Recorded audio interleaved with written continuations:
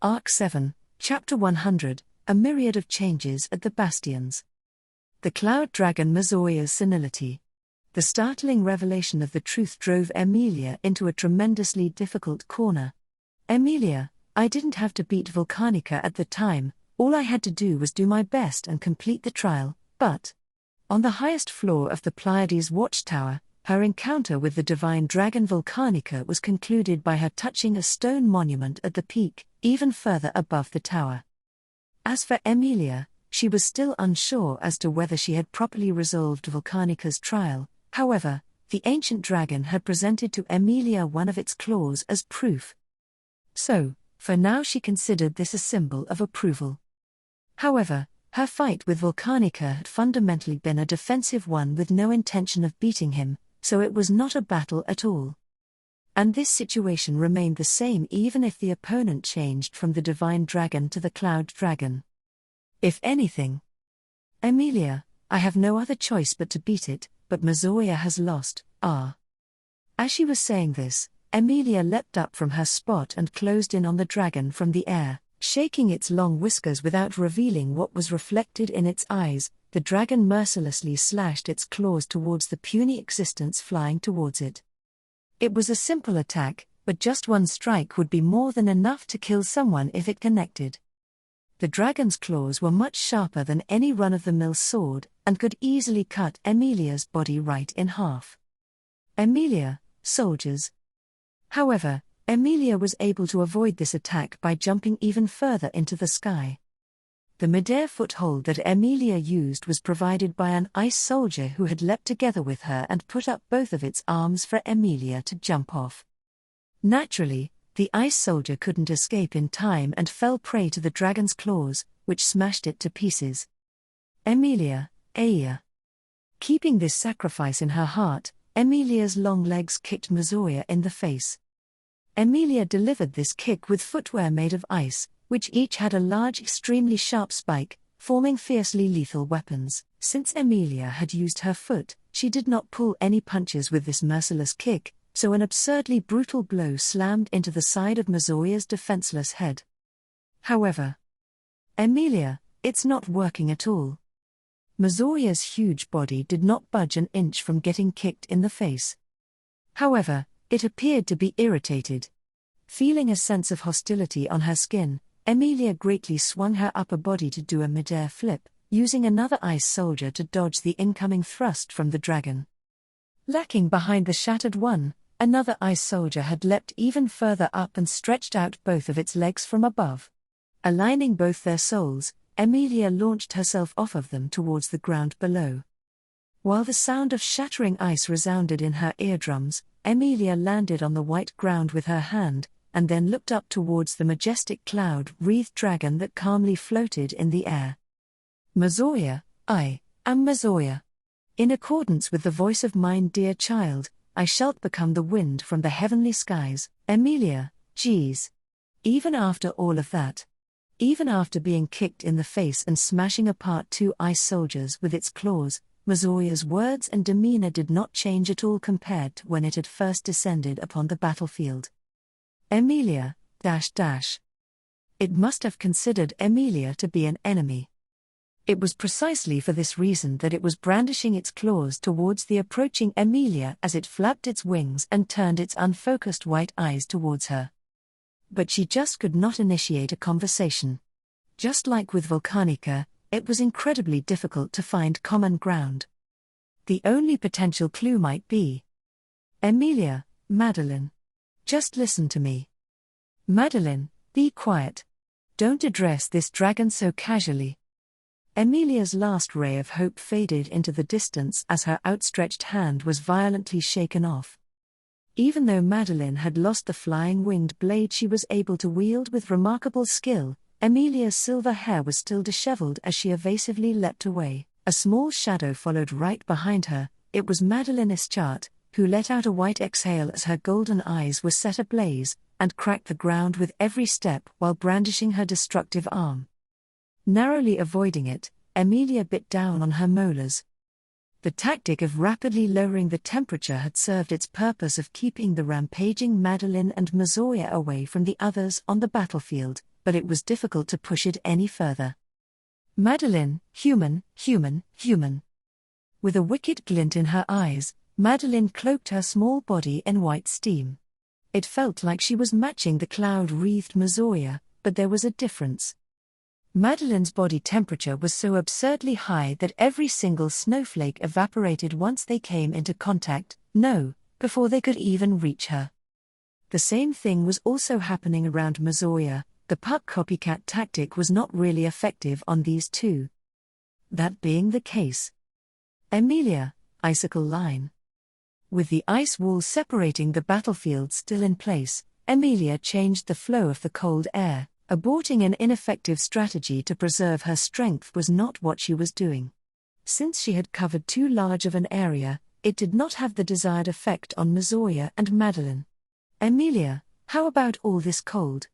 Drawing invisible white lines around the head-on approaching Madeline, Emilia concentrated the cold air permeating the battlefield around the second bastion into a single spot. It was not just any ordinary cold, it was a truly extreme cold that wrapped around Madeline's small body, changing the steam into snow and causing the dragonkin's body temperature to instantly plummet below freezing. Madeline, gah? Even Madeline had her whole body frozen still by this unforeseeably extreme cold. Madeline's eyes widened as her vision whited out. However, Emilia threw away her last bit of pity and focused on pouring all of her power into temporarily freezing her solid. Emilia, please.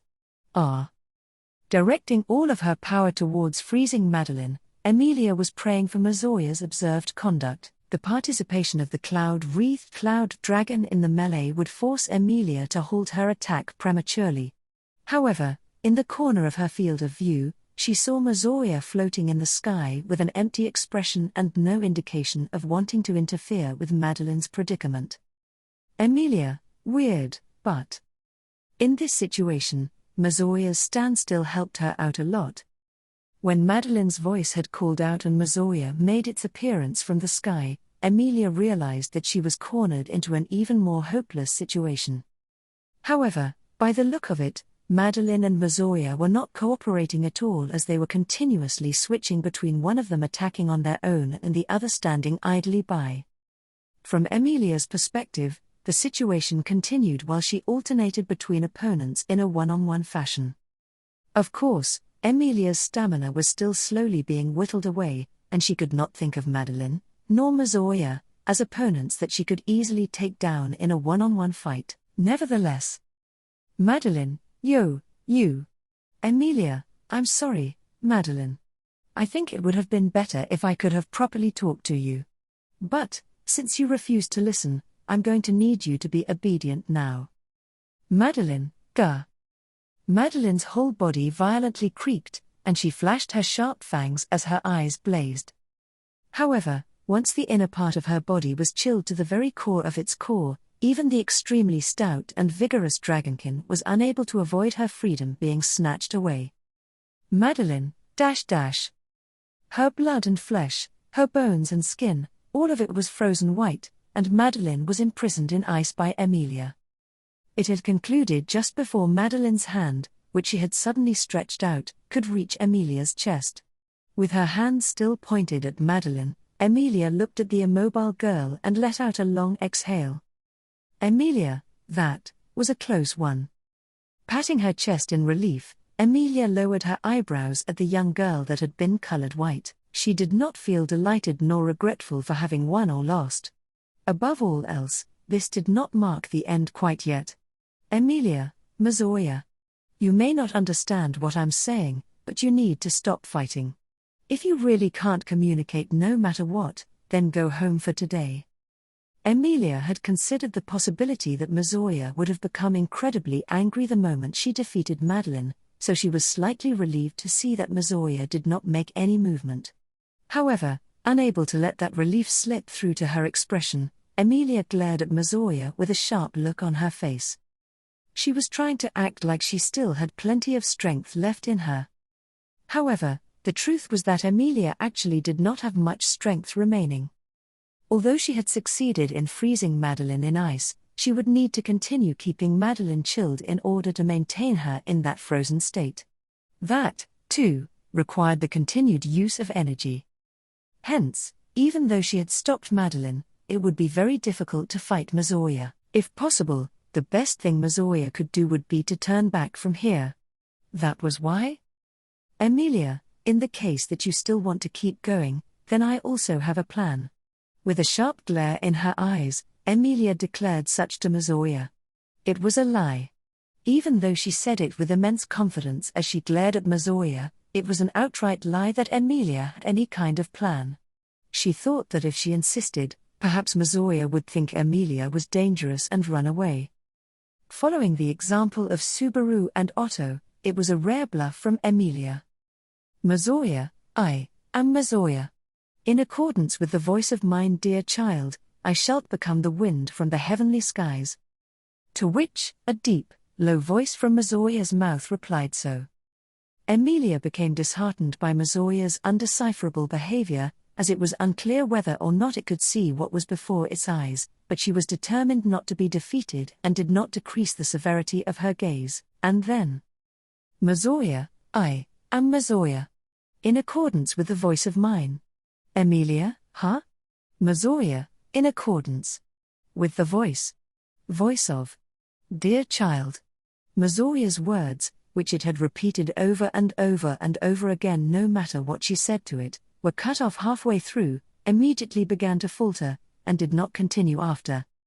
It was not just that. Mazoya, who had been sitting peacefully within the snowy sky, frowned somewhat painfully, and began to sway its large head from side to side. Emilia, what's wrong all of a sudden? Does your head hurt? Seeing the change in Mazoya, Emilia's amethyst eyes widened in surprise. It would only be natural that Mazoya would lash out in anger when Madeline was frozen in ice. It would be very troubling if it did that, but that would be easier to accept than this kind of weird reaction. Above Emilia's head as she worried about that, Mazoya's movements came to an abrupt halt. Mazoya, .. The dragon, which had been shaking its head in pain, suddenly looked down with a serene expression, met with the gaze of those white eyes, on a face that had grown out a long beard. Emilia let out a short ah. Now, for the first time, she felt as if she had been seen by Mazoya's eyes. In other words, it was a sign of will and intelligence dwelling within Mazoya's eyes. Emilia, finally, we can talk. Mazoya, I believe I told you, human. Emilia, A. With a low voice, resounding as if the sky had roared, the dragon turned its head to face Emilia. She was pierced by its gaze, however, Emilia's body stiffened because of a different shock. She was seen by something mightier than herself, that was not what had surprised her. The reason was because the violent emotion in its voice was just like the one that had just been directed at her just a few moments before. No, because it was exactly the same. Indeed, as if to confirm the stiffened Emilia's surprise, the dragon continued. Mazoya, this dragon doesn't have anything to say to you. Emilia, model. Upon seeing something unbelievable, Emilia involuntarily ceased her movement. Turning towards Emilia, the dragon opened its mouth. Then, it simply exhaled. That breath became a white light, and the true essence of the cloud dragon filled the world.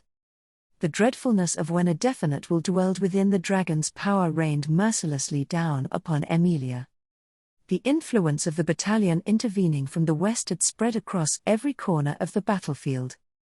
Of course, the most affected by this battalion was the garrison at the 4th Bastion, which was brought to the brink of collapse after suffering unparalleled damage in one fell swoop.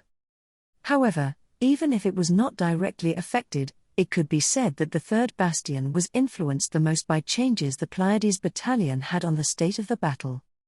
Originally, in order to nullify one of the trump cards of the imperial capital Lupagana, the magic crystal cannon, the soldiers sent to the 3rd Bastion were supposed to be abandoned. Zika was told of the plan by Abel and had been prepared to sacrifice himself. Thanks to his maneuvering, some of his forces, the people of Shudrak, had escaped the rays of the magic crystal cannon, a minor difference compared to the damage that should have been caused to the 3rd Bastion. In any case, the 3rd Bastion's soldiers were expected to be lost at this point. The moment they prevailed, Abel's initial calculations, which were based on the premise that the rebels would suffer a painful defeat, went out of the window. However, there should be nothing wrong with the soldiers surviving. Immediately correcting the miscalculation, Abel adjusted the original strategy to the current situation. As a result, Zika, that is High Countess Serena Drakroy's flying dragon squadron. In the midst of the battle with the stone golems, Zika wielded his sword and whispered this while on his beloved horse, Lady. Their round eyes turned towards the azure sky, half deprived of its color in white and red, flying above the various battlefields. Winged brethren clashed and turned their fangs onto each other. On one side was a flock of natural flying dragons following the orders of the flying dragon General Madeline Ischat to rampage with their untamed ferocity unleashed. Pitted against them were the squadrons of flying dragons carrying their partners on their winged backs, the flying dragon riders with their blades of ferocity in their trusty sheaths. The wild, unmanned flying dragons clearly outnumbered the flying dragon riders, but anyone would agree that the latter were far more skillful in aerial combat. While the wild flying dragons were overflowing with ferocity and violently swinging their claws and fangs, the skills of the flying dragon riders were far more splendid and refined in comparison. Avoiding the fangs with dexterous moves that completely disregarded being in the air, the flying dragon riders used their weapons to pierce the wings of the wild flying dragons and felled them one after another. Zika, what a staggering difference! Only Zika, who was acquainted with the general of the flying dragon riders as a general second class of the empire, could tell which of them was hopelessly outclassed. It was the wild flock of flying dragons being led by Madeline. Nonetheless, the violence created through numbers was difficult to handle, and the fact that they had been completely outnumbered in the fortress city was a deep thorn in his heart. This perception was about to be overturned once again. For better or worse, he was about to witness the true strength of traditional imperial flying dragon taming with his own eyes. Zika, to inform His Excellency about the success of his plan, I must push onward. As Abel played his card, the flying dragon squadron of High Countess Drakroy, the air supremacy of the flying dragon flock was diminished, and Zika was even allowed to affirm his surroundings. Although he charged at the front lines for the sake of the troop morale, Zika was by no means competent as a fighter during live combat. He would instead order timely formation instructions and advance further into the heart of the enemy lines. This threat had not abated at all yet, so he proceeded further towards General First Class Moguro Hagane, who had assimilated with the castle wall. Zika, I pray Miss Beatrice is safe. And so, as Zika raised his sword, a corner of his mind was occupied with the girl with pale-colored hair wearing a gorgeous dress, the all but certain savior of his life, Beatrice. The moment the magic crystal cannon had been unleashed, as Zika was prepared to face death, he saw the figure of a girl throwing herself in front of the incoming light to repel it somehow. Beatrice was small to begin with, but high up in the sky she seemed to be the size of a pebble. Still, Zika was convinced that this was undoubtedly Beatrice. To never mistake a woman he had once beheld with his eyes, that was Zika's special ability. That was why Zika could definitively say that it was Beatrice who had managed to do something about the magic crystal cannon. The problem was that he was also certain that no one could accomplish such a feat without a cost. Zika, please, be unharmed.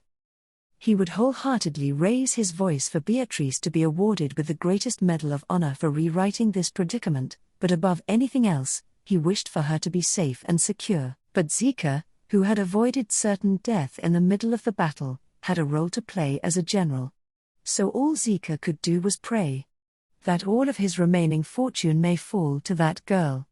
Meanwhile, just as Zika had been praying for the safety of the one who had just contributed so much on the front line, Tarata witnessed the moment the magic crystal cannon had unnaturally vanished and who had accomplished it. Tarata, I was told to back off, but luckily I had a clear view of the battlefield. The rebels had been hit hard but had managed to get back on their feet. Zika, who was about to launch an assault with them, ordered the people of Shudrak to provide cover from the rear. The decision to not include the Shudrak in the general strike, to which Zelda obviously raised her complaint, was accepted by Tarata since Zika of all people would have thought this order through. But there was no way. My Zelda, there is no way that only we are unable to help in any way, we Shadrach are being looked down upon. Tarata, sister. Looking back on what had happened, my Zelda had every right to voice her anger. The Crystal Palace in the imperial capital was originally the castle where Abel lived.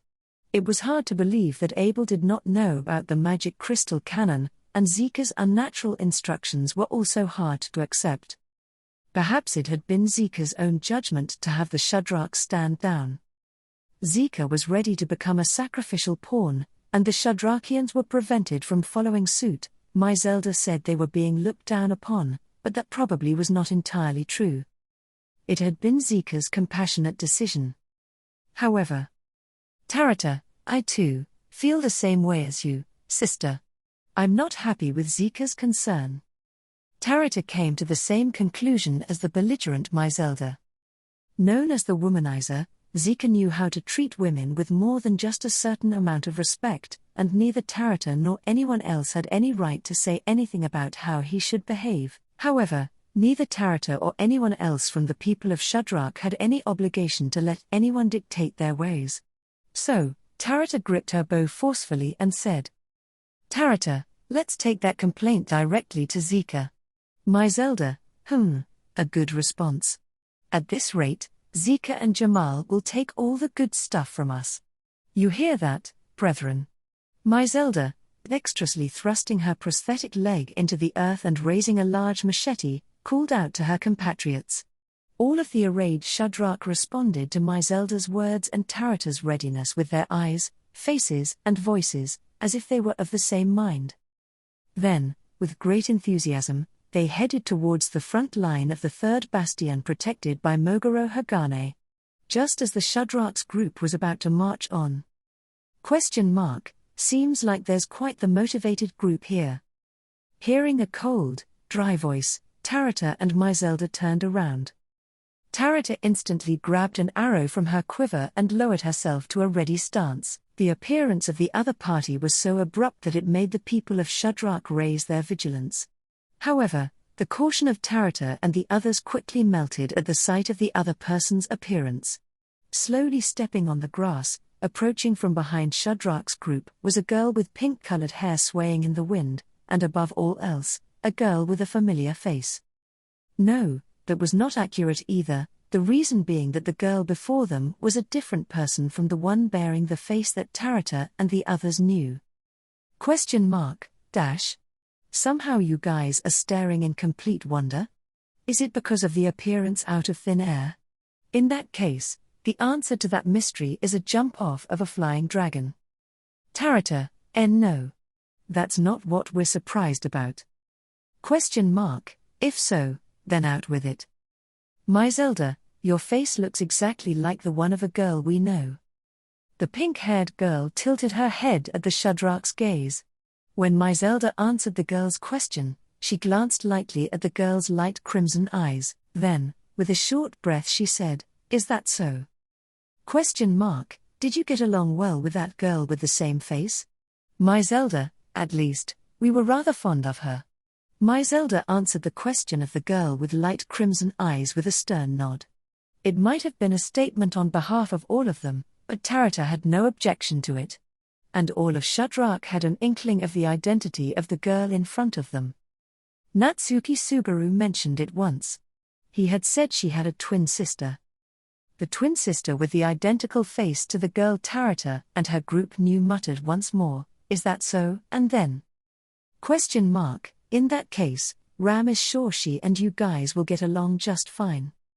She stepped forward while stating that, as if the way was cleared for Ram, the girl who proceeded like it was a matter of course stood before Tarata and My Zelda. Tarata nodded as she gazed into those light crimson eyes. Tarata, yes, I hope so. What's the situation? Ram has got the gist of it, assuming that there aren't any cowardly women here right now, right? Looking around at the faces of the Shadrach, Ram quietly spoke. She was able to see through the reason why the people of Shudrak were positioning themselves so far away from the battle for the third bastion occurring right in front of them. After seeing through it, and acknowledging the thoughtfulness of the matter, she spoke. Ram, men say things like I'm worried about you Tilda, and you'd better stay back Tilda, but Ram would prove them wrong. Telling them to mind their own business. Tarita, I agree. Stating that, standing beside Ram, who was holding a wand, Tarita repeatedly nodded silently.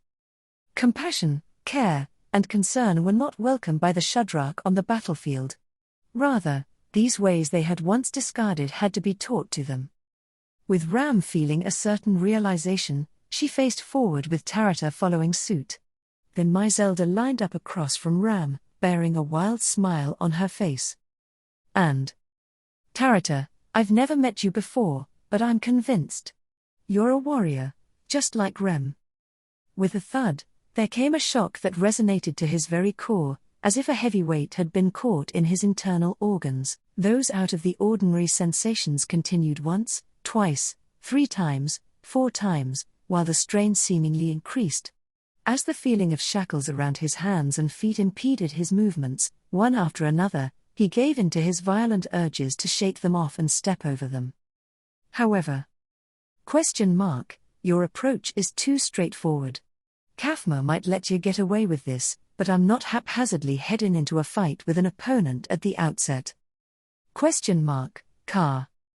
With 5 outstretched fingers, the old man's face sank into the ground and disappeared, leaving behind his ridicule.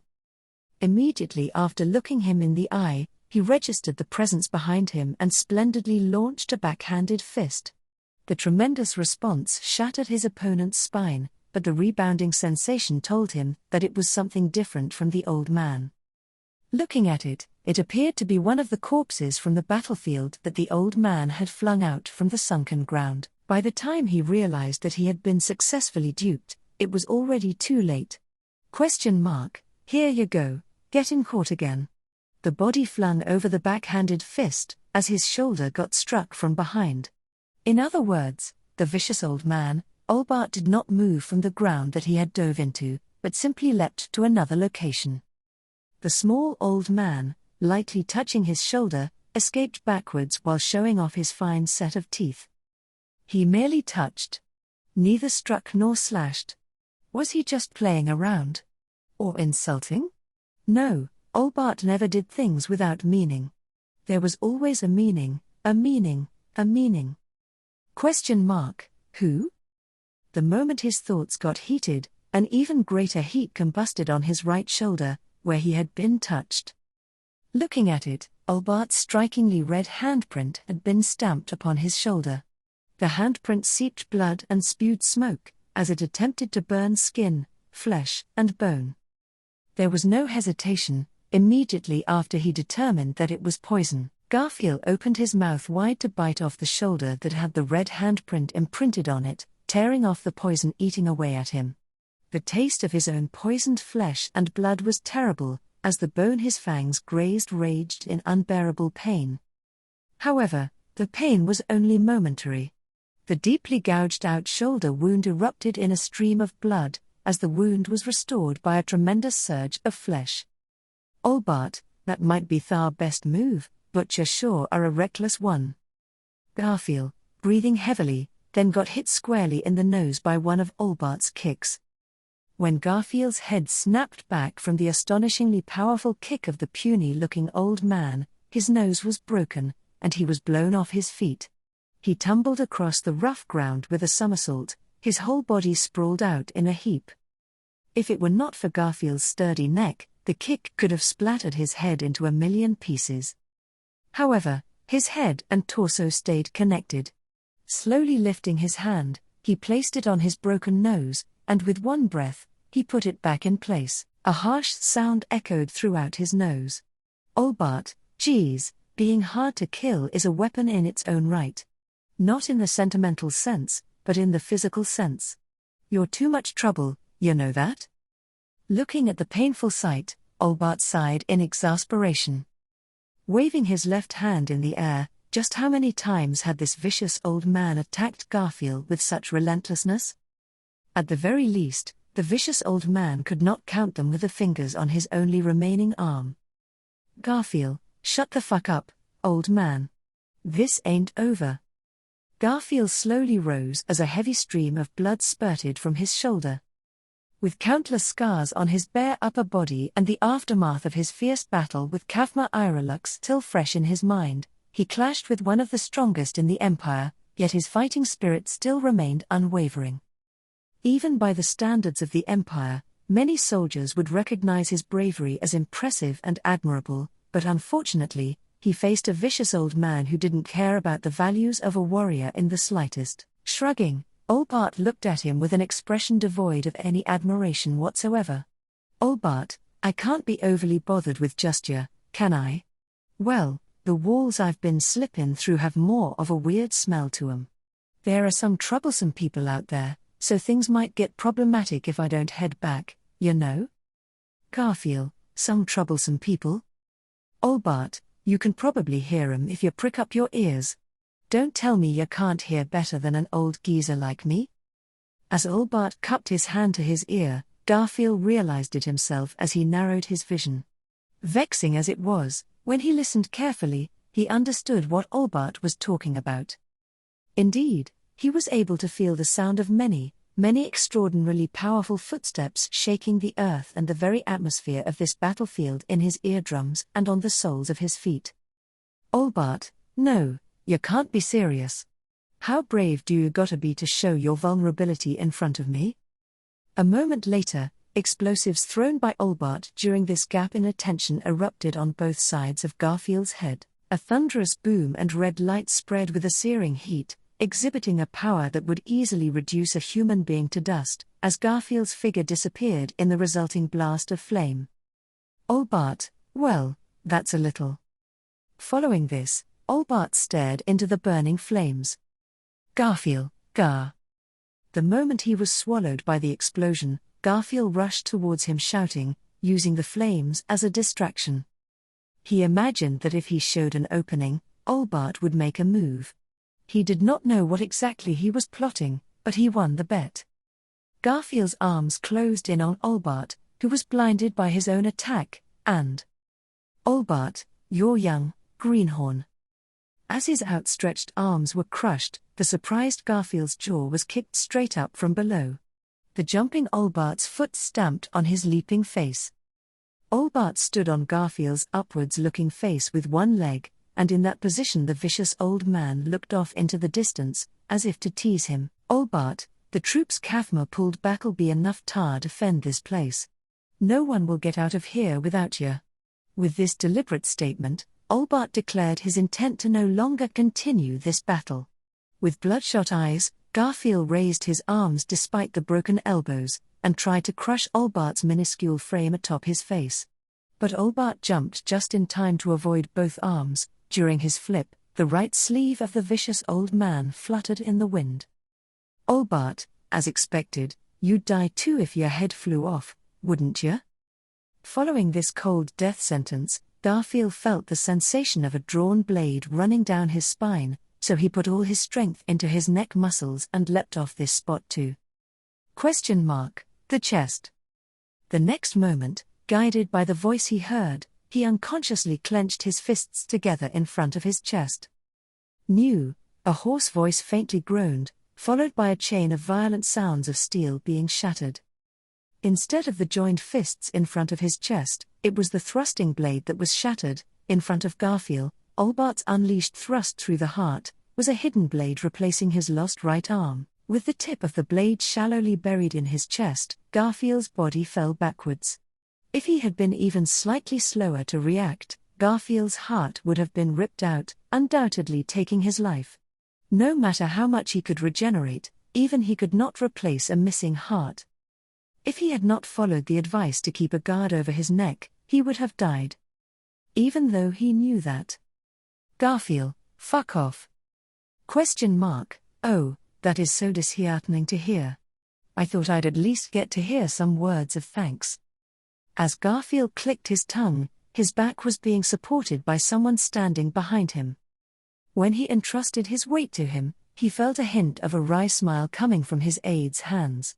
Feeling even more annoyed from this, Garfield's nose wrinkled up. In general, Garfield was not good at hating people, but in front of him was Olbart, who belonged to the types of people he hated.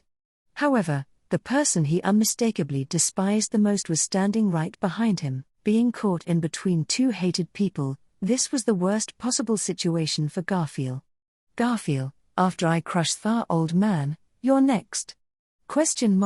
This finally carries taking things out on me to extremes, doesn't it?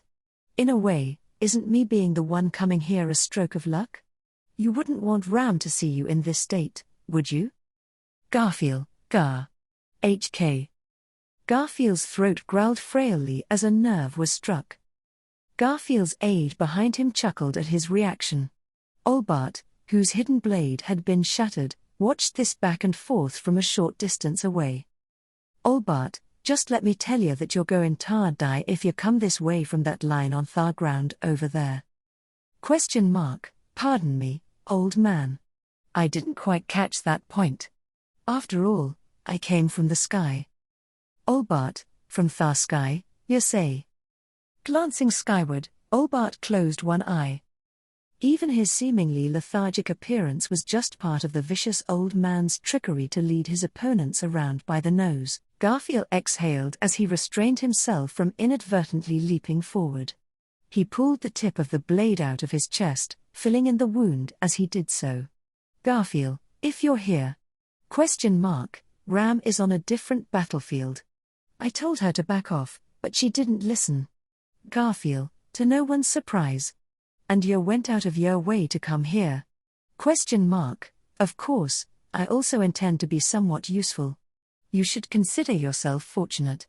As he said this, the duo set their gaze upon the troublesome vicious old man, and the man with an unfamiliar face was no longer behind Garfield, but next to him. Roswell L. Mathers did not have his usual makeup applied, and his blue eye was closed to hide his identity. Roswell, after all, I've also had death matches with shinobi in the past. He stated this with a deeply vicious smile rivaling his enemies. The moment the light was released, its power imbued with will, Emilia had a vision of her own death. Her competitive spirit was strong, and she must not lose hope under any circumstances. For Emilia, who had funneled power into her abdomen with that attitude, it had been a devastating thing. Emilia, In her head, a small Emilia was screaming that she needed to move immediately. However, her body would not respond with which way she should move, right or left. Even though she would usually move without thinking, she could not do so. The reason for that was that her heart, not her head, had immediately sensed that right or left, forward or backward, there was no place to escape. Emilia, icicle line. So, instead of running away, Emilia had chosen to defend against it, no, to deflect it. Creating a thick wall of ice in front of herself and letting the light slide over its slanted surface. Whether or not she could do it, it would be done with the conviction that she had to. When the dragon's breath had been released from the sky in Garrel, Emilia had immediately chosen the same defense. However, that time, Priscilla was there and had managed to cut through, clear away the light that Emilia had weakened, even if a little, with the red treasured sword she had. This time, Priscilla was not there. Emilia was alone. She did not know if she could do the same thing. However, she must accomplish the same thing. Emilia, me, and the people behind me. At a glance, Emilia knew that there was no chance that the power of the light that had been released would blow only her away. Earlier, the same kind of light had been released in the distance, and this one resembled that. The light would surely mow down the battlefield and destroy everything. So, Emilia, do your best, me. She braced her legs, created a wall of ice in front of her body, and tightly squeezed the ice sword in her hand. She had created the ice sword because Priscilla had used her treasured sword to cut through the breath. This ice sword did not have the same power as that treasured sword, but it had been for luck. That, Emilia's bracing, where she put forth her all, was. Mazoya, disappear, human. The breath was released, and white light poured down, closing in on Emilia. That the voice had come forth from Mizoya's throat, and the origin of the anger in its eyes, in that moment, she forgot all of it. She forgot, and braced herself. And then, the moment when that breath obliterated the wall of ice, swallowing even Emilia. Emilia, A. After trying to align her ice sword with the light, Emilia's eyes widened in surprise. The light that was emitted would have caught Emilia, but instead, it had just slightly veered off to the side. Even so, an enormous shockwave had been produced, almost tearing off Emilia's silver hair and clothes. While bracing and enduring that, Emilia looked at Mizoya to see what had happened. Mizoya had released a breath, but its head was turned diagonally upward.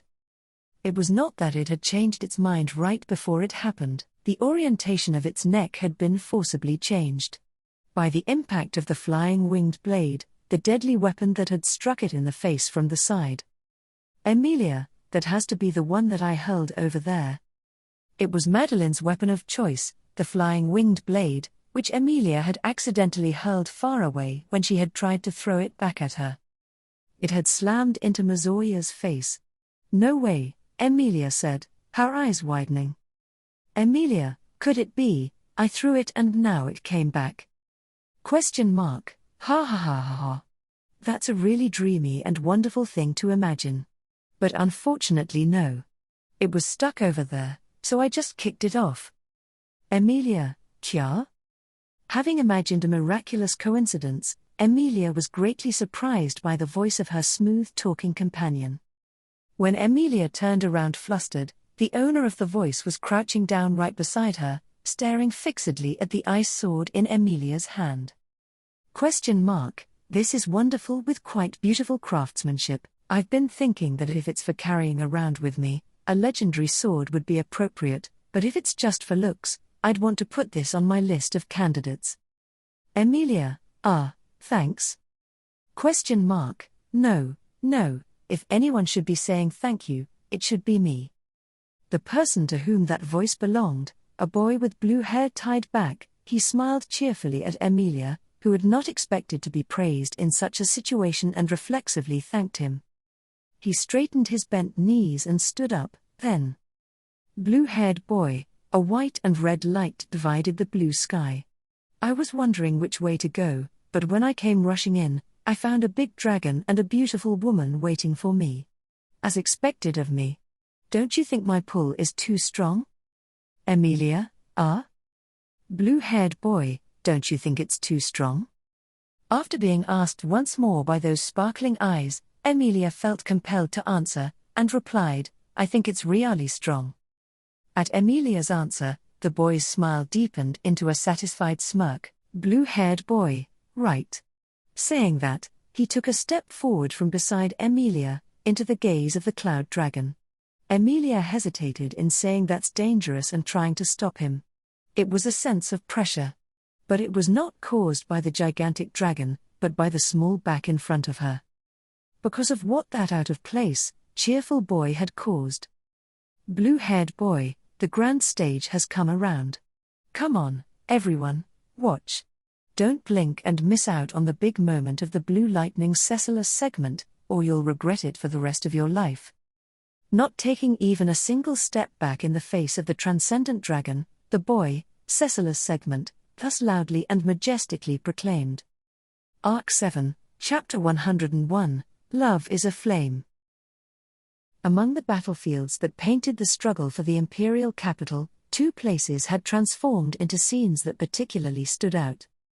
One of the places was the second bastion, where the cloud dragon that had arrived from beyond the sky was majestically spreading its wings, and where the scene had been painted white in order to prevent its damage from spreading to the surroundings. The other place was the first bastion, where the scorching hot sky had been colored red. The power of a young woman at the center of it all had made the environment so harsh that the survival of any living organism was under threat. Question mark, dash dash. Flickering akin to the very flames of the sun, Arakia's body leapt through the red sky. Making an ample display of her capability as a spirit eater, Arakia had transformed the world, it was already a hellscape that ate away at the lives of those who lacked power beyond the realm of rationality. Arakia, I will definitely take back the princess. That was the primary, and only, reason that Arakia had taken to the battlefield like this. It was not out of loyalty or patriotism as a general first class of the empire, pride or dignity in being one of the strongest existences that were the 9 divine generals, anger for her kind, or any malicious thoughts for her own ambitions whatsoever. The other divine generals had their own motivations and reasons for fighting. She did not have any such noble basis on which to support such strength, nevertheless, serving as the strongest force on the side of the imperial capital, Arakia, II, reigned supreme over the battlefield. However, considering her origin, considering the fact that she was a spirit eater, that was a matter of course. Strength being demanded from them, it was the way of being for the spirit eaters to be forced to use that strength not for themselves, but for the sake of others, and Arakia was no exception to that. In the first place, the spirit eaters were extraordinary creatures that could only have such a nature. Spirits were beings present everywhere throughout all the vast lands and skies. Eating those spirits, taking in their power, the spirit eaters would become one with them. It was an outlandish action equivalent to taking nature itself into one's own body, so inevitably, there was a wide variety of effects, both large and small. If one took in a fire spirit, their body temperature would rise, and if one took in a wind spirit, there was the danger that their inner body would be torn apart. If a water spirit was taken in, it could put one's circulation of blood at risk, and if one took in an earth spirit, it was possible that they would become one with the earth and even lose their human form. In fact, because of those side effects, many aspiring spirit eaters had ceased to be human. Created in ancient times to oppose alone which who charmed all, whom even the wordless Great Spirit obeyed, they were beings devised for the purpose of fighting, much like the Oni tribe that could sense miasma. After the death of that witch, the spirit eaters of the present day had lost their original purpose, but zeroing in on that power and utility, a faction within the Wallachian Empire sought to restore them. Arakia, too, was nothing more than a single person recognized for her rare abilities within that endeavor. Her rare abilities were the 2 foundations required for a spirit eater, that is to say, a body that could withstand taking in a spirit, and a soul that could remain human even after subsuming a spirit. In the first place, the method by which the spirit eaters extracted power from spirits was an unconventional technique, and the method of bypassing various conditions to extract nothing but their power was accompanied by a great many risks.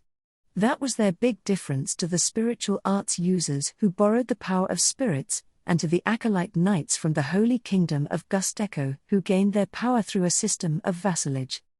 For the latter too, there was the requirement of effort to establish a relationship with the target spirit, but if a contract had been established, there was no danger in using their power as long as the relationship with the spirit did not break down.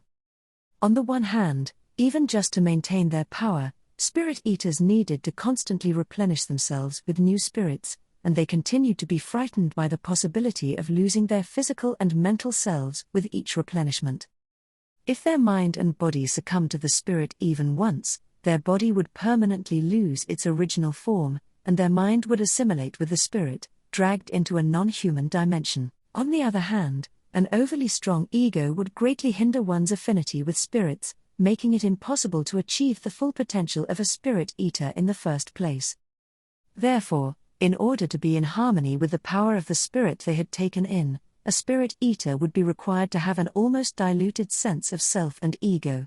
However, as mentioned above, an ego that was too weak would invite an easy assimilation with the captured spirit, and there was a high chance of losing one's humanity.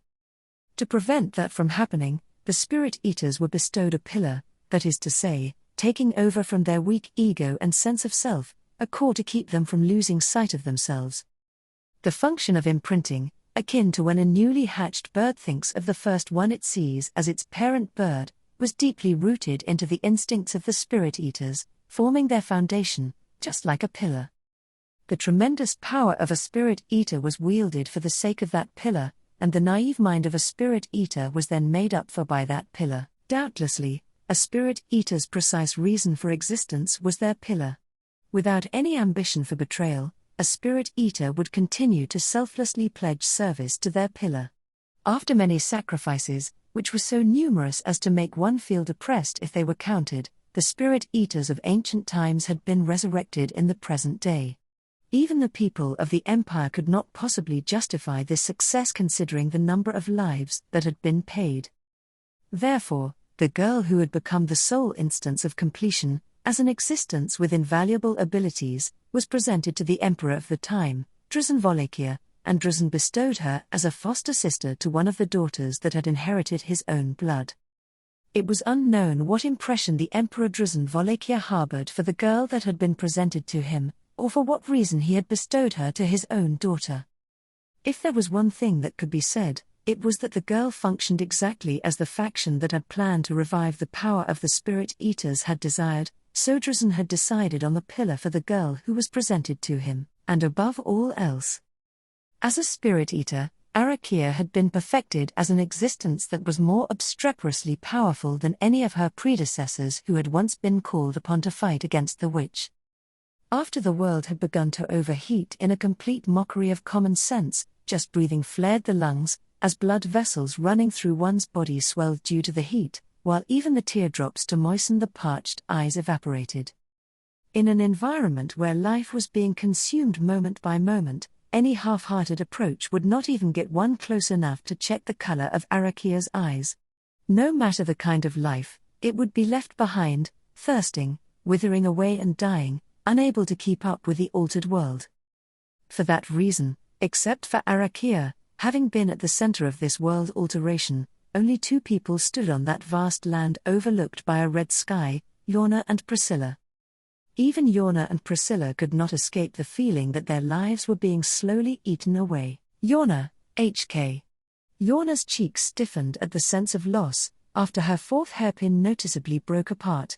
The soul marriage technique allowed the many offerings made to Yorna to stand in for her life. Thanks to this, Yorna was not physically injured and her movements were unhindered, even when fighting the literal monster that was Arakia. However, Yorna, if only I could get rid of this pain in my chest. Standing in for Yorna's life was, in and of itself, proof of the love that had been put into these gifts. The hairpins were by no means outstandingly designed or expensive. They were merely various things that had been offered by the residents of the city under Yorna's protection, using their own horns, scales, and body parts. There was only love, respect, and trust. Therefore, no price could be put on them. Priscilla, the hairpin shattered? Just like the other hair ornament a moment ago, they are slowly being whittled away at, dear mother. As the shattered pieces of the plain ornament trickled through Yorna's fingers, Priscilla landed next to her with the train of her red dress fluttering. Wielding the dizzyingly radiant yang sword, Priscilla's beautiful profile revealed her fearless expression. At her remark, Yorna slightly narrowed her eyes. Yorna, needless to say, to treat the gifts of my beloved children as a mere number of substitutes for my life is utterly loathsome. Priscilla, what an adorable thing to say from someone extending their life by transferring it for nigh an eternity, dear mother. Are you hesitant to call me, who has never presented a single gift to you, your beloved child? Yorna, Priscilla, incapable of playing along, are we? Then I shall speak pragmatically, just as you wish. Shrugging her exposed, pale shoulders, Priscilla turned her gaze forwards. To this attitude and tone Yorna retorted pragmatically, you say?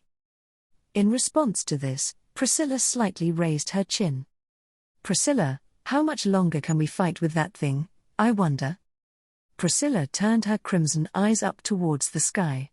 Immediately following, a torrent of water spears rained down upon Priscilla and Yorna. Yorna, Gritting her teeth, Yorna braced herself for the fierce downpour of water spears by lying face down. The fired water spears had each been compressed to be as thick as a single finger, but one should not underestimate the power a single finger could possess. The densely compressed torrent, piercing through everything standing in its way and mercilessly cutting down any potential threats, could tear someone limb from limb in a single fatal blow. To wield such a delicately difficult technique that required an enormous amount of water to crudely split the ground open so effortlessly, except for the inherent danger, none of it seemed consistent. Yorna, HK, Priscilla. Laying face down and pouring all of her efforts into evading the downpour of water spears, Yorna called out Priscilla's name, who was using the yang sword to deflect the torrent of water.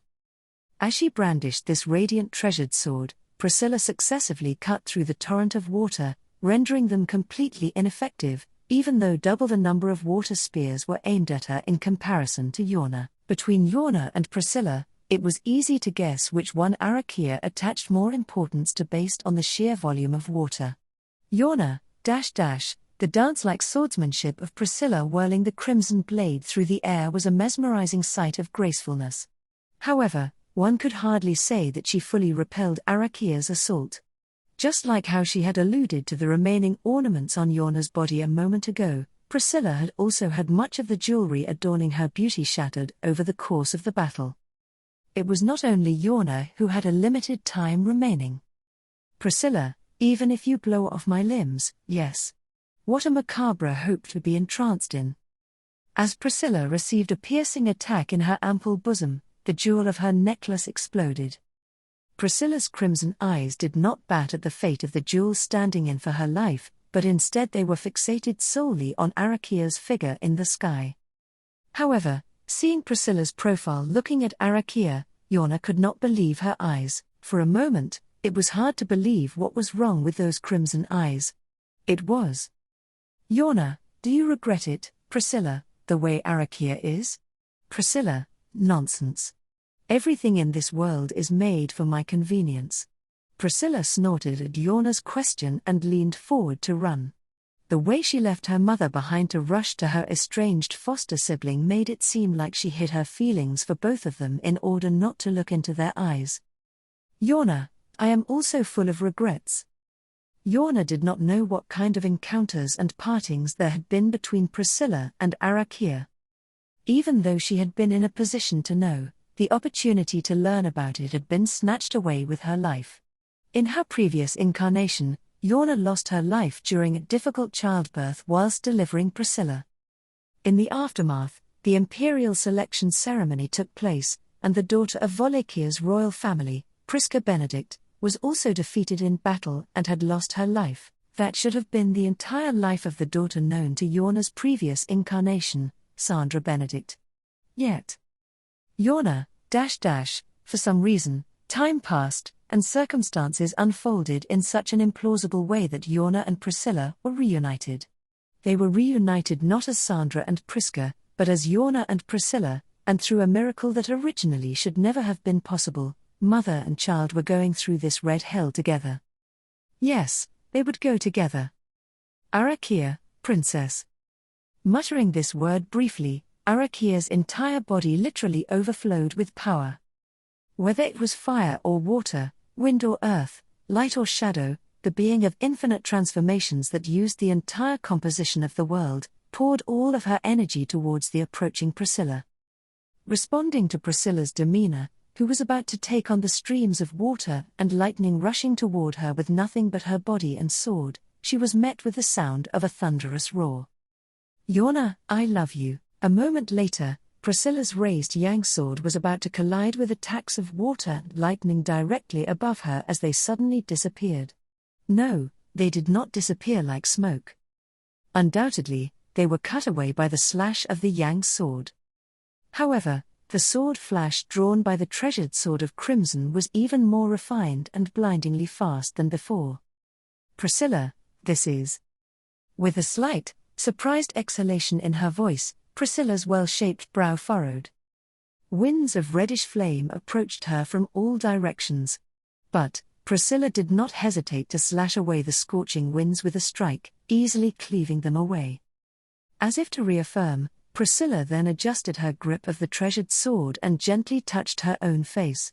Her fingertips gently caressed her eyes, but she likely did not sense anything unusual. Yorna already knew that it was something entirely different from a tangible effect accompanying the flame. It was the bond Yorna shared with her beloved child taking form as the flame that burned in her eyes. Priscilla stood straight, with the treasured sword of crimson in hand, and her left eye ablaze. This was the proof of Yorna's protection bestowed to the inhabitants of the demon city of Chaos Flame. By granting the soul marriage technique, a portion of Yorna's power could be shared with the target she sought to protect. Originally, it was a secret technique granted by Yorna to protect her children who did not have the strength and technique to fight for themselves, as they shared a bond no warrior could be endowed with. But an exception to that rule arose here and now. A being equipped with the power and technique to fight, alongside a treasured sword no one outside the royal family of Wallachia was allowed to wield, that fulfilled the requirements as a beloved child Yorna wished to protect regardless of her power. Yorna, Priscilla. Priscilla, at last, you are willing to recognize me as your own child, dear mother. Yorna, how impudent. I shan't be a foolish mother who just looks as you walk off into the distance. If you're going, then I'll be going to the same hellscape as well. She did not intend to let Priscilla go any further by herself. Priscilla sniffed at Yorna's answer and permitted her resolve as she stood beside her. As proof of that, Yorna felt something strange on her face, causing her to gently move her hand there. The cause of that discomfort was in her eye. Most likely, there was a flame harbored there, the same as Priscilla. The two users of the soul marriage technique, which could not be performed without qualifications, fulfilled each other's conditions, and complemented each other's souls. A phenomenon that truly could never happen, happened. And then, having witnessed that, Arakia, why? A faint voice escaped, and a gaze fell to the ground, as if a curse. Staring at Yorna and Priscilla side by side was Arakia, placed in the sky. She ran her hand over her face and the eye patch covering her left eye. Then, she tore it off as if wrenching it away, and Arakia, why? Why do you have the princesses? Laying her anger bare, Arakia displayed the red eye bereft of all light under her eye patch. Yorna was reflected in that eye, incapable of sight, and Arakia called out to her with those pair of red eyes. To Yorna, whose eye harbored a flame, having received the blessing of the soul marriage technique from Priscilla. By Arakia, whose eyes harbored no flame, unable to receive any blessing from Priscilla. Arakia, the princess, is my HK Priscilla, make no mistake, Arakia. Even supposing your wishes were to be tolerated, and even supposing I were to concede, you would still be mine, and I would never become yours. Arakia, HK. Priscilla, and mineself would never concede to anyone. At Priscilla's decisive gaze, Arakia gasped slightly. However, after that stern declaration by Priscilla, a small sound of protest had interjected. That was, Priscilla, dear mother, for what reason did you strike mineself on the head? Yorna, you should not speak in such a manner. I don't remember raising my children to be so high and mighty. Priscilla, dear mother, I don't remember being raised by you in the first place. Yorna, in that case, it seems that chance has finally come around. Saying that, Yorna lowered the kiseru that had struck Priscilla's head with a clunk, and slowly shook her head before looking up at Arakia. In her eyes, there was an invariant anger, and a slight discomposure at what had just occurred. Staring fixedly there, Yorna put the kiseru in her mouth and inhaled the purple smoke as she stood among the hellscape. And then, giving a somewhat cheerful smile that did not fit the situation. Yorna, finally, you have seen me, General First Class Arakia. The chance has come for me to atone for my lack of virtue in failing to discipline you, together with Priscilla, as I should have. Arakia, what do you? Yorna, to put it simply. Yorna exhaled purple smoke as she took in the bewilderment that was carried in those words. Wrapped in the smoke overflowing from her lips, her eye burning with her daughter's trust, Yorna mishigia, the mother that was once Sandra Benedict. Yorna, I am not a parent who cuts corners in disciplining her children. Prepare yourselves, little girls. Thus, she harshly declared. Arc 7, Chapter 102, Wall of Resolve. Todd Fang did not consider himself to be particularly cautious or meticulous. The result of single-mindedly probing as a matter of course was to close every conceivable loophole, cover all potential outcomes, and assume the worst in order to reduce missteps to the extent of one's capabilities. Even if all of this was executed, the opponent could still have prepared a strategy, action, or trump card which rendered one completely helpless with no recourse. He was aware that this was the extent of his innate abilities and a reality he had to come to terms with. Fortunately, I have never encountered such beings, and even if I did, I have been able to avoid any decisive conflict, which allowed me to survive to this day.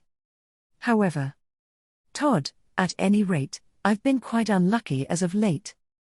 Looking back over the past month or two, a rather short period of time, Todd lamented to himself. The woes began when he was incorporated into a group of troops deployed from the imperial capital to the east. Just as he was reminiscing about his separation from his fiancée Katya, he made the worst possible discovery. A man and a woman had been swept down the river near their encampment. Setting aside the woman, the man had started off all of the bad luck that befell Todd thereafter. As previously mentioned, Todd did not consider himself special, yet he could not make heads or tails of that man whatsoever. He was ordinary, yet extraordinary. Few words had been exchanged, and their interactions were short-lived, but the person in question had been completely unaware of that. Before and since then, Todd had seen several of those so-called heroic beings. While everyone was aware of the fact that their own existence was outside the norm and that they had no choice but to walk their own unique path, that man was the only exception to the rule. It was terrifying. So, the only thing he could think about afterwards was to kill that man at any cost whenever the opportunity arose. However, once it had become clear that said goal was unobtainable, Todd immediately abandoned his policy of extermination and chose to stay away from that pest. It was best not to get involved. It was likewise necessary to sacrifice Jamal, his umbrella that protected him from the rain, as his only desperate recourse to rescue the captive Arakia. He had thought that by winning the favor of the more powerful and influential Arakia, he would be able to escape from the unwanted position he had been placed in. But his plan had completely backfired. Chasing undesired vengeance for Jamal, Katya had ultimately been left behind in the imperial capital while he had to somehow make use of the empty-headed and utterly selfless Arakia as he found himself in the middle of a major rebellion against the emperor raging throughout the entire empire. Absolutely nothing, truly nothing, was going smoothly. It seemed like the beginning of all this misery had been brought onto him by that pest, so he was hoping that at least his calculations here would work out. Todd, my bad, and here I was going to get them all at once. Sneaking deep into enemy territory and launching a preemptive surprise attack. Todd grumbled to himself as he looked at the remaining enemies after the first round of armed troops had been disposed of. There were 3 opponents, 2 girls and 1 delicate-looking guy. Even though he had finished off their entire force of soldiers from the get-go, Todd did not consider it to be the best outcome. Rather, he accepted that the military gain had been minimal. Originally, the reason why Todd had left his post and ventured into the enemy camp was to take out an opponent who was demonstrating extraordinary capabilities in information warfare, who would be a nuisance in this battle for the imperial capital.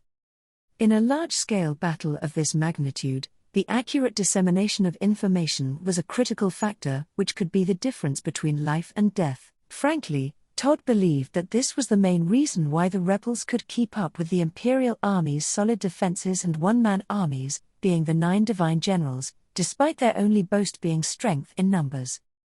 In a human body, the commander of a group would either correlate to the head or the heart. Both would be fatal if crushed, and since this was common knowledge, they were naturally protected. However, no matter how hard the head or the heart were to work, if the vessels which allowed blood to circulate did not function, the body would not be able to last. In that sense, the blood vessels were the most crucial enemies to eliminate on a battlefield, since they fulfilled the most vital role in deciding the course of the battle. Todd, it's easy to just answer there are no women or children in the battlefield, but then the residents of the imperial capital would get caught up in this. Besides, Ain't that a bit too convenient? Todd appraised his opponents, exchanging words that should not be exchanged. The three opponents appeared to be as described above, but there was no definitive proof as to which of them was the blood vessel Todd was wary of. The two young girls hardly seemed appropriate for the battlefield.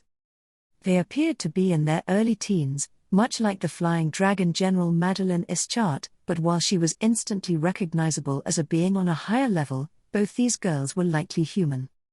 However, the very fact that they had no right to be here raised suspicion that the girls were meant to be here as they were. Todd, if you were a non-combatant who was just left behind on the battlefield, your current logic might hold. But I don't recognize a man who serves on the battlefield as a non-combatant. On the other hand, the delicate-looking man openly confronting Todd was not a warrior, but he came the closest to his impression of a blood vessel. In terms of powerlessness, he was not much different from the girls, but there was something off about the look in his eyes, a shrewd look, the kind that turned one's own life into a tool with impunity, hiding behind a thin facade. He could not let his eyes be drawn to the delicate-looking man, nor could he let his guard down against the two girls. One of the girls had a strangely determined look in her eyes, and the other unmistakably had the readiness and posture of a warrior. Even though this was not uncommon in Wallachia, the latter had probably already taken a life or two. If one had experience in killing, even if they were a young girl, they had overcome the wall of resolve. In other words, you could never afford to let your guard down. Todd, who knows? But my gut is telling me. You are the root of all evil in this war. And my gut also tells me this. Three opponents, each of whom caused Todd to be wary in their own way. It was also unacceptable that he was also trying to look for openings, or plotting to create one, while conversing with Todd, although he still had trouble picking out who to prioritize as a target. Todd, it's better not to waste time with you guys either. They were all targets that must be killed, that was Todd's irrevocable conclusion. Otto Suwin often cursed his own carelessness.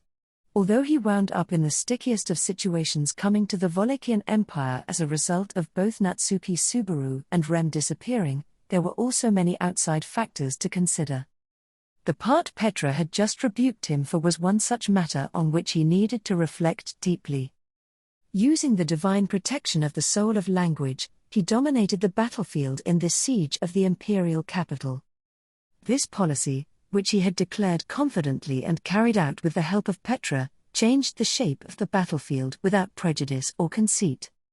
The power of the divine protection of the soul of language, combined with Petra's yang magic magnifying Otto's hearing, kept track of ever-changing battlefield formations and positions, providing ongoing information. Of course, the information gathered would be a wasted effort if it could not be used accordingly, but personality aside, Abel had met Otto's expectations in terms of his abilities, utilizing it splendidly. Too few people knew how much Otto's work contributed to this battlefield, but Otto was not concerned with his evaluation. In any case, nothing that happened in the Wallachian Empire could be divulged to the outside world. It would be worth publicizing if this were the kingdom of Lagunica, but an evaluation of his work in the Empire would be nothing more than a useless risk. So evaluation was of secondary importance. Otto, all we need is an outcome that brings back Natsuki-san and Rem, and, without sacrifice. Sacrificing themselves for the sake of bringing back Subaru and Rem would be getting their priorities mixed. Those were the minimum objectives of this journey, and simultaneously the greatest achievements. Rather, it was not that there were more important goals, but that there were no other goals to begin with. Therefore, he was prepared to employ all the cards he had in his hand on the battlefield, and was admonished by Petra for his recklessness. He had reflected a lot on that, but it had still not been enough. And the result of failing to compensate for his carelessness was the imperial soldier with an axe in his hand standing before him. Todd, my bad, and here I was going to get them all at once. An imperial soldier with a bandana wrapped around his head looked at them while gripping a long-handled axe. Otto, defending Petra behind his back, cursed his own carelessness greatly in the face of an opponent demonstrating a thoroughly ruthless and pragmatic judgment. How the gathered information was handled was left to Abel, who could use it best. But the crux of information warfare lay in how to obtain the information to handle in the first place. Most of the time, people would overlook that part and be tempted to target the main body that handled the information instead. However, the man in front of him was different. Todd, it's easy to just answer there are no women or children in the battlefield, but then the residents of the imperial capital would get caught up in this. Besides, ain't that a bit too convenient? The man who thus appeared before Otto and his comrades had clear intentions to target Otto and his comrades who gathered the information, rather than the main camp where Abel utilized the gathered information. Regardless of whether they were opponents with a thin vigilance and few guards, the outcome would be the same if they were decapitated. The less information there was to handle, the less precise Abel's command would be. There was no reason not to do it. Otto himself would have done it if he were in the same position as his opponent. That was why? Todd, if you were a non-combatant who was just left behind on the battlefield, your current logic might hold. But I don't recognize a man who serves on the battlefield as a non-combatant. He observed the man in detail, while feeling that his statement was reasonable. There were two main questions: how did he show up here without being caught in Otto's channel, and how did he locate Otto and his team? It was safe to assume that the two questions could probably be answered by the same reason.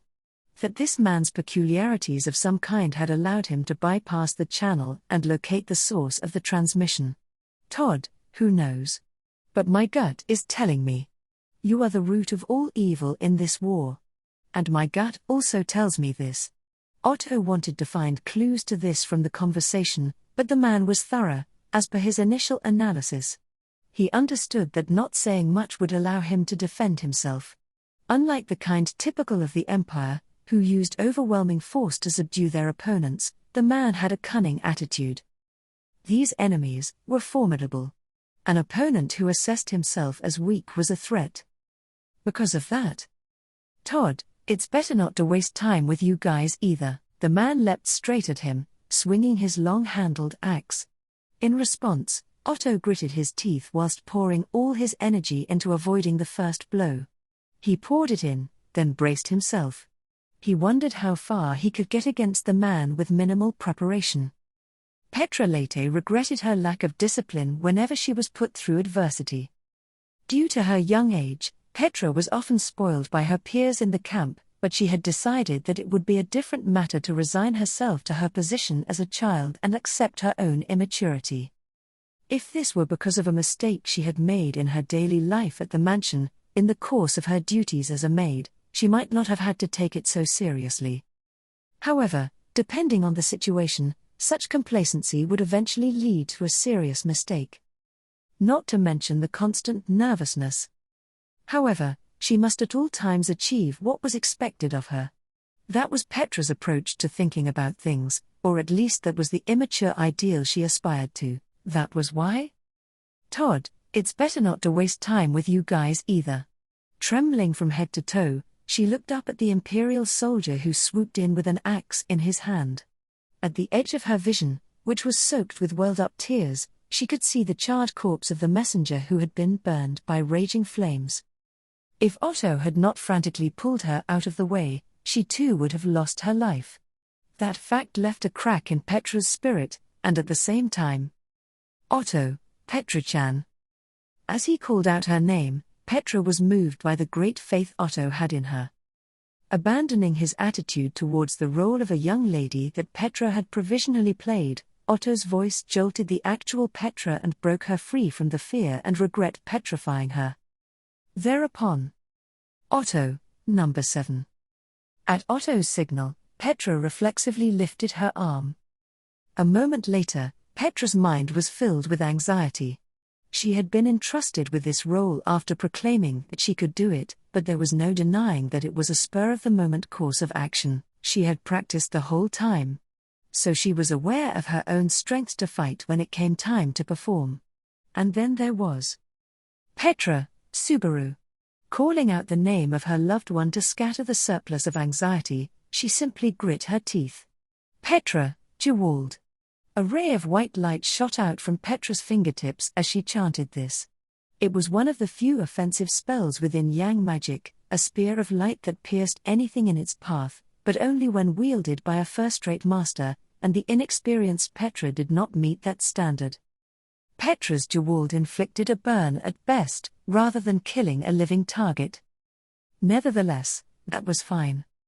Petra, .. The white light emitted from her fingertips was not directed at the man who had leapt at her, but at the ground diagonally behind him.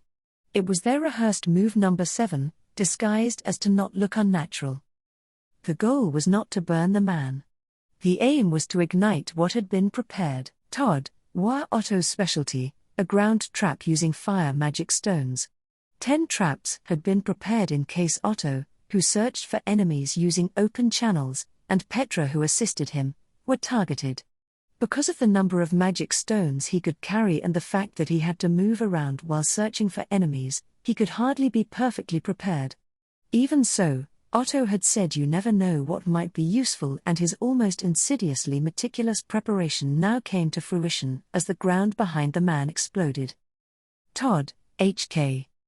Instantly, the man's vigilance shifted slightly behind his back. As Petra had been instructed, the explosion did not blow up under the man's feet or even close to him, so the shock and heat of the explosion did not reach him. Merely, it drew his attention backwards ever so slightly. That was enough for the girl looking for an opening on which to pounce. Oirao. Swinging a barbarian's sword in her hand, Medium plunged into her opponent's chest. While not much taller than Petra, the blonde girl cut boldly into the opponent's arm with a bravery entirely different to Petra's, and began to slash away at the axe-wielder's arm. Todd, tisk. The man, distracted and clicking his tongue, twisted his wrist and quickly parried Medium's blow with his axe. They both shrugged off each other's initial blows, and got back to square one. Medium, another. Anathea. Despite their initial expectations, Medium was not that weak-willed at all. Even if her opponent's attack bounced off her sword, she used that momentum to unleash an empowered sword strike. If her opponent dodged that strike, she would use the momentum to spin around again for yet another sword strike. The sword dance was like an unstoppable flow of water from a rising river. Otto, number 4. Petra, yes. Tapping the captivated Petra on the shoulder, Otto's next instruction came flying in. Once the signal was given, she would shoot magic at the designated spot without thinking. When she agreed to accompany Otto on his travels around the battlefield, she was told that this was the most important condition. Therefore, Petra was determined to follow those instructions, forgetting all fears and anything else. Petra, Jewald. The magic was released once again, but this time the ground exploded at a much closer spot than before. Perhaps the man may have thought they would avoid embroiling Medium since they were in the middle of crossing swords. But that was a naive thought. Otto, if necessary, we will involve Medium-san. Petra, I'll cast a healing spell on you later, okay? Medium, ooh. I don't really get it, but I can't stop now. The explosion detonated a few meters away and struck them in a way betraying such naivete. Ruthless as it may have been, Petra agreed with Otto's way of thinking. The reality of survival by accepting some wounds was more important than the ideal scenario of them getting through unscathed. Despite her skin being scorched by the heat of the explosion, Medium's momentum never stopped. With a sense of gratitude and guilt, Petra and Otto gave their all to defeat this assassin. Todd, oi, give me a break. The moment they looked closer, the man said this within the sound of the explosion. It sounded awfully clear, and there was not even a sliver of anger or impatience from having suffered any setback. It was more like a strange, out-of-place sentiment. Rather, the man's voice was filled with exasperation. Todd, are we thinking the same thing? The moment Petra heard that, goosebumps ran all over her body. Even without understanding these words, the intent behind them felt clear as day. Otto, number 2.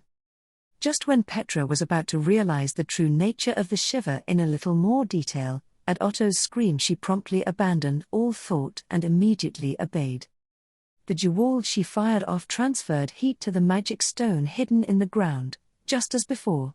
However, Petra's finger was now pointing beneath their own feet. Petra, .. A white light flashed under their feet, turning red and causing a shockwave. After doing it, Petra realized that it was an emergency escape plan, something that Otto had prefaced with, "I would rather not use it because it will hurt." And in fact, Petra's small body was launched into the air as her soles bounced off the overflowing light. However, she did not ascend unprotected. Gripped by an arm that reached out with a gur, Petra's body was embraced by Otto's slender frame. Of course, Otto's body was also sent flying by the same impact, but Otto chose to avoid making the mistake of flying away in a direction where they would be separated and unable to support each other, or at least to minimize the damage Petra's body would suffer. Otto's decision allowed Petra not to complain nor stiffen, but to use yang magic as quickly and strongly as possible, to make Otto's body ever so slightly resistant to the impact. By doing this, their bodies bounced off the ground. Immediately after that, Petra, .. With a bang, a powerful detonation exploded at the same spot where Petra and Otto had been until just before. Catching a glimpse of the identity behind the explosion's sound, Petra's eyes witnessed a flame which seemed to be the same thing that had burned the two messengers. Said flame aimed to burn Petra and the others from behind. Petra, that axe. He made them think that he was going to cut down Petra and the others, but his real goal was the fire magic stones planted behind them. The man's refusal to engage in a head-on confrontation was his specialty, and the fact that it overlapped with Otto's preparedness was probably the true explanation behind the man's grumblings. Petra, tch. Petra almost simultaneously arrived at the same thought as Otto, who was tumbling to the ground while holding Petra in his arms. Otto grunted in pain as he rolled on the hard ground and bit his teeth while being bombarded by shockwaves. However, Otto immediately got to his knees on the spot and turned to face the man while lifting up Petra's body. Petra also supported Otto's body and glared at the man who was some distance away. However, contrary to the concerns of Petra and the others, the man did not immediately give chase. They understood right away why that was, as well as his intention behind it. "Todd, I don't really want to do that though." While spilling that out, the man with an axe pointed at them and turned his head to check. The man sniffed at the scent of burning grass turning into black smoke as he felt under his feet where the explosion had occurred. "Todd, there, and there. And then, over there." Petra widened her eyes at what followed, after the man had quietly muttered something. The man had turned his head, and the ground had exploded in his line of sight. It was number 6. Then the 9th and the 1st, followed by the 5th and the 8th, and so on. Petra, but how? Otto, no way, a spirit. It was a surprise that he had seen through the trap's hiding places, but they could not comprehend how he had blown them up. Otto's words made Petra gasp at the mysterious method of the man, who showed no signs of using magic the same way as Petra had induced the explosion. If he were a spiritual arts user, that would make him the same as Subaru and Emilia. From Petra's perspective, she was severely reluctant to admit the man in front of her as the same kind of person as two people whom she loved so dearly in many ways. Petra, but there is no spirit to be seen here. Todd, there's more than one way to get them to comply. If they don't want to be eaten, that is. Petra, eh?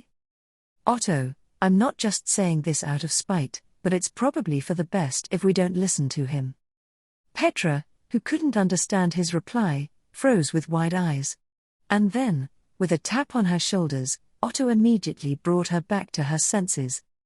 It was impossible to tell whether the man's reply was intended to create an opening or whether he was partly telling them the truth.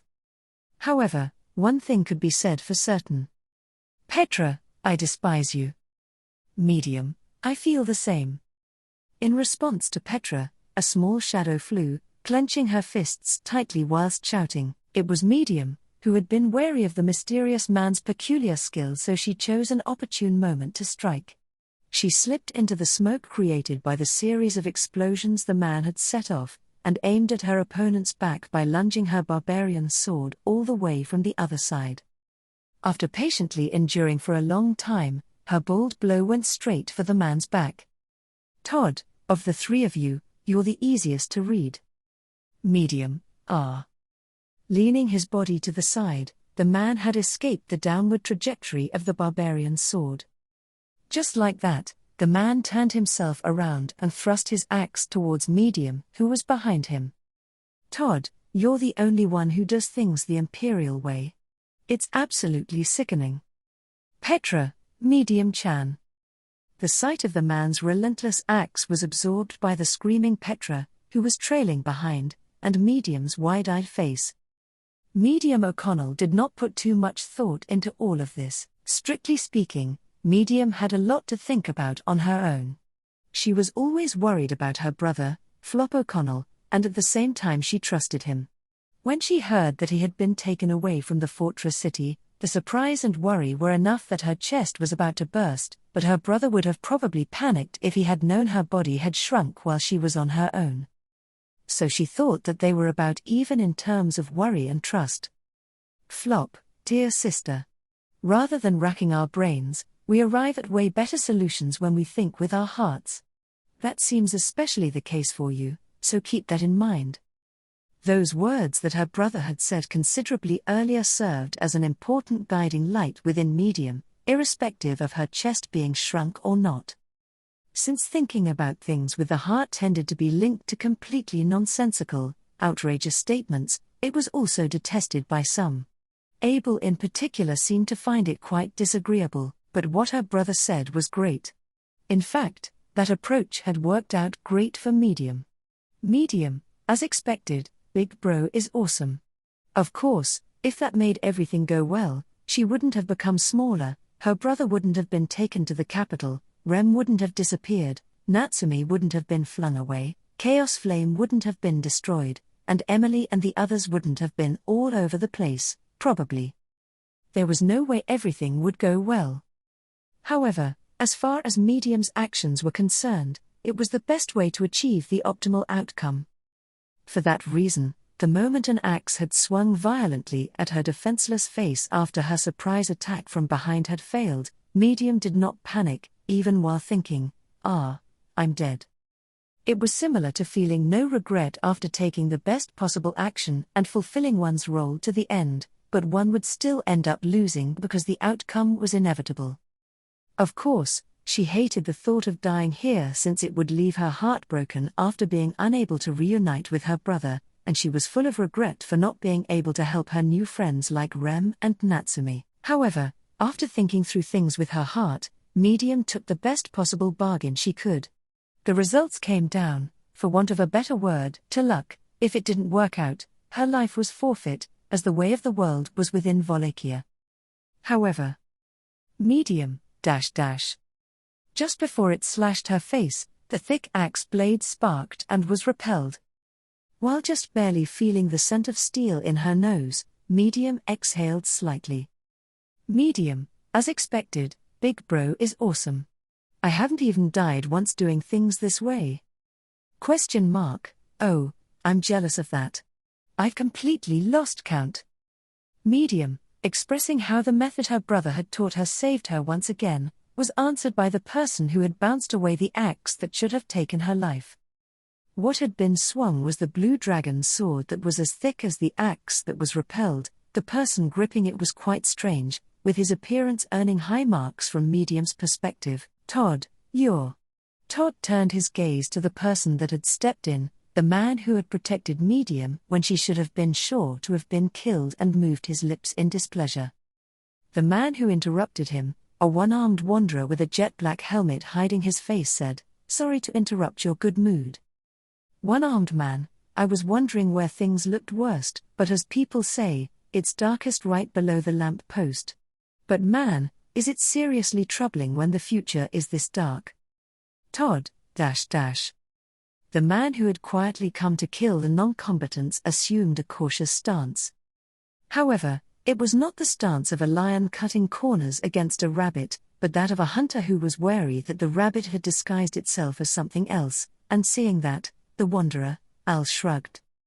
And then, Al, that dark future is out of my hands. After all, I can't even see the stars. Thus, he had declared his participation in this battle. Arc 7, Chapter 103, Countdown of the Stars. As tremors shook the world, the sky split into white and red, and the clashing of lives brought forth an event of calamitous proportions. Rem had made a decision. Rem, if I'm going to make a move, it's now or never.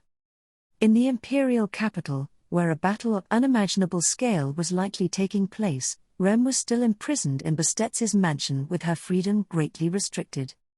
Rem could not do anything effective, even as she felt the smell of burning getting stronger and stronger day by day. Feeling deeply ashamed of that, the choice of staying silently in place any longer was no longer acceptable to her.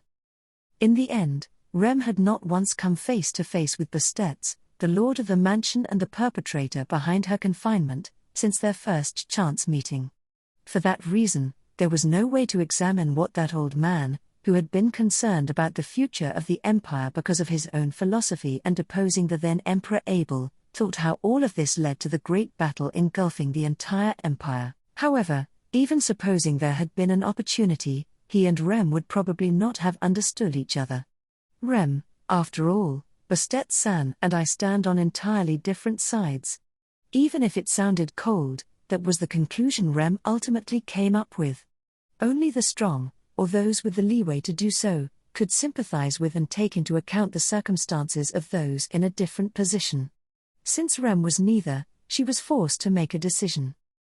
Who would she turn into an enemy, and who would she regard as an ally? Without that, Rem bore no hostility towards Bastets or Madeline. That especially made Abel's inability to properly explain things and Priscilla's unreasonable requests much more difficult to deal with. Therefore, what Rem would be trying to do from now on was not out of hostility or rebellious intent towards them, but nothing more than the result of having chosen where she would stand. Rem, .. With the battle for the imperial capital having begun, even though Bastets's mansion was surely constructed quite deep within the city, the ramifications of the fierce battle could still be felt there. Naturally, the mansion was also placed on high alert, and being more or less a prisoner of war, Rem too was ordered to wait in the room provisioned for her, so her freedom was even more restricted than usual. However, from the perspective of the mansion's security, Rem was nothing more than a hobbling girl anyway, and the security system in place was not set up such as to leave a guard standing in front of her room day and night. Taking advantage of this negligence in security, Rem had silently slipped out of the room. Holding her breath, Rem crawled from the skylight of her room to the roof of the mansion. Since she was careful not to make a sound, the security did not notice Rem's secret maneuvers. It would be harsh to blame this on their negligence. They probably would never have even thought that a girl with a cane would sneak out from a room in this kind of way. That would be the case if Rem really was a girl who could not walk freely without a cane. Rem, I expected to prepare for the worst, but... Of course, it was not a lie that Rem had complained of her handicap and used a cane up until now. However, with her incomplete memories troubling those around her, she could not let her impaired leg stay as it was forever, and had been constantly practicing walking. As her efforts bore fruit, and she began to be somewhat able to stand, it struck her. If she led them to believe she had a limp, it might come in handy. In fact, she had not yet thought as far as to how exactly it would come in handy. On the contrary, if her useless secret were discovered, she might inadvertently put everyone on alert. However, since her troubles actually proved useful, she could probably say that she had won the bet. However, she could not let down her guard. Since she could only say that her winning the gamble paid off once these actions started leading to some kind of results. If someone went out of their way to take a bet, it would become meaningless unless they win. In the first place, Rem had been trying not to think about just whose influence made her take a bet like this. In any case, Rem, if I can stay undetected until I get away. As she got on the roof, Rem's goal to escape from the mansion was not that. It was a difficult choice to make, but besides Rem, Flop was also held captive in the mansion. There was no way he could have gotten out alone, and the mansion was surrounded by a high wall to begin with. Unlike the roof, climbing over it would have been difficult, so there appeared to be no point in even considering it. Rem had escaped from her room with the intention of making contact with all the crown princes that had been gathered somewhere within this plot of land. The black-haired crown prince had been hailed as the leader behind the rebellion, according to what she had heard. Despite the doubts about whether he was Abel's legitimate child, he probably had one or two things in his mind about the current state of the empire. If Rem could make contact with them, a sliver of hope to get her out of the situation she had been put in might emerge. Rem, I need to ensure that myself and Flop-san, as well as Katya-san, are safe. Rem felt she was in need of allies that could cooperate with each other. She had been carefully making her way along the roof towards the edge, taking great care not to make a sound. Despite her effort to step softly, there was no guarantee that the guards would not find her and she could get away successfully. In order to not let this opportunity go to waste, she was fully prepared to risk her life in the case she was spotted. This was also the reason she could not stand idly by. That was Rem, HK. Suddenly, a strange occurrence popping up in the distant sky caused Rem to jump out of her skin. From the edge of her vision, Rem gasped at the sight of the battle taking place across the walls of the imperial capital, as the looming sky changed into a peculiar spectacle. Having been so distant from the event, Rem had no way of knowing the details, but at the very moment the cloud dragon Mizoya had descended upon the top of the star-shaped walls protecting the imperial capital, the spirit eater Arakia turned the clouds into flames, and Moguro Hagane rose up as the very rampart itself. Without knowing the actual reality, Rem stiffened as she instinctively sensed those dangers. At the very same moment, she lost the strength to remain standing on the roof. As an R escaped from Rem's mouth, her body slid down the slope of the roof at the same time. She almost tumbled all the way down, but, instead, she quickly grabbed the edge of the roof with all of her strength. Rem, that was close. If she had screamed or fallen down below, there would have been no room for excuses. Barely hanging over the edge of the roof, Rem exhaled a sigh of relief. Slowly, she tried to get herself back on the roof and then. Rem, this is? With her objective still being far away, she was hanging there on the way back from the mishap. A door set up at the very end of the pavilion caught the eyes of Rem as she held onto the edge. Even though Rem was allowed to relatively freely come and go within the mansion and had looked around everywhere, this was the first time she spotted a door to a detached building that was forbidden to enter. By going around the mansion along the roof, she had wandered onto a conventionally inaccessible section. Rem, a hidden door? What in the world? As questions about her discovery arose within her mind, Rem became briefly caught in hesitation. Their preliminary goal was to make contact with the faraway crown prince. This would have given them a clearer picture of the situation, as well as a better chance of finding a way out of it. On the other hand, the unexpected hidden door may have ultimately turned out to be a mere liquor cellar. Was it really worth taking the risk to get in? Rem, She did not even need to think about what was more rational. And yet, Rem chose the irrational option. Releasing her grip from the edge of the roof, she descended to the passageway with the hidden door. She paid attention, in an attempt to be as quiet as possible, yet her footsteps could still be heard. However, still, the sky that had startled her earlier remained unusual, so the mansion's guards should be quite distracted. Boldly relying on this, Rem put her hand on the hidden door and threw it open. Rem, stairs leading to a basement. The door was not locked, probably because it was unnecessary, rather than careless. This hardly seemed like a place uninvited guests were not supposed to visit. Since Rem more or less arrived at the mansion with an invitation, she had no reason to complain. Greeted by stairs which emanated cold air, and a dim space with no light, Rem took a small gasp as she headed downstairs with her hands tracing the wall. There was the possibility that an unbelievable dread waited for her. It was also possible that Bastetts had trapped something outrageous and horrifying. However, Rem, is someone there? With the seed of a mysterious uncertainty, Rem asked a question within the darkness of the basement she had reached. It was poorly lit in darkness, but one could sense that the basement was not that spacious. There was also a large presence in the back of the room which could only be vaguely discerned. Although large, it was by no means monstrous. A human with quite a large physique, such a presence had been chained and held captive to the back wall of the basement. That person had heard Rem's question and His Excellency, I must. Rem, you are? Vincent Wallachia, His Excellency the Emperor, I must. Protect. A low, blood-stained voice pitifully reverberated the stale air within the basement. The sincere sound contained within the voice was strong and powerful, filled with selfless loyalty. Rem, With those words, Rem decided to take one step after another, as she closed the gap between her and her opponent. In doing so, the figure of a tethered large man vaguely emerged in the darkness. His body was seriously huge, with white scars etched all across his face. Goes, Ralphon. Rem realized a beat later that it was probably a name that had been mumbled. In fact, it sounded familiar. If she recalled correctly, he was one of the 9 divine generals, one of the most powerful and renowned beings in the Wallachian Empire. Goes, I must protect His Excellency from the great disaster. The man was like a lion, roaring heroically as his scar-covered face contorted. Image. Serena, you said it, right, Abel?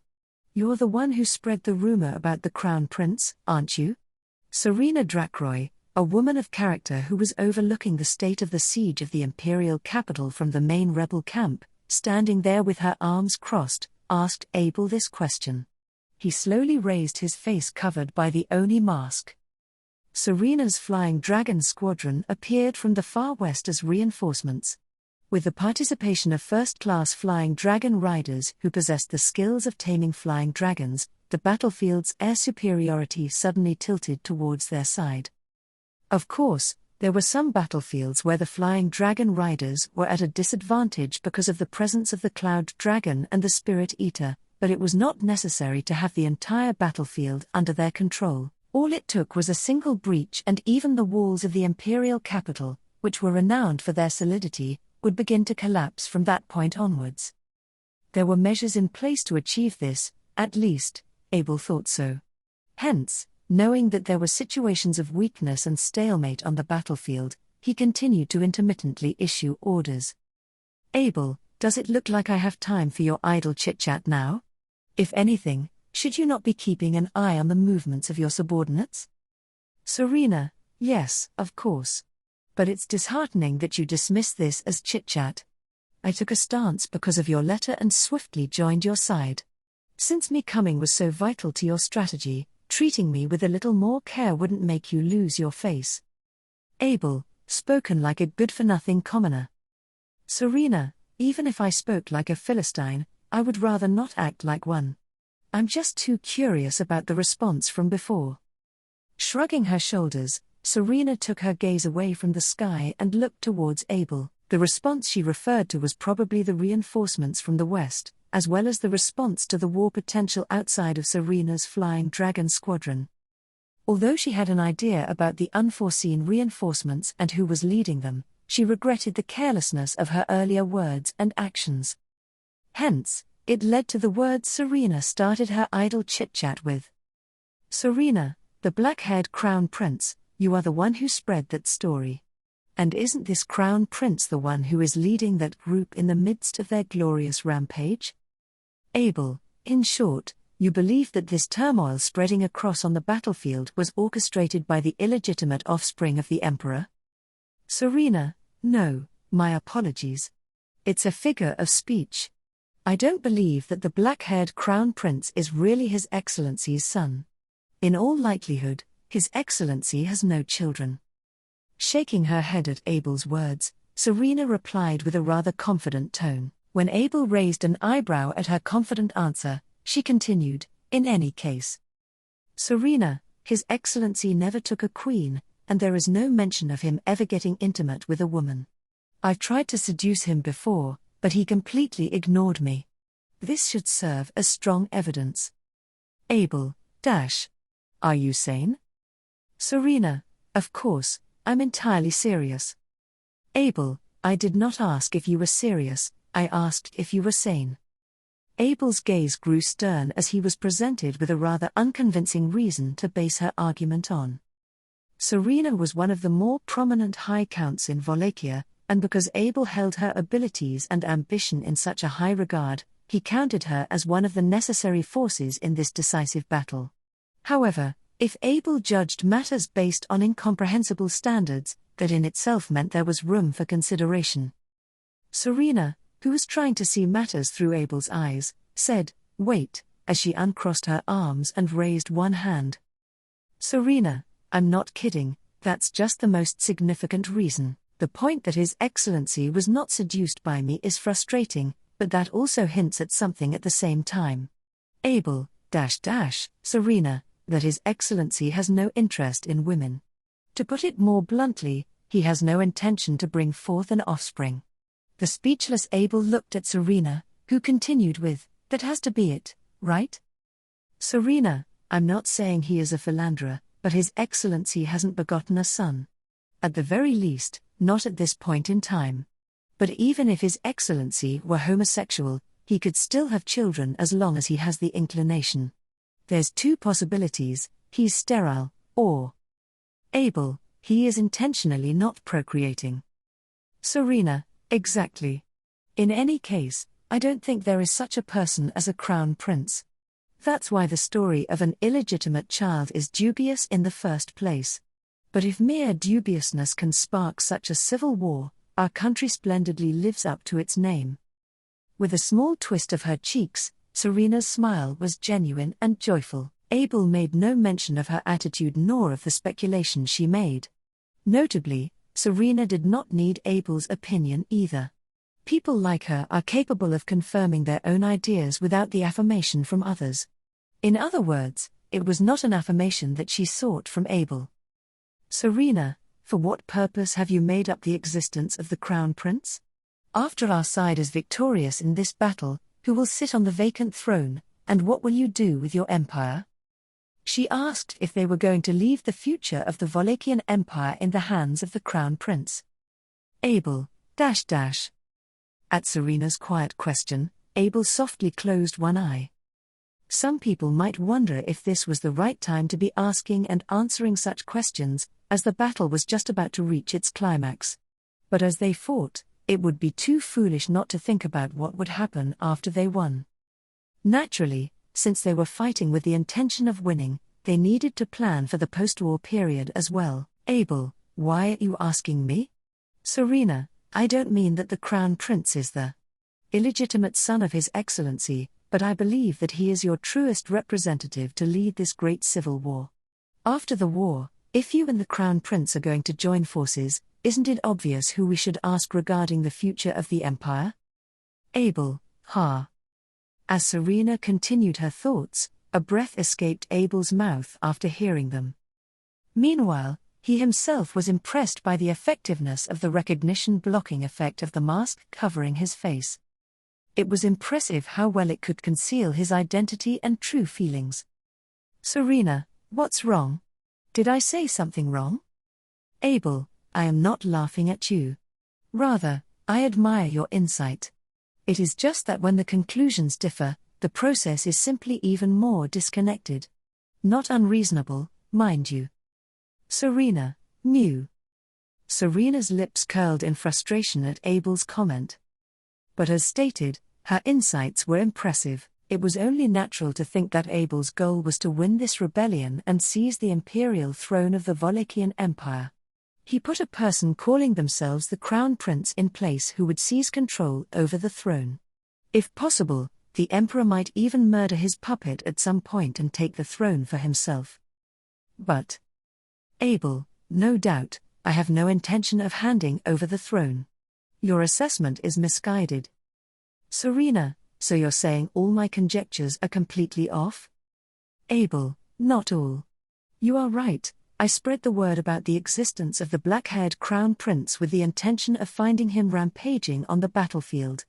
But the gravity of the matter is different. Serena, the gravity? Abel, it is the gravity of raising him up to stage and keeping him in line. The latter is of little importance. In any case, that naivete of his cannot condone the sacrifices of others.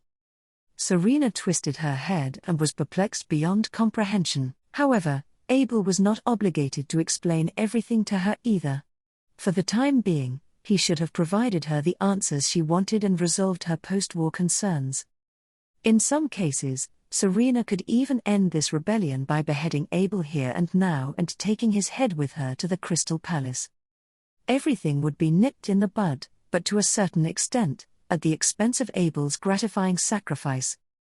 Abel, cast aside hesitation and mercy, and make the most of your naivete. That is what makes you truly special. Natsuki Subaru. Serena had called him the Crown Prince, and he was probably still ravaging the battlefields of the West. Even Abel did not have a completely consistent image of the person in mind whose name he just uttered. Even in his memory, he was a hectic handful to deal with as an unvarnished crossdresser, and even with a child's appearance. Abel's lips twisted at the vision of Subaru, his hectic scrambling right and left when he was thrown into a situation, openly displaying his naivete and inexperience, with firm disgust. No, it was hatred, or perhaps a more appropriate way of putting it was rage. Soldier, who are you? Abel, concealing his negative emotions behind the Oni mask, was about to respond to Serena's question, when the tent suddenly flapped. Several soldiers guarding the main camp drew their weapons and displayed a strong sense of caution. From the look of it, they were pointing their weapons at a slender figure who had appeared from outside the encampment. The figure raised his empty hands and chuckled as he looked around at the faces of the soldiers pointing their weapons at him. Slender man, well, I wasn't expecting to be so welcomed. I'm quite the popular guy, aren't I? Soldier, don't mess around. Where did you even come from? Slender man, guided by the stars. Doesn't that sound a little too poetic, though? The soldiers' anger swelled when they thought that they were being teased by the ambiguous answer. However, the man's attitude did not change in response to their threatening demeanor. He knew very well that his attitude would not be swayed by this. And that was why. Abel, lower your weapons. That thing does not pose a threat. Soldier, boo, but. Abel, even if you were to give him a knife, he would still not be able to do anything. He is a clown whose only skill is to play with words. Slender man, what tilde, that's a nasty thing to say. I am hurt, you know. He called out to the cautious soldiers to lower their weapons. The gentle-looking man he had spared expressed his protest to Abel with a pout of his lips. Then Serena, who was standing next to Abel, also looked at him suspiciously. Serena, why are you here? Aren't you the stargazer? Slender man, Ubilk, if you would be so kind. Pleased to make your acquaintance, High Countess Drakroy. But then again. As the gentle-looking man, Ubilk introduced himself, he smiled bewitchingly with an oddly refined face. Ubilk, who was supposed to be at the Crystal Palace in the imperial capital, pompously declared the point of his words, to the maximum extent possible. Ubilk, that's a conversation for after the great disaster, if you happen to survive it, right? Arc 7, Chapter 104, Bastions in Chaos, Part 1. Abel's black eyes narrowed behind his Oni mask at the sound of great disaster. The person responsible for this utterance, Ubilk, had a smile on his face and did not reveal the depths of his heart. He was a gentle and affable man who treated everyone equally. His attitude and entire being had not changed since he had first appeared before Abel. This was nothing like the time when he had appeared in the audience chamber out of the blue, without any collaborators, or a shred of concern. As the so-called stargazer, Ubilk had correctly predicted disasters that had befallen the Wallachian Empire one after another, and no matter what events he foresaw, his own feelings had never once wavered. Almost like Abel, is confronting me here just another event you anticipated? You bilk, oh, no. Not at all. You're giving me way too much credit, I'm far from being such a big deal. Abel, if all you have to say is nonsense, I will gladly cut out your tongue. You bilk, oh dear, I'm so scared. What a stomach-turning thought, as usual. While shrugging his slender shoulders, Ubilk boasted this completely unfazed. When Abel sniffed at this attitude, Serena, who was standing next to him, said, I don't get it. She raised her hands while comparing Ubilk's profile with Abel's. Serena, I've seen you before. The stargazer strolling in and out of the Crystal Palace. You must be one of the jesters that His Excellency the Emperor keeps at his side. Are you acquainted with him, Abel? Abel, irredeemably so. Serena, I didn't mean to ruffle your feathers until all of this was over, but I can't help but ask, whomever might be hiding his face behind this Oni mask? As Serena wondered about Abel's identity, a ray of understanding dwelled within her slitted eyes. She must have harbored some serious suspicions about that from the very beginning, about the person who had successfully assumed the commanding position of the rebel forces amidst this great civil war shaking the empire, including the fact that he kept his true face hidden. He was more than a match for Ubilk in regard to being inscrutable. However, Abel, answering that question is not a priority right now. Serena, there are means to remove that mask by force. I am also quite confident in my abilities in that regard. Abel, leave it be. Consider this a warning.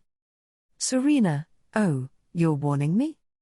At Abel's words, Serena slowly narrowed her eyes belligerently.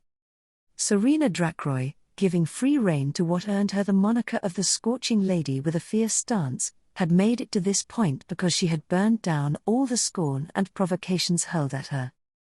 Due to her creed, Abel's answer was more than enough to inflame tensions.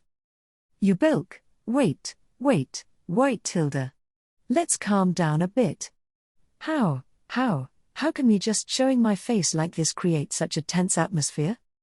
Abel, if you keep quiet and watch, you may contribute your fair share to this battle without lifting a finger. Ubilk, oh, I don't wish for such a thing. I would hate to have one, or even both of you bite the dust here, all the more if I would be the one to set it all into motion. Serena, I don't get it. As the two were at each other's throats, Ubilk raised a relatively flustered voice as he reached out to both of them. At Ubilk's reaction, Serena had the same response again. Immediately after, she closed one eye as she played with the sword at her waist. Serena, if you graciously stand by the side of His Excellency the Emperor Vincent Wallachia, your duty should be to attack me and this man commanding the rebel forces. If you stay put, this man is as good as dead. Shouldn't this be welcome for you? Abel, who gave you permission to kill me? You can go ahead and die yourself. Serena, I'm sorry, but I'm talking to this stargazer right now. Please don't interrupt our conversation. Abel, As Serena pushed her own subject, she stopped Abel from cutting in for the time being. When Serena looked at Ubilk again, he said with a blank expression. Ubilk, an interesting and intriguing spectacle. But please don't make such a scary face. I'm unarmed, after all. Serena, being unarmed is no reason to let our guard down. Go ahead and give me a reason to remove my hand from the hilt of my sword. Just to let you know, I do not hesitate to cut an unarmed opponent. Ubilk, I can't be cut down. By you, at least. Serena's tone became gradually harsher, and at the end, her words became a threat. Ubilk, who had been looking out of breath up until now, instantly denied it. The moment he said that, the color faded from Ubilk's expression. Even if the whole picture of those emotions cannot be seen, the intent behind these emotions he wanted to display faded away, leaving behind a merely blank, empty, and colorless face. Serena, Serena was not incensed by this provocative declaration, and neither did she draw her sword. What weighed on her mind even more than anger was Ubilk's very existence. No, Rather, it was this suspicious sense of eeriness and a touch of uneasiness of this being called the stargazer. It was as if this person before her very eyes was confronting her, without even responding properly. "Serena, we should probably kill you right here and now. You bilk, how awful. I'm gravely hurt by this. What do you think?" Abel: "I often share the same thoughts as Serena Drakroy. However, this man has survived to this day. That's a fact. Remaining indifferent to everyone means never knowing when you have trodden on somebody's toes. You bilk, with his complete inability to adapt on the fly, trod on the toes of many in the Wallachian Empire, incurring the wrath of countless people, and sometimes even had a blade pointed at him. Despite all of this, Ubilk had survived to this day. Ubilk, it is the will of the stars. Oh, Ubilk. It's too early to die yet, way too early." Serena clasped her hands together in front of her chest and her cheeks hardened at the light-hearted way Ubilk said this. There was no point in debating whether that was true or not. The fact that Ubilk had appeared here, no, it was like that from the very moment he originally appeared at the Crystal Palace. Ubilk would not die. The stars he spoke of, it was as if he was saying that his life was secured and that he was placed under the protection of the observers, omnipresent as they ridiculed this world. Abel, In the middle of this thought, Abel exhaled as he was silenced by the feeling of a heated assertion. Abel's personal feelings towards Ubilk and the other stargazers were trivial. What was important was that Ubilk had appeared before Abel's eyes. This clown, who was coordinating the stars during every possible scenario, appeared in front of Abel. Ubilk, you stepped off the stage once before, or rather, it is more appropriate to say that you were forced to, but do you plan to rise up once again? Ubilk's gaze turned to Abel, completely ignoring Serena. Unsure what to make of these words, Serena frowned her well-shaped eyebrows. But Abel had no intention of responding to her in either a kind or thorough manner. Above all, that question was truly infuriating for Abel. Abel, I shall tell you something. Ubilk, yes. Abel, I never had any intention to step off the stage even once, as you put it. Folding his arms, he started by correcting Ubilk's misconceived original suggestion. Ousted from his throne and driven far to the east, Abel had been put in dire circumstances on many occasions. However, his will to fight never wavered. He never forgot the role he was supposed to play, nor did he ever think of letting go of it. Abel, you cannot comprehend, stargazer. You have never once stepped upon the stage. Ubilk, a painful thing to hear, isn't it? Abel, even you should be able to understand this. With a series of fitting words and facial expressions, Ubilk attempted to communicate with Abel. However, Ubilk's emotionless words did not convey an understanding of Abel's true intentions. And that already seemed to be the limit for Ubilk, as Abel had already dismissed it. For that reason. Abel, the time is near. That is probably why you have traveled here. Ubilk, indeed, but you already knew I was coming, didn't you? Abel, nonsense. I am nothing like you. I may speculate a second ahead of time, but I am not certain. Blind acceptance might be a more fitting way to describe it. Ubilk, At Abel's comment, Ubilk's expression changed slightly. The slight quiver of his eyebrows was derived from his seldom displayed negative emotions.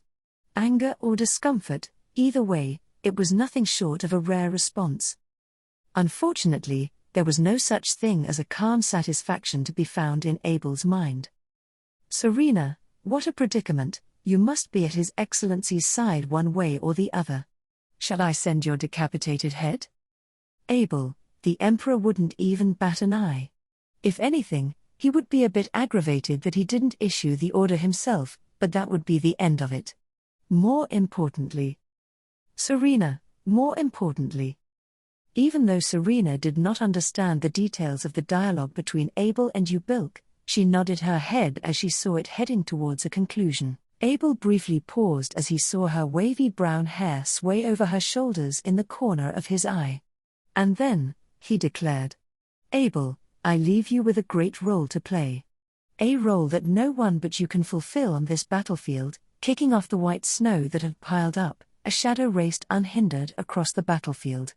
The ground, covered with a thin layer of ice, was slippery all over the place. The lingering temperature was so exceedingly cold that it seemingly cut through one's skin, and an enemy was looming from above who was so formidable that it paralyzed one's instincts. Kicking away these varied circumstances, he swept through at lightning speed. "Mazoya, you. Cecilus, aha ha ha ha. Instead of you should call me Cecilus Segment. You are more than welcome to address me so loudly that you will echo all over the battlefield." Mazoya, Cecilus Segment. Cecilus, yes, that's it. Leaving behind a grinning afterimage, the very next moment the soles of his Zori pierced the side of Cloud Dragon's face. With an explosive sound, its head flamboyantly bounced back, and Mazoya's giant body shook wildly in the air. Emilia was surprised by how a boy much smaller than her had accomplished this. "Emilia, that boy, he's amazing." Not only had he stopped the dragon's breath which had been about to sweep across the battlefield, but also proudly stated what was likely his name as he began to fight the dragon without backing down a single step. Emilia was captivated by the blue-haired child, who proclaimed himself as Cecilus. It was exactly like witnessing him on the grand stage which the boy so boldly spoke of. Emilia, Cecilus' body moved in and out of Emilia's vision as if he were a phantom or an illusion. Cecilus repeatedly ducked in and out, up and down, the edge of Emilia's field of view at a tremendous speed. He was much too fast for Emilia's eyes to keep up with, so they started spinning round and round. And it was the same for Mazoya, whom Cecilus coiled around. "Mazoya, HK. You are this dragon's adversary." Flapping its wings in the air, the claws and tail of the cloud dragon swung about uncharacteristically recklessly. This was directed at Cecilus, who cheerfully jumped around using a wall of ice that Emilia had built to keep Mazoya from leaving the battlefield. However, the dragon's attacks merely hit spots Cecilus had long since passed by, crucially leaving the real one unscathed. On the contrary, as soon as Mazoya's tail hit the wall, Cecilus jumped on it and ran up onto its back in one fluid motion. Cecilus, go. With a swift kick, as if he had several more legs than he did, he knocked Mazoya towards the ground. Cecilus, and down you go. Flapping its wings violently, Mazoya was flipped over in midair and crashed into the ground. After a tremendous roar and tremor, the snow-covered ground was torn away and scattered, and Emilia, while being showered with cold wind, was almost unable to withstand the breathtaking spectacle. But admittedly, this was a ridiculously lucky situation that she could not afford to miss out on. "Emilia, at this rate, we can defeat Mazoya." Cecilus, oops, that won't do. You have to hold off on that. "Emilia, huh?" Though she thought it was a bit unfair, Emilia honed the mana around her and tried to drop a large block of ice on top of the fallen Mazoya. But when Emilia was about to do so, Cecilus slipped in front of her and stuck his finger on the tip of her nose. Startled by his action, she stopped moving. Cecilus, having quickly poked Emilia's nose, made her blink in surprise. "Cecilus, listen up. Just now, I saved you from a dangerous situation in the nick of time, didn't I? And now my one-on-one battle with the dragon that has begun. You know what you should do from here, don't you?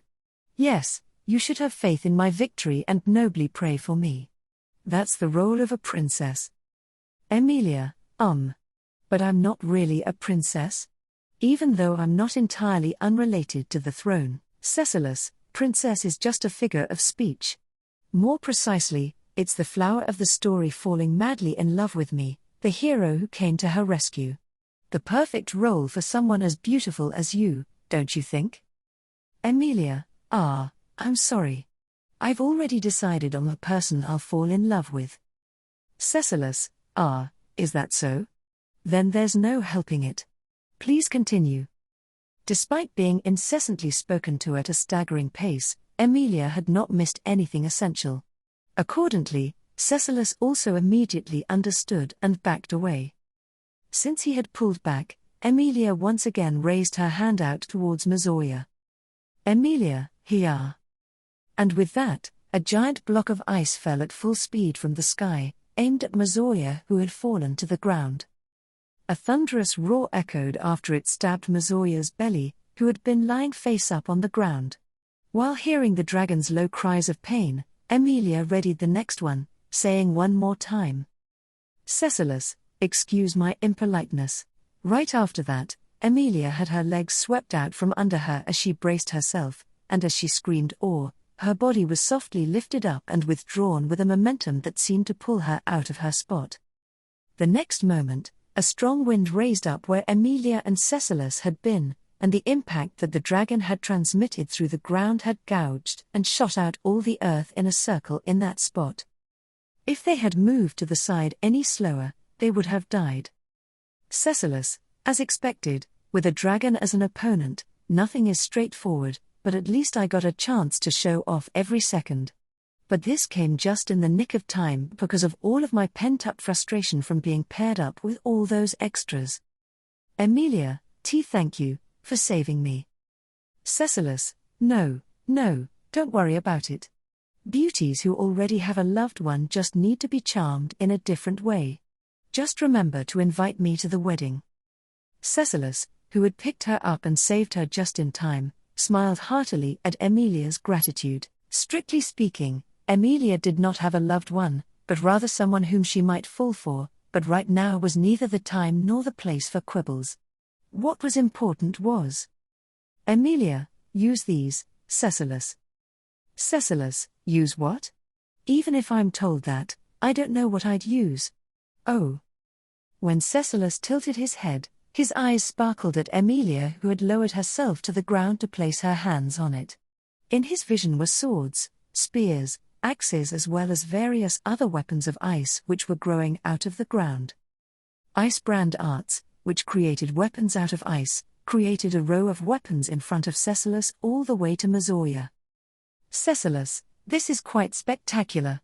I like it, it's cool. To tell you the truth, I only wanted to hold a suitably excellent legendary or magical sword of some kind, but..." "Emilia, then are these no good?" Cecilus, "No, it's not like I told anyone about this rule, so let's just secretly change it. In this scene, it would be more flashy to swing around a weapon against a dragon." While saying that, Cecilus stretched his small body's arms as far as he could and pulled out the two ice swords on either side. As soon as he did so, Emilia realized her mistake with an R. The ice sword was created by Emilia. Therefore, Emilia would not feel the cold, but it might be too cold for Cecilus, for whom that was not the case. "Emilia, come to think of it, Priscilla never said it was cold either, but..." Cecilus, rest assured.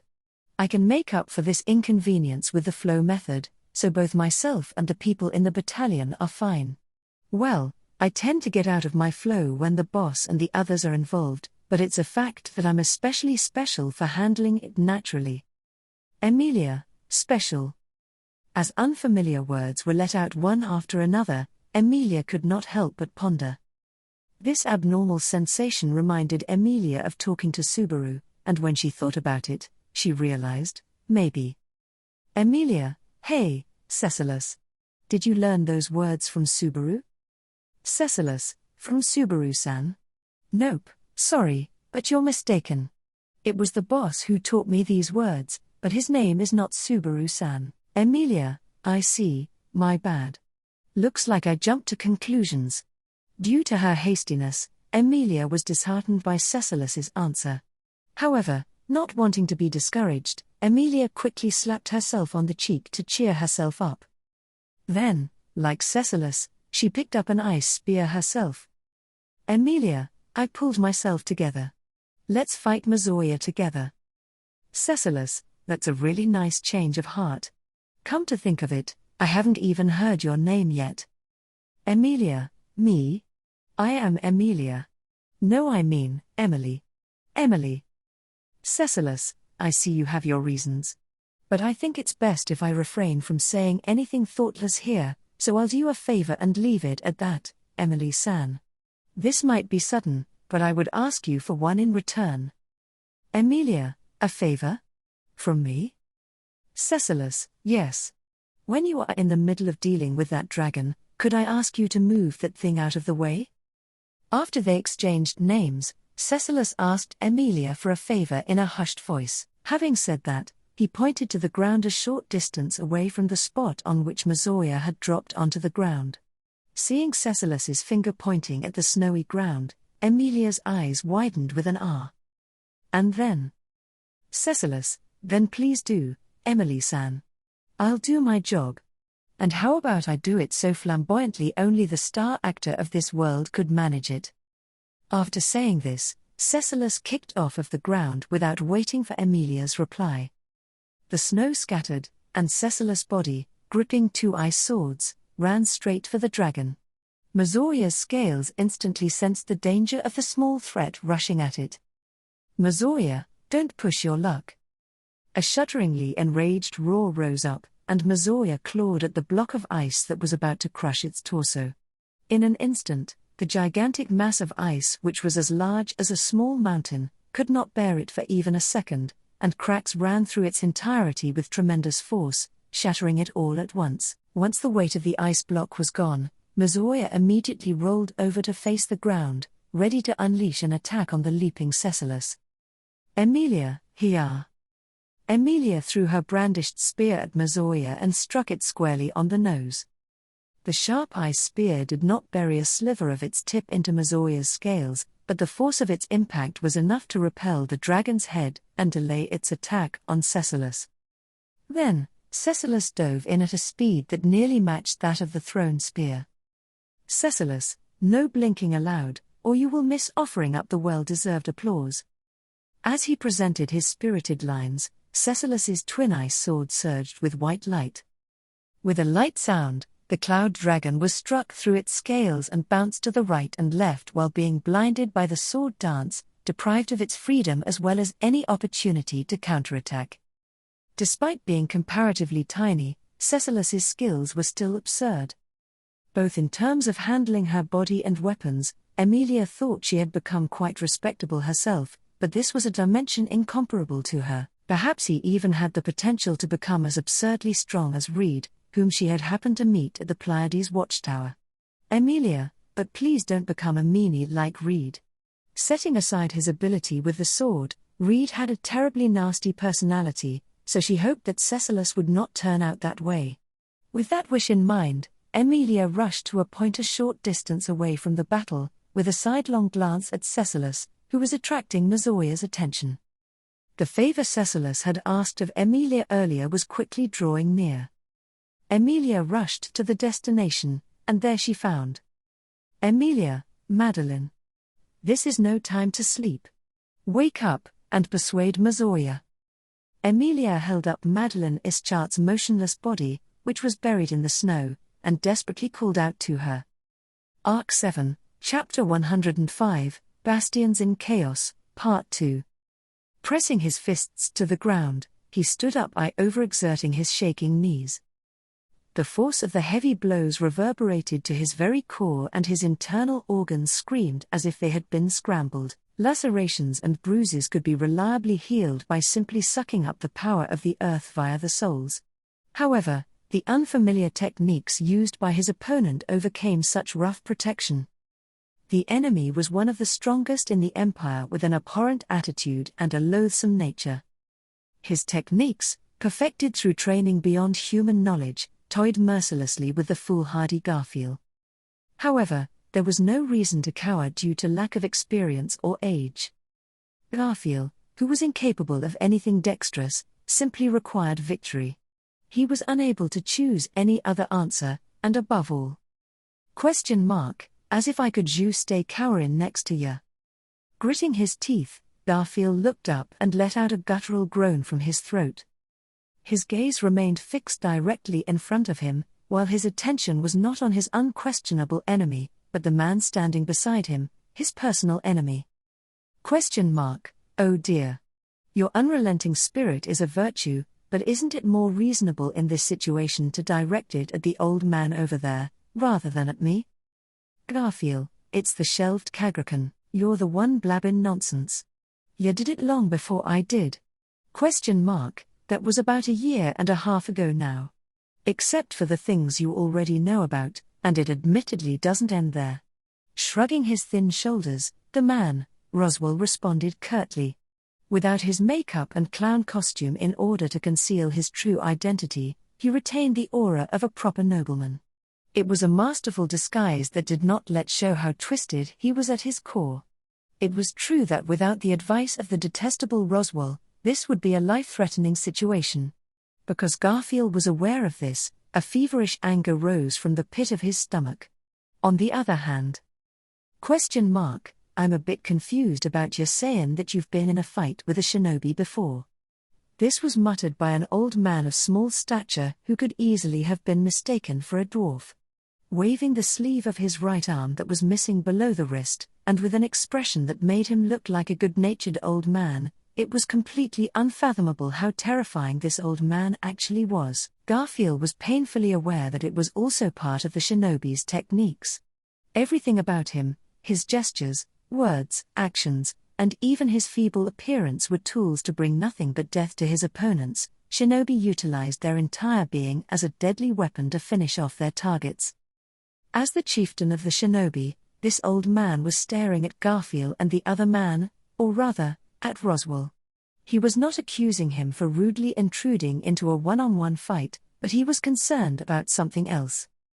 That he had fought a shinobi before, and the boastfulness of his statement. The basic rule of fight in a shinobi is lose your life. In the case of the shinobi getting killed in the attempt, the village gets notified and the next one is dispatched until the opponent dies. So how are you still alive? Roswell, it's a little complicated in that regard. Apparently, the shinobi I encountered also had their own circumstances. I don't know if that's the right word, but they were runaways. Runaway shinobi. Olbart whispered, stroking his long white eyebrows with his fingers. Garfield did not understand the words that Roswell uttered. The existence of shinobi was merely a slightly credible rumor to begin with, but even then the existence of their role was dubious. Naturally, no one knew the actual reality of it. He had never even heard of the term runaway shinobi before. Olbart, shinobi who've escaped from the village, and couldn't have done so for quite a while? However, instead of denying the unfamiliar words, Olbart was nothing but outspoken about their content. It sounded as if he was aware of the situation concerning the village and those shinobi, as well as everything else probably being true. He grasped what was in his hands, not out of obligation, but as a way of life. That was the secret of success in the life of the shinobi named Olbart Dunkelken. Roswell, I don't know how long a while is for you, but it may be outside that range. At any rate, I met those shinobi almost 40 years ago. Olbart, huh?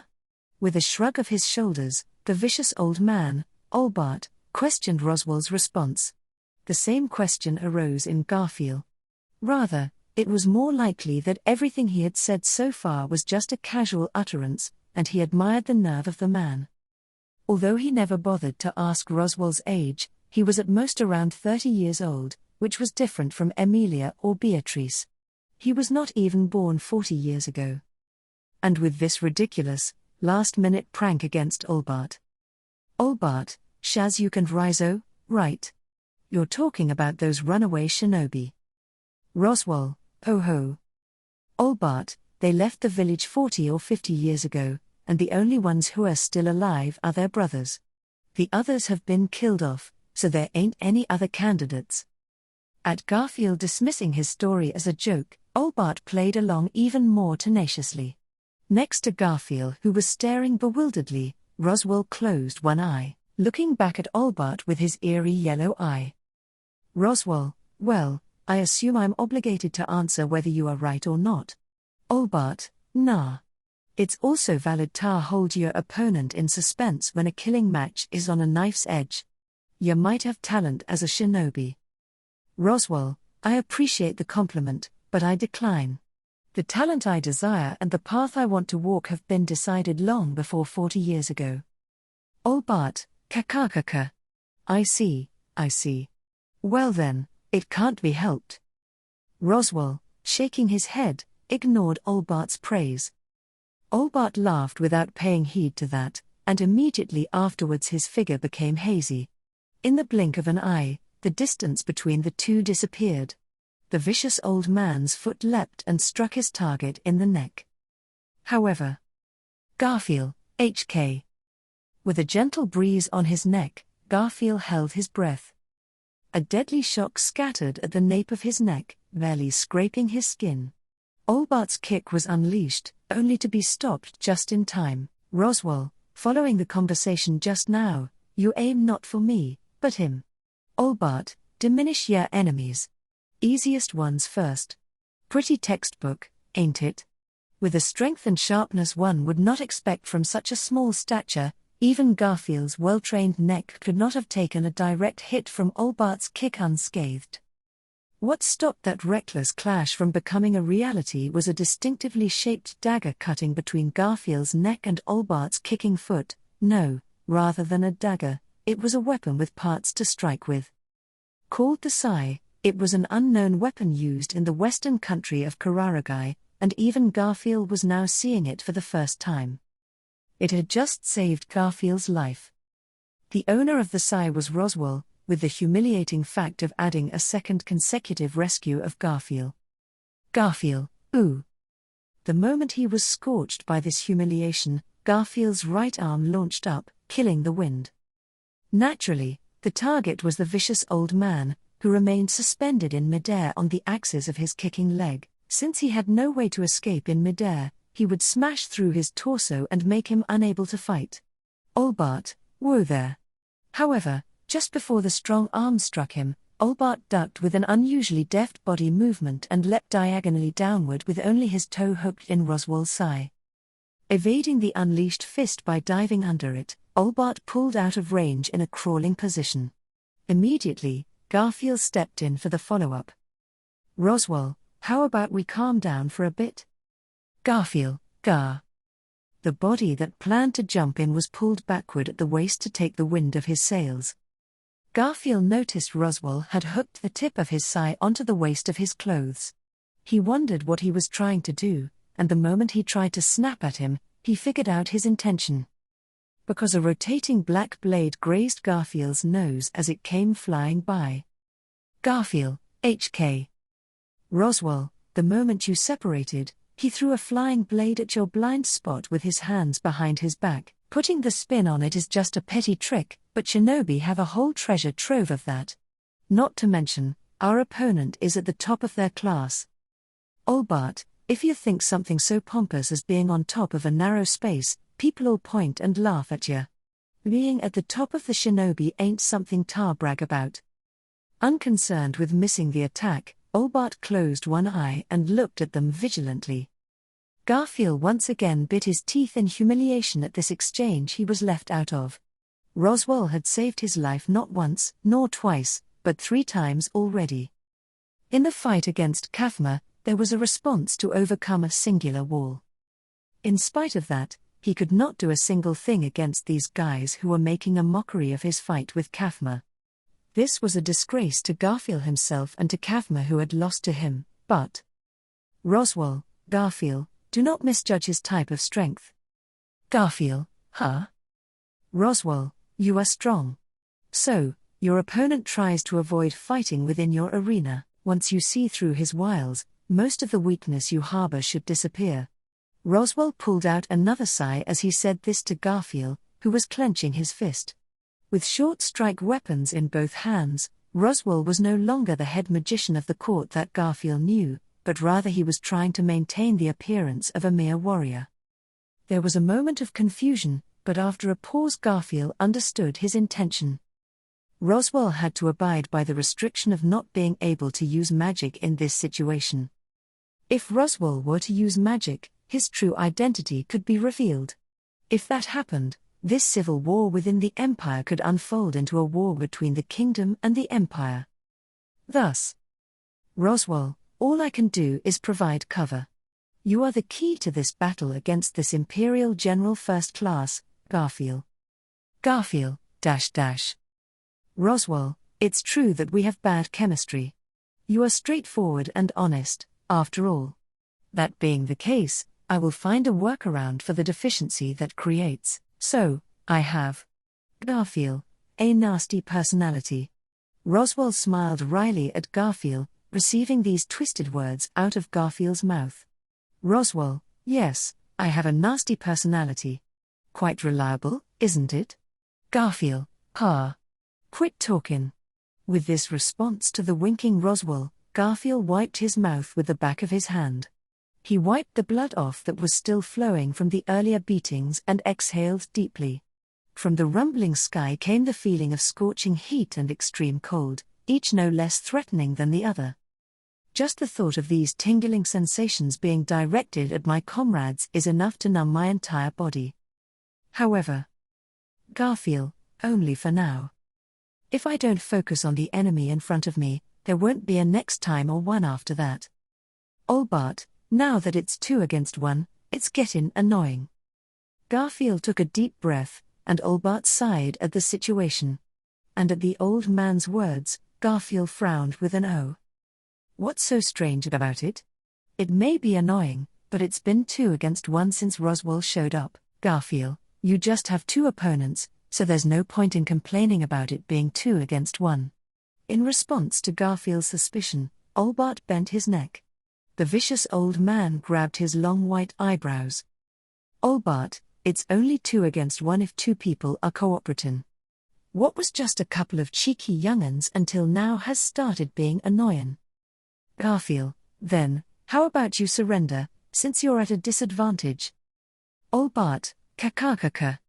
Both fleeing from the enemy and abandoning the battle are the worst kind of disgrace, worse than a dog's death. In addition, well. Garfield, in addition. Olbart flicked a plucked white eyebrow with his finger and bared his teeth. Contrary to his smile, the small old man overflowed with a tremendous amount of fighting spirit. Olbart, pitting 2 against 1 ain't a reason to give up, for me. Instantly, the old man's smile faded and his figure disappeared from view again. Not only left and right, but in the case of the vicious old man, the sky and underground were also options. Garfield's nerves were on edge at the prospect of those possibilities. Roswell, the inseam. At the prompting of an audible voice, Garfield pulled back halfway. A moment later, his eyes met those of the vicious old man who rose up from under the earth. Garfield, a full-body blow was swung down while Olbart jumped up to his knees.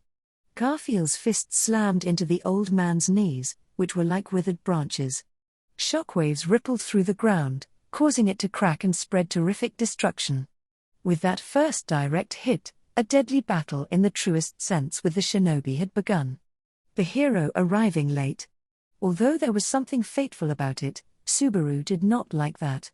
Strictly speaking, it was correct to say that he had been transported to another world, and in the process of experiencing various events in this world, he came to think, don't screw with me.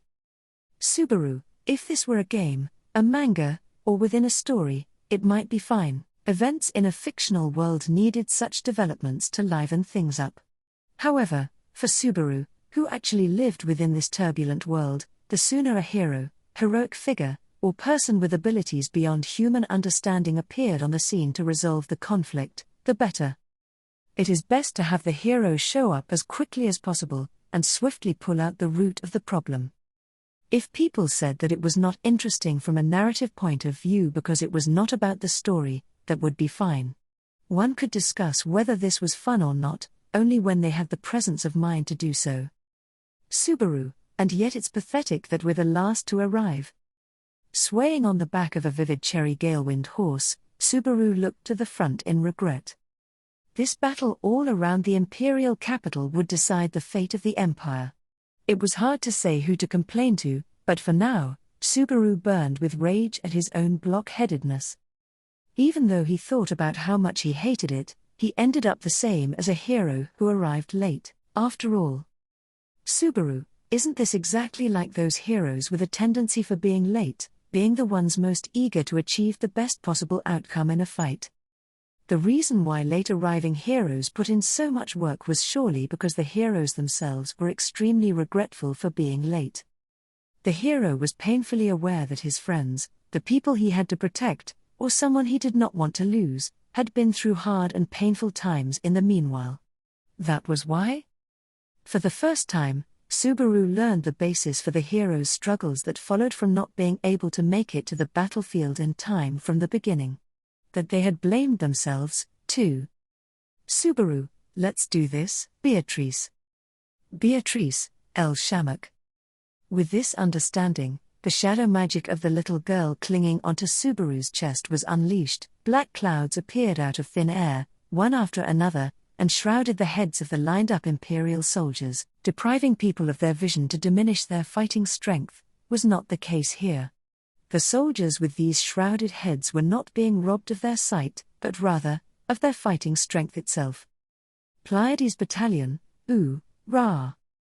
The line of Imperial soldiers with shrouded heads being frozen in place had been crushed by the first attack of the Pleiades Battalion, which came rushing in with their outlandish fighting style. Rendering them powerless in order to take away their weapons and armor, as well as break any of their limbs to leave them behind, had been the general tactic of the battalion, reflecting the fighting style and intentions of their boss, Subaru. It was not like he was hellbent on not killing anyone. Still, he chose a method that would result in as few human deaths as possible. Doing so was best for Natsuki Subaru's peace of mind, and at the same time. Subaru, I hate the Wallachian Empire. It was his revenge, against the empire that forced people to fight and kill each other, just in order to be a warrior. Schwartz, we are approaching the city walls. We need to decide whether to continue into the Imperial capital or to head to the other bastions to provide support. Shaking the ground, Gustave Morello rampaged with his extraordinarily huge visage. Appointed as the governor of the Gladiator Island and the indispensable brain of the Pleiades Battalion, he wielded his four thick, strong arms and displayed tremendous combat power, keeping the approaching Imperial soldiers at bay. While Gustave's powerful arms struck soldiers and effortlessly sent them flying over his head, Subaru saw the walls approaching, the fourth bastion of the star-shaped wall that surrounded the city. Conquering each bastion was the condition for gaining the upper hand in this siege. Subaru, what do you think, Gustave-san? How are we supposed to attack? Gustave, I am in no position to decide that. I shall just present the possible advantages and disadvantages. If we enter the Imperial capital and reach the Crystal Palace, we can accelerate the conclusion of the battle. If we go to the other bastions to provide support, we can reduce the casualties on both sides with the help of our main force. That is all. Subaru, how troubling. How troubling, but... While Gustave was dependable in keeping his cool even in the midst of a fight, Subaru hated his personality, since it never helped him make decisions in these situations. Yet, presenting the possibilities never forced one to choose. As Gustave continued to maintain the line, the Pleiades Battalion remained united without falling apart. If there was one more reason for Gustave's attitude, and the unity of the squadron. Subaru, Gustave-san. Take Hyan and half of the flag bearers to support the other battles. Whites. Take the other half and hold this position. I'll leave it to you. As Subaru had been entrusted with making the decisions on the spot, he had to exercise it properly. Gustave, I acknowledge my position. Hyan, I'm on it, bro. We're all in this boat together. Whites, of course we're in the same boat, Lizard. Since it's your request, I'm gonna listen. Hearing Subaru's decision, everyone who had been called upon replied, one after the other. He had made the extravagant decision to take both of the options presented by Gustave. Even so, that would have to be done by dividing the forces to each battlefield, but Subaru, if it's us then we can do it. One could easily see how the enthusiasm of the members of the squadron heightened further at Subaru's declaration. And that was precisely why they were comrades who he fought together with from that hellish island, before making their way over here. Idra, Schwartz, what should we do? Subaru, it's a no-brainer. We're going to make a grand entry across the wall. Idra questioned him, as he held the reins of the gale-wind horse, galloping along with Subaru. Subaru answered the obvious question cheerfully, as he pointed to the ramparts in front of him. Then, with his eyes fixed on the imposing wall, he opened his mouth and said, "Subaru, destroy it, Tanza. I'm counting on you." Schwartz Summer, you are in a good mood. Receiving Subaru's shout of encouragement, a small shadow agilely jumped out directly from his side, lifting the hem of her kimono, and kicking off the ground in a dash as she headed to the ramparts, came Tanza. She was an indispensable member of the Pleiades battalion, having come to work with Subaru through a strange quirk of fate. To be precise, the reason was, she was the strongest attacker in the Pleiades battalion. Tanza, ha! Flying like a bullet, Tanza spun in midair, followed by the getter she wore on her feet piercing the ramparts. One beat later, the robust rampart was shattered and Tanza's figure penetrated beyond it. The shockwave created a crack in the fourth bastion of the rampart, and the crack spread across its entirety. Subaru, go go go go go. Everyone, ooh.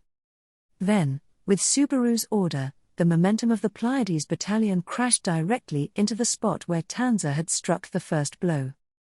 It was no longer an attack by an individual squadron member, but a blow from a single living entity, the Pleiades battalion, in which even the walls of the imperial capital of Lupagana, that had prided itself on its strength, were not able to hold back. Subaru, there was a thunderous roar and a terrible cloud of dust, and then, the ramparts were opened by force. Seeing this overwhelming spectacle, Subaru took up a triumphant pose, while Beatrice in his arms opened her round eyes wide. Beatrice, for that wall to be so easily. That's too absurd, I suppose. Tanza, that is the Pleiades battalion. Tanza descended from the dust in answer to Beatrice's horrified muttering. Dusting off her kimono, she was the sort of girl whose facial expression barely stirred, however, on this occasion she seemed to be just a little proud of herself. Even though she did not show much camaraderie, she had recognized herself as a member of the Pleiades battalion. Otherwise, she would not have been affected by the power of unity. However, Beatrice did not seem to like Tanza's attitude. Beatrice, you have an impudent expression in fact. Tanza, even if you call it impudent, this is the face I was born with. Beatrice, facial expressions are different, I suppose. They can be changed, in fact. Louis, you. You. Looking down at the clearly aloof Tanza, Beatrice, who was on horseback, went flush in the face. Then, as if taking Beatrice's side, Louis, who had been clinging to Subaru's back, also began to make a fuss. Subaru shouted, wait, calm down. To the frenzied girls. Subaru, don't fight. We are a team. Comrades. One unit. Beatrice, unit. Tanza, understood, Schwartz Summer. Beatrice, grrrr, I suppose. Beatrice cocked her head in confusion at the unfamiliar echo while Tanza bowed at it with familiarity. Knowledge of the Gladiator Island was the difference between those reactions, but Subaru's lips curved as the atmosphere seemed to become more and more like a spark for Beatrice's anger. However, rather than Subaru moving to mediate there. Damn you, prepare yourself. Subaru, boor? A lone Imperial soldier, creeping up amidst the dust created by the collapsed walls, raised his sword and aimed it at Subaru on horseback. Even if it was hard to believe, Subaru was clearly the leader of this group to this enemy soldier facing him. It was the style of the Empire to not underestimate children, even if they did not know any better. Therefore, the soldier's sword was indifferently aimed towards Subaru. Louis, wow. Instantly, the force holding Subaru from behind became stronger, and his vision changed in a flash. What happened was plain and simple. In the blink of an eye, the gale-wind horse moved, No, it teleported away from the spot it had been standing just before. Idra, what? You earth. The sudden teleportation astonished Idra, who held the reins, and then he involuntarily vomited as his internal organs were stirred up. Subaru also remembered the sensation of this unusual power Louis possessed. Then. Beatrice, Shamak. Imperial soldier, Wa? Ku. Kua. The short chanting of Beatrice clouded the senses of the Imperial soldier, and Tanza's fluid kick splendidly mowed down the legs of the stunned Imperial soldier, knocking them out flat to the ground. After this momentary display of teamwork, the two who achieved it exchanged glances from on and off the horse. Tanza, excellent work. Beatrice, you too, your movement wasn't bad, in fact. Thus, the tense atmosphere that had prevailed earlier completely changed, as they acknowledged each other. Subaru, well, it's good to see little girls warming up to each other. By the way, Louis. Don't do that so suddenly, you've turned Idra's stomach inside out. Even though it helped a lot. Louis, Subaru, good answer. Idra, take a deep breath. This might be the first and last time that happens. Idra, I'll try my best. With the power of Louis's teleport, at least one unforeseen accident had been averted. If push came to shove, Subaru would not hesitate to make use of it, no matter how much Idra was about to throw up. Subaru, not like I could handle 2 or 3 in a row to begin with. Gustav-san. Hyan. Whites. At the call of the reinvigorated Subaru, the faces in front of the collapsed wall looked back at him. One by one, they looked into the eyes of that familiar face with a firm gaze. Subaru, I'm counting on all of you. Gustav, my job is to fulfill my duties. You should do the same. Whites, let's get it. Time for the triumphant return of the Pleiades battalion in its full and imposing force. Hyan, Schwartz, will defend this place to the last. Go take that throne. Gustav's group headed off to another battlefield. Whites' group stopped to defend the collapsed walls, while Subaru left his dependable men to their respective posts as he poked Idra in the chest with the back of his head. As he got headbutted, Idra looked like he was holding Subaru in his arms as he rode the Galewind horse. Idra, well, we got in. Looks like we're the first ones. Laughing bravely, Idra rode his galloping horse over the wreckage of the city walls into the inner city. While swinging around on the same horse, Subaru had also entered the imperial capital of Lupagana. The cityscape of the imperial capital hidden within the high walls could not be seen in its entirety from the outside, but it was a methodical, orderly, and disciplined arrangement of buildings. Subaru, the city's representative, must be a nervous wreck to build it like this. If the person in question had been listening, they might have argued how impossible it was for them to be responsible for adding on to a city that was built hundreds of years ago. So, having stated this one-sided impression, the Pleiades battalion surged into the imperial capital. Their goal was Beatrice, Subaru. What should we do, I suppose? Tanza, Schwartz Summer, what shall we do? Louis, wow. Oh, you? Subaru, of course, it's obvious. Head straight to the Crystal Palace of the imperial capital. Let's rub this warm welcome straight into the pompous face of His Excellency the Emperor. Subaru, having been asked this question by all the girls at once, responded to them collectively. Beatrice, Tanza, and Louis nodded in reply to Subaru's answer, but only Idra, who was forced to be close to all of them, muttered quietly. Idra, with 4 children on the battlefield. I guess I didn't have the talent of a warrior after all. Yes, that was a fitting thought for a miller. At the same time that the Pleiades battalion led by Natsuki Subaru breached the city walls and were the first to finally enter the imperial capital of Lupagana. Surely, no one expected them to be so persistent. At the Crystal Palace, the very place that all the rebels, who were laying siege to the imperial capital in their plans to overthrow the very foundations of the empire, had set their sights on and were burning their lives to get there. The throne room was located in the most elevated, most prestigious room in the castle. With the national banner of a wolf being pierced by a sword hoisted on the wall behind it, and a blood-red carpet laid out before it, there was the throne aggregating all the authority of this empire, and the emperor sitting on it.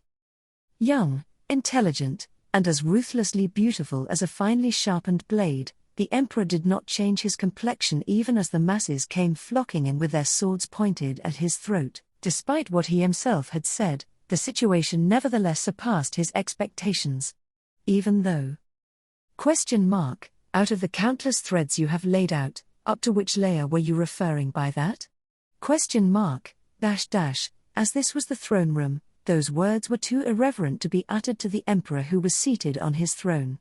However, there was neither a loyal retainer to condemn nor any soldiers to behead that insolent man, and the room echoed with the sound of the intruder's presumptuous footsteps on the carpet. There was also another inscrutable thing missing from the throne room. If there were others in the room, they would have frowned upon this fact. Or perhaps they could not even have frowned. Because in order to recognize that fact, one would need to have sufficient reason to break through the impeded recognition. A gift had once been presented to an ancient emperor from a tribe he shared a friendship with. A mask that took after the Oni clan, a clan created for the sake of killing the most terrifying existences in the world, making those gazing upon it to avert their eyes in fear of what laid on the other side of the mask. Therefore, it was not easy to recognize that the tone of voice of the person wearing the Oni mask was exactly the same as that of the emperor. Then, a presence appeared before the Emperor Vincent Wallachia, with the same tone of voice as the emperor, and walked proudly and fearlessly through the throne room as if it were his own. It was Vincent. Unsurprisingly, you are emotionless to the very core. Even when you look up from below at the throne you were ousted from like this. It was the triumphant return of the rightful emperor, who had had no recourse but to abandon his throne before. Arc 7, Chapter 106, Bastions in Chaos, Part 3. When Bastet's von Delphon noticed something strange and returned to the throne room, he found that the door to the most venerable room in the Crystal Palace was firmly closed. Closed did not simply refer to the mere opening or closing of the door. In this case, closed literally meant that the door was completely sealed off from the outside world. It was a manifestation of the intention of the master of the palace to never let anyone else enter. However, in this case, I wonder which of the two emperors' intentions is more appropriate to keep in mind for this, esteemed Prime Minister? Bastet's came to a stop as his eyes exceedingly narrowed to almost being thread-like at the clownish manner of that delicate man who was stretching out his arms and standing in front of the closed door. The man standing there with a faint smile on his face was an exception of some sort, as he was allowed to enter and leave the Crystal Palace as he pleased because of his stargazer peculiarity, making him an unexpected entity who had obtained the position of being neither friend nor foe. Bastet's, Ubilk Dono, regarding the throne room. Ubilk, I'm not going to leave you high and dry, so I'll tell you the truth. His Excellency the Emperor is present.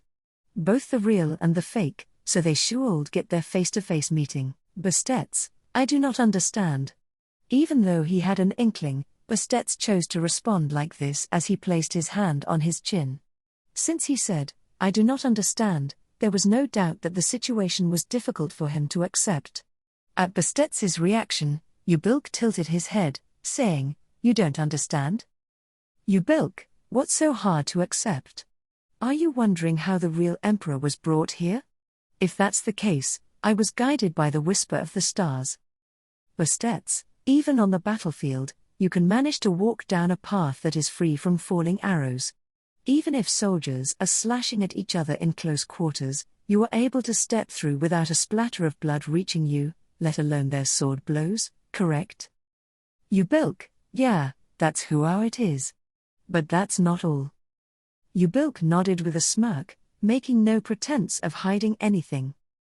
As ridiculous as it sounded, Bastet's had seen Ubilk's abnormal abilities with his own eyes. Ubilk once leisurely walked through a literal rainstorm of projectiles in the Sword Forest without suffering a single scratch. Ubilk claimed that he followed the whisperings of the stars, but Bastet's could not determine whether this was true or if it was a lie about his superhuman fighting skills. If one thing could be said for certain, then it was that he was shrouded in a force beyond human understanding, whether it was the whispering of the stars or Ubilk's own abilities. And because he was so useful, neither the real Vincent Volakia nor the fake Vincent Volakia was willing to let go of Ubilk. Everything was. Bastet's, you will serve as a guiding light for the purpose of preventing the great disaster. Ubilk, not out of acknowledgement of my own humanity? Bastet's, if anyone was to be called forth to the Crystal Palace because of his humanity, it would be General First Class Goes. Aside from him, everyone else would be called due to their abilities.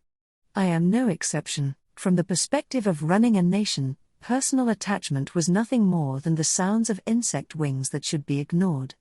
That was Bastet's view, and it was almost certainly the same view held by both Vincent Volakias. It was not a question of good and bad, or likes and dislikes, but rather a topic that should be discussed from the perspective of necessity. In that regard, Bastet's was only a necessary cogwheel at this point. If his position were to become unnecessary or worthless, he would have no qualms about being removed. Ubilk should not deviate from his required role as well, regardless of his resolve. Bastet's, if you were aware of this, you would not have overlooked this plot of mine and His Excellency who sits on the throne now, would you? Ubilk, could it be that you consider my actions as betrayal? Task complicated. After all, in order to betray, you have to be trusted first. Or, do you trust in me? Bastet's, no. Good grief. Ubilk, right? It hurts me to say it, but. Putting his hand on his forehead, Ubilk looked amused as he said how much it hurt him. Whether this was out of placidity or something else, Bastet's had never witnessed him failing to keep a straight expression. He had never thought of this as unpleasant before, but at this moment, he considered him an eyesore for the very first time. The real Vincent Volakia, who was banished from the Crystal Palace and had given up his title as emperor, now he had been brought through the door and drawn to this decisive scene. Ubilk, let me answer one question, esteemed Prime Minister. I haven't changed my standpoint. Bastet's, what standpoint, exactly?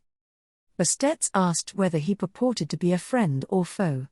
When Ubilk heard that, he put his hands together in front of his chest, making a sound that echoed through the air. Ubilk, of course, I wish to avert the great disaster and maintain the peace and quiet of the Volakian Empire. Bastet's, For that reason, the confrontation on the other side of this door is necessary? Ubilk, yes, that's right, everything I do is for the sake of that.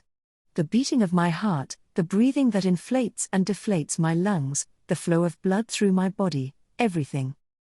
Bastet's, Bastet's remained silent at Ubilk, who continued to tap on his own chest. Ubilk's unchanging smile, unwavering demeanor, and somewhat devilish gaze seemed to be sane and serious in Bastet's eyes.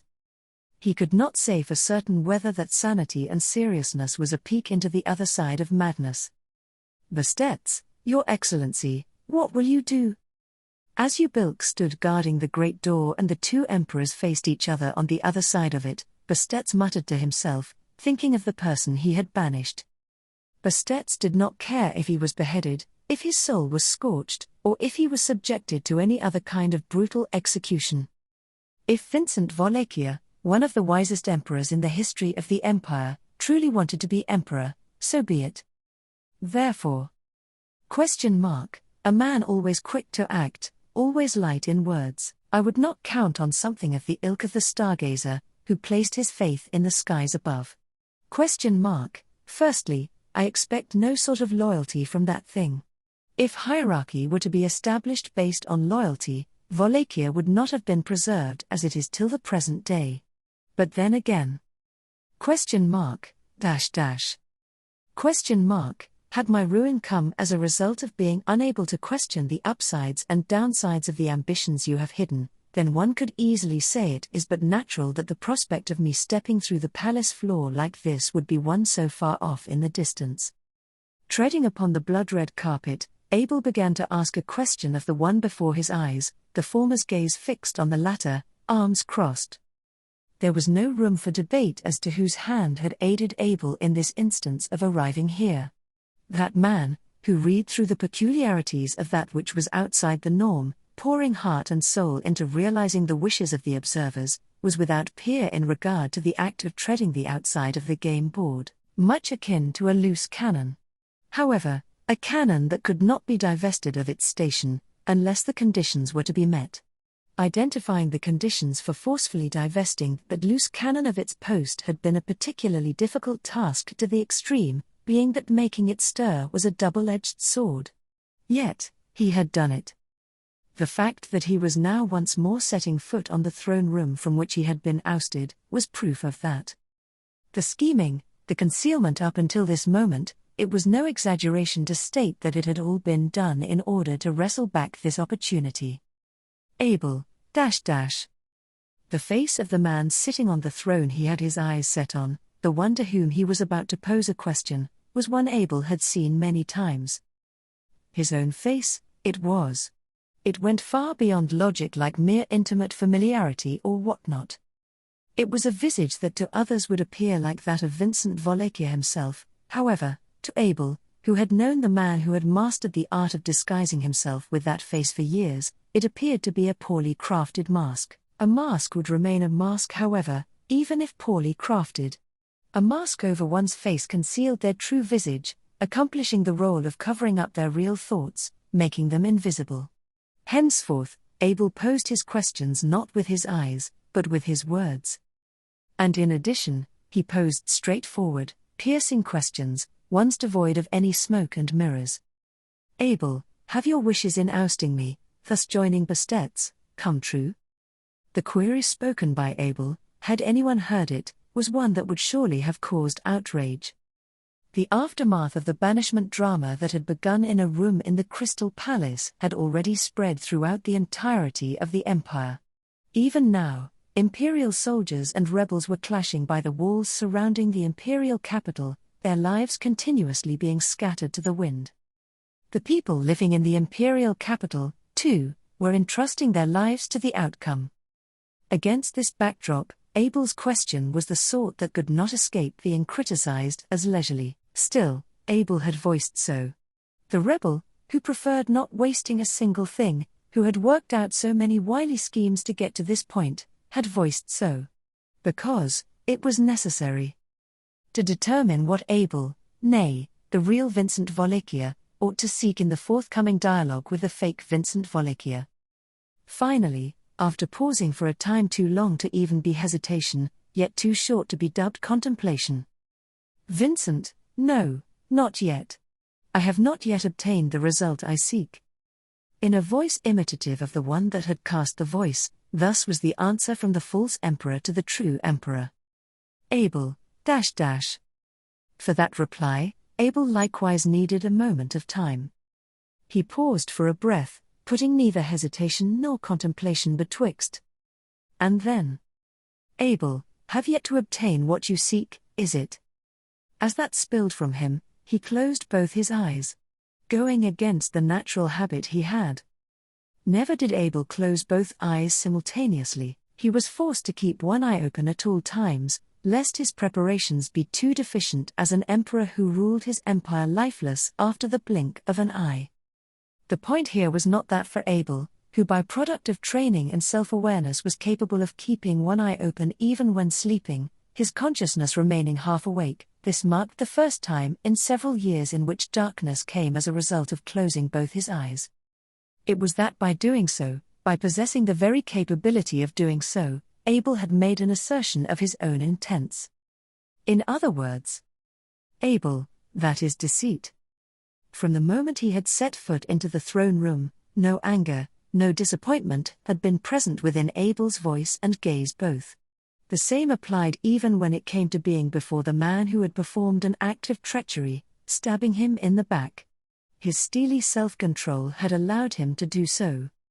Here, Abel's voice, which had assiduously rejected all emotion, was for the first time laced with a tone of disdain which he had stopped concealing, directed towards the person who had disguised himself in his own visage.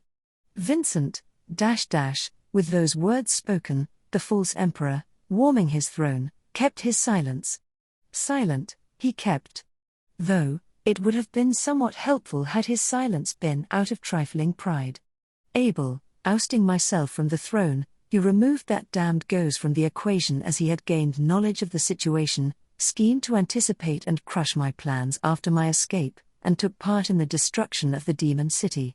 The smoldering embers have spread to the entire nation, permitting that the bounds of the imperial capital, a place where rebels armed with their designs of insurrection have never been allowed to reach, would at last have their tainted, boorish feet enter it.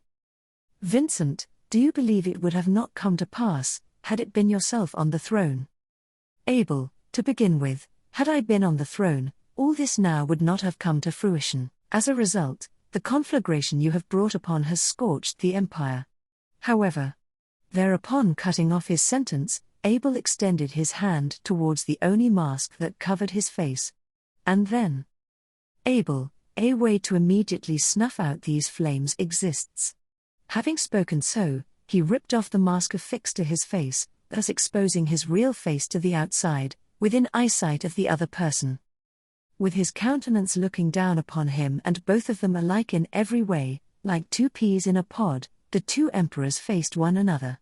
Real and fake, a perfect mirror such that none would be able to detect discrepancies. Abel, He was a wise man. Abel's actions and words would have conveyed his intentions clearly. With matters having come this far, he had sufficient understanding of his disadvantageous position, of the difficulty in fulfilling his plan. It was time for the irresistible waves of reason to sweep away the schemes that had been hatched. If the obstacles they had set their eyes on, if the great disaster to be fought against were both the same, that would be only logical. Henceforth, Abel, he was about to announce his intent to return to the place he was supposed to be. He would issue a decree difficult to oppose, thus settling the battle initiated by foolish reasons. And, it happened just prior to that. Vincent, Your Excellency. That one expression cut off the rest of Abel's words. It was an expression that ought not be stated, with that appearance, with that voice. Deprecating oneself and putting the one it was directed to at a higher standing, it was a stupid statement from someone who had lost awareness of his own position, which ought not happen. The moment it was heard, Abel's words were interrupted for a beat. Perhaps, that was the second time Vincent Volachia, had had his expectations betrayed in the Crystal Palace, a possibly fatal moment. On the first occasion, he had been ousted from the throne, and now, on this second instance, Vincent, slipping into that momentary gap, the false emperor rose from the throne.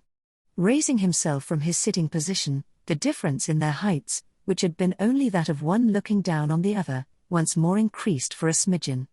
However, that notion vanished in a blink's worth of time. No more did it matter. The reason for that being, Vincent, your one lapse was in having a bird's-eye view of the board. The figure informing him of this had closed the distance in the time of a sole breath, looming before Abel. Inside the Crystal Palace in the imperial capital of Lupagana, one true emperor and one false emperor were within breathing range of each other. At that very moment, various changes occurred simultaneously all over at the places where the imperial capital was being laid under siege. Each of them was caused by different feelings and beliefs, but they all had just one thing in common. That one thing was that none of the changes occurring at these places were desirable. El Fula. Wielding a wand in their hand, they created a gust of wind in the parched air of the battlefield. Ordinarily, this magic would focus on precisely slitting the opponent's throat with minimal effort. However, Ram realized that this would not be effective against the enemy on this battlefield. Forming a horde, stone golems were standing in her way as if they did not have a life of their own. They had nothing akin to a self-consciousness, they attacked approaching objects mechanically, and although they were humanoid in shape, they lacked what one would call the vital points of the human body. Whether their heads were removed or their limbs were severed, they attacked their enemies using the remaining parts of their body as weapons. Therefore, Ram's signature tactics were ineffective. But she could not just throw the towel like a genteel damsel who was completely incapable of doing anything on her own. Let loose. In response to the glaring Ram who stepped towards the horde, a line of brown-skinned war maidens likewise pressed forward on the front line. The people of Shudrak fearlessly pushed onto the battlefield with their bows poised, their arrows drawn, and their shots fired at the encroaching obstacles of stone. Applying her wind to each of their arrows, Ram forcefully tried to scatter the problem. The wind-borne arrows were vested with speed and rotation, and the moment one struck a stone golem, the arrowhead would emit a burst of wind with such a penetrating force that it shattered the stone golem. The arrow would continue with unrelenting force and directly pierce into the stone golems behind it in a chain reaction, causing the same destruction and increasing the damage. With just a single arrow fired, 2 to 3 stone golems would collapse as a result. In addition to that, Ram, Fula. The whispered, delicate chanting would create a wind of a different wavelength than the destructive one, and blew the earth apart almost caressingly to scatter the stones. At once, the arrows that dropped to ground after they had destroyed the stone golems would whirl up and be returned to the hands of the running Shudraks, just to be knocked, released, and then defeat the stone golems again. Again and again. Ram, Fula, El Fula, Fula, El Fula. The alternate chanting, the rapid use of the magic in succession was like a delicate motion combining the selfsame system of the magic. The people of Shudrak, who had nothing but respect and admiration for the Volakian Empire that had mastered the art of warfare at the expense of developing magic, could not comprehend this extraordinary skill. It was like she was threading a needle with her eyes closed and her hands tied, or the superhuman feat of putting the selfsame thread through 10 or 20 holes simultaneously. Because of the arrival of Ram and her highly effective wind magic on the battlefield, the Shudrak's breakthrough power had swelled several-fold. The women warriors, having been left behind with Zika Osman's faith and sentiments, were using their consequently preserved strength to crush the forces of the nearly impenetrable third bastion. How pleasant. To be able to shock both friend and foe. With glossy black daggers gripped in her hands, Myzelda said this as she raced across the battlefield. Although she had a prosthetic leg in place of the one she had lost, her unfaltering gait gave no sense of deficiency. Myzelda overtook the front line of the battlefield where the arrows of her allies flew about mercilessly and, swinging her daggers in both hands, she smashed the stone golems like a storm and opened a hole in their group. Sister will dodge them on her own. Don't stop. Let Ram's wind carry our spirit. Tarata, who herself had a bow in hand, fired 3 shots in the same time the other Shudrakians took to fire 1, and with her eyes fixed on the back of her older sister rampaging on the front lines, she made an appeal to her brethren. In accordance with that, as the arrows of the Shudrakians dealt a crushing blow to the group of stone golems, Zika and the others who had picked their lives back up after they should have been thrown away, charged in to destroy their battle formation. Move, move, move. You small fry stone golems, you won't take over this battlefield. Letting loose a vulgar voice at the head of the group, there was a man with an elegant, flowing swordsmanship contrary to his apparent character. With a killing sweep through the stone golems, the man with an eye patch leveled the battlefield in a single move. If one went by what had been described so far, it was a war situation that could probably be labeled as overwhelming superiority. However, Zika, pull back. Mounted on the back of a gale-wind horse with a beautiful coat, Zika shouted, and the group running on the front lines immediately split up. Right after, a wall fell from overhead towards the center of that group. A thunderous roar and violent tremor engulfed the land, a phenomenon that without exaggeration was like fighting a fort itself. The threat of Mogoro Hagane, who had become one with the city wall, would not diminish no matter how many stone golems were chipped away. Literally, with one swing of Mogoro's arm, the progress of the battle they pushed into was repelled in the blink of an eye. Rather than seesawing evenly, the battle had been unfolding with one step forward, followed by 2 steps back. But Ram, what?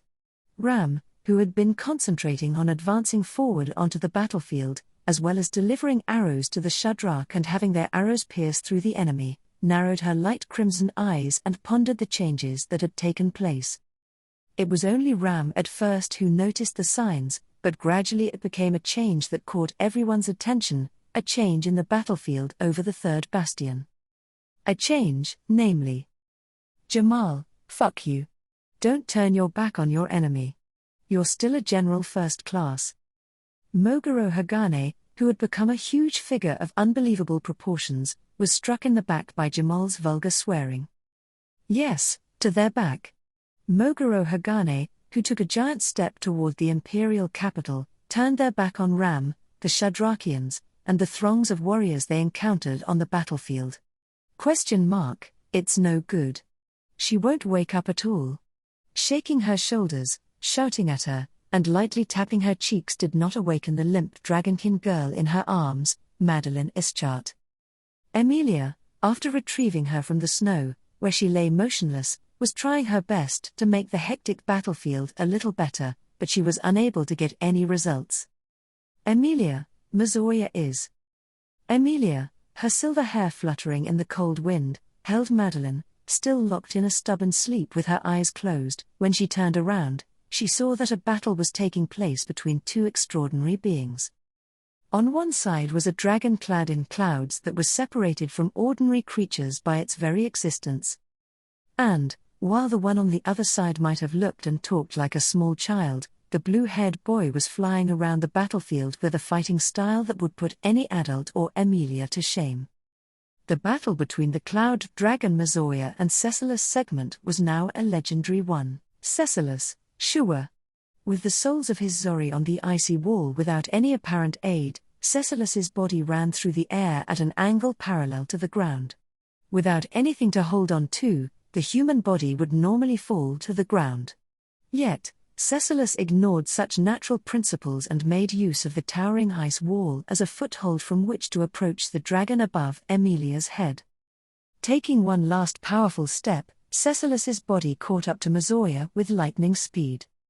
Mizoya flapped its wings and tried to keep its distance, but it was at the mercy of his maneuvers and was defenselessly hit by the slash of an ice sword to its exposed neck after Cecilus avoided its swinging claws. Mizoya, grrr. The dragon's cry of anguish, quite unlike a dragon's, and the high-pitched sound of the ice sword shattering against the dragon's neck conveyed the end of it to those around it auditorily.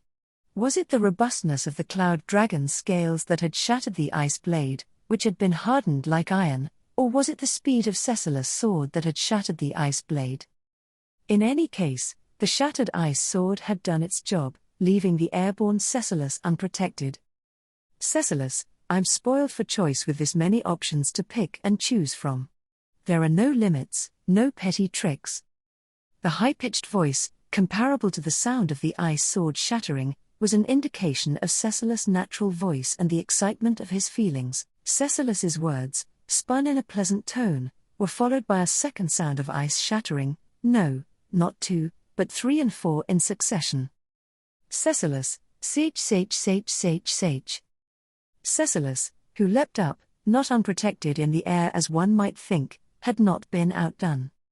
He pulled out a myriad of ice weapons created by Emilia, icicle-line weapons, one after another, which he had shoved into his clothes. From his back, his waist, and between his thighs, the items Cecilus had picked up while catching up with Mizoya, who was escaping into the sky, had been swung one after another by Cecilus' hands while in the air, peeling off Mizoya's scales. Swords, axes, spears, and hammers of ice violently ran wild, and the cloud dragon was put on the defensive. Or perhaps even that expression was a misnomer, seeing as it was unable to defend itself. Emilia, wow. Her eyes were able to follow him because she was far away in a spot where she would not get caught in the crossfire, but if Cecilus were to move right in front of her, Emilia would probably not be able to follow his afterimage. Having seen that level of surprise, then perhaps Cecilus would be able to defeat Mazoya even if Madeline did not wake up. Though her heart was not in a state that she would not feel frustration at that. "Emilia, you're fighting for someone you care about too, aren't you?" Emilia lowered the corners of her amethyst eyes at the sight of Madeline's unconscious sleeping face. Madeline had always been hostile, angry, and unwilling to listen, but Emilia did not know her well enough to dislike her for it. What she knew was that the reason she was angry was due to her feelings for someone she cared about, and Mazoya had come down to help Madeline in this way. If this Mazoya were to die while she were asleep, what kind of situation would Madeline's mind be forced into? "Emilia, Madeline, wake up. Wake up already." They were in the middle of a battle. Moreover, Cecilus had saved Emilia's life from peril.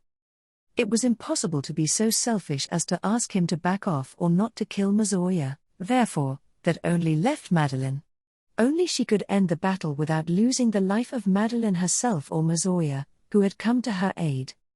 Cecilus, oh, I see. So the wings joint is weak.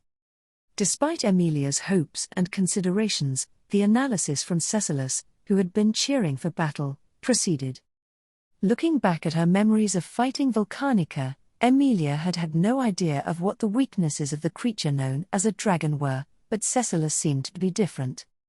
Cecilus' sword strike had hit the joint of the dragon's wing, as he said, as he continued to fight in the air using the dragon's body as a foothold, not falling out of the air and dodging the attack of the wings and tail that tried to fling him away. In an instant, the nature of the scream changed, and blue blood dripped onto the white snow cover. Beyond its sturdy scales, it was proof that a slash had bypassed them. "Cecilus, if a dragon were to lose its wings, what would make it different from a ground dragon? Have you had a chance to learn how to fight while on the ground in your long lifetime?" He was not mocking or belittling it. Cecilus's tone of voice had remained the same. If anything, he was saying it to hype himself up. But even Emilia was convinced that what he had been saying was about to become a reality. If Emilia was convinced, Mazoya, who was being directly swung at by the sword, should have been even more convinced. A dragon with its wings cut off and fallen to the ground. Emilia, who had no wings and was not a dragon, could not imagine how unbearable that would be. But she could see how it would take away Mazoya's chances of winning. It was hard to believe that Cecilus, who could not be kept up with even in the sky, could be kept up with on the ground. "Mazoya, this dragon is." A moment later, Mazoya's low voice boomed, trying to sweep aside the impending humiliation. Kicking Mazoya in the flank, Cecilus leapt up and his slash drew near the joint of its wing. Just before it hit, it did a spinning drill and flipped from down-facing to upward-facing in midair. Mazoya's draconic arm reared up in front of Cecilus, who was aiming for the wing. A human body could easily be torn apart if it were hooked in either the claws or the scales. Emilia almost screamed that even Cecilus, who could move fast, was no exception. But Emilia's scream was not at the death of Cecilus, but at another sight. "Emilia, Hui, that was a close one." The swinging arm of the dragon had certainly caught Cecilus in midair. However, Cecilus aligned his soul against the dragon arm striking at him, allowing him to run alongside the arm while it unleashed its ferocious blow. He began to run near the dragon's elbow after he launched himself using the tip of the dragon's claw as a step-hold. He was able to convert a strike that would have blown his body apart on impact into an opportunity to run and jump out of the way. It was his ridiculous foot speed that had allowed him to escape an otherwise certain death. "Cecilus, Beauty-san." "Emilia, yes." Being called a beauty, Emilia was at loss for any words of modesty in response. Instinctively sensing why she was being called, Emilia leapt away from the end of the dragon's arm and cast a new ice weapon in the vicinity of Cecilus, who landed on the ice wall. Cecilus quickly picked it up and turned to Mazoya, who was about to give chase, and bent his knees in preparation for another leap. The open distance, which could be closed in the blink of an eye, was Mazoya's chance for victory, as it was in a position where no attacks from Cecilus could ever reach. Naturally, Mazoya would put all of its energy into this. At least, it should have. Cecilus, Cecilus tilted his head while he crouched down to get ready for an immediate attack. Despite the tacit understanding and his stance of giving up the first move, the expected attack did not arrive. Emilia seemingly had the same doubts as Cecilus. Before she even knew it, Emilia understood that this was the final line deciding over victory or defeat as she was pushed to her limits. And yet, Mizuya did not move. On the contrary. Mizuya, Immediately before this moment, Mizuya had tried to swing its dragon arm to obliterate Cecilus. It stopped moving in midair and its white eyeballs with identifiable black parts stared at a single point, not at Cecilus, who tried to push it into a corner for a taste of humiliation. Aside from Cecilus, who was posturing on the ice wall, and Emilia, who was cradling Madeline, there was another presence that Mizuya could not ignore on this white-dyed battlefield. Mizuya, still as if it had been struck dead, raised its gaze even higher into the sky. It stopped and gazed towards a point in the sky much, much higher than its own. Emilia, is there something flying? Emilia followed Mizuya's gaze and focused on the ashen, snow-laden clouds. Even higher in the sky than where Mizuya's huge body floated, there was a shadow of something flying just barely visible to Emilia's eyesight. The only options Emilia could consider flying in the sky were the dragon in front of her, the flying dragons that flew in numbers across the battlefield, or Roswell getting sidetracked during his travel time. And Mizuya, it can't be. Mizuya flapped its wings as it muttered this. The body of the idling dragon resumed its movement. However, it was not a move to unleash a decisive attack like the one just before. Cecilus, wah? Hey, wait, this can't be happening? As soon as Cecilus saw its movement, his expression trembled with the greatest of shock. Until then, his expression had seemed to be happy regardless of what was done to him, but now his eyes hastily turned monochrome. That was only natural. While he had expected his opponent to jump in, it was Mizuya turning its back that was so unbelievable. Mizuya, Not heeding Cecilus's voice, Mizuya flapped its wings and tore through the sky. Once the dragon decided to fly and started moving, its speed was extraordinary as it turned back and rose into the sky so swiftly, like an arrow being shot with full force. Cecilus, you think I'll let you do that? In order to prevent the flying dragon from escaping, Cecilus bent his knees not for a counterattack, but to explosively unleash the required strength from his legs to chase after the flying dragon. The small body made an incredible thrust, causing the thick, huge ice wall to crack and crumble, starting from his soul, as Cecilus's body leapt away. In a straight line, Cecilus's figure surpassed the dragon's speed and he closed on its wings. He drew closer, and closer, until Cecilus, damn, looks like I can't reach. No matter how fast Cecilus was on his feet and how far he could leap, he could not erase the distance to the dragon which was already in the sky.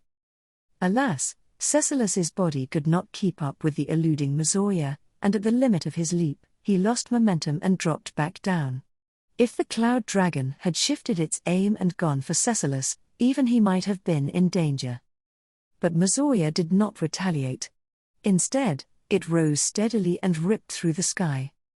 And Cecilus, it's heading into the imperial capital?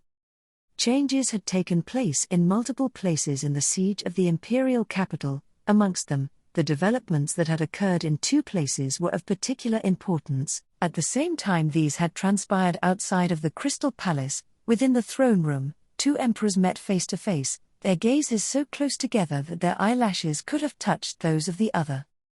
Abel, The rebel ringleader, Abel, had been a move behind, however, he switched gears on the spot. He leaned forwards as to play his best move, or rather, to play the next best move he had, against the person donning a visage identical to his own, who had approached his immediate front before his eyes. Abel, HK. A sharp strike was delivered to his left clavicle, his thoughts soldering red from the severe blow.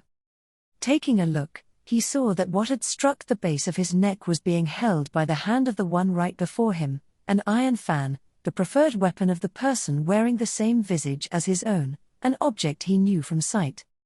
Handling that weapon took something special, and he had harbored doubts of just how powerful a thing it was, many times in the past. Abel, the fact that he had attained the answer to his past questions, the pain penetrating his brain, he consciously excised them both from his thoughts. Picture in your mind the priorities of the present moment and immediately formulate measures to address them. Taking into consideration a combination of feasibility and effectiveness, alongside your injuries, arrange the priorities. But, Vincent, this is not a board game. This is why you are not worthy of being a warrior, it feels. 1. Faster than Abel was able to choose from the myriad of options that had emerged within his head, the warrior displayed the techniques that had permeated his body, his veins, rather than his head. Mercilessly twisting Abel's arm, he snatched away the thing which was held by the now weakened limb, and in the moment following that, Abel's vision was covered in dark for an instant. Abel, Has he crushed my eyes, or have my eyes been blinded in some way?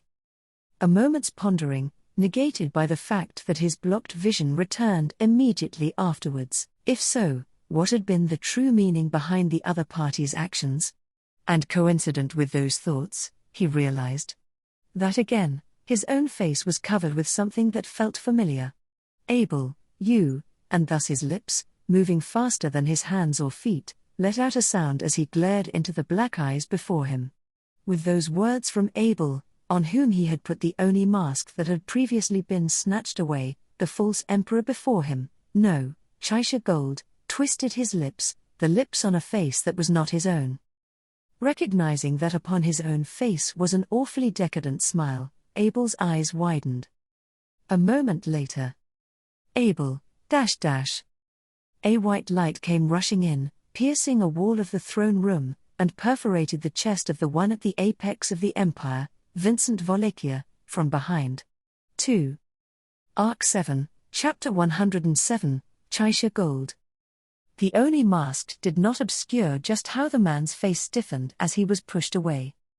An expression of that sort would easily lend itself to misinterpretations. Despite his cleverness, or perhaps because of it, the emperor would often abridge his statements, even when unfavorable, and his countenance was no less taciturn than his mouth. If there was somebody able to seize the truth behind that expression, it was probably himself, who had spent several years at the emperor's side. Chaisha, or, perhaps, were it the emperor's little sister, whom he held sacred in every sense of the word, at this place, would she figure it out as well? In any case, it was pointless to make comparisons now. After all, in this minuscule, isolated place in time and space, nobody was present other than himself. Cheshire Trim, would you be willing to die for my sake? Upon their first meeting, having disclosed his name, he received a question treating matters of life and death in exchange. Cheshire, 14 years old at the time, had believed himself to be mature for his age, but meeting that boy, 2 years younger than himself, forced him to reconsider. What the youngster before his eyes exhibited was true maturity, whereas his own case was mere conceit. Once the question came out, the boy awaited with his black eyes fixed on him. His hair and irises, both black as if imbued with shadows, were considered uncommon traits, even in a land so rich in racial diversity like the Volakian Empire. Although Cheshire's eye color differed, he likewise had been born with black hair. For that, he would often become the subject of mockery, so he could sympathize with the boy. Or maybe not. It felt nothing short of insolent to think that they shared something to sympathize over. Physical characteristics, however rare they may be, amounted to trifles when compared with what actually made the boy a special. Superficial coincidences aside, the child's very origins elevated him far from ordinary folks, and that refined, precocious attitude was also a product of his upbringing.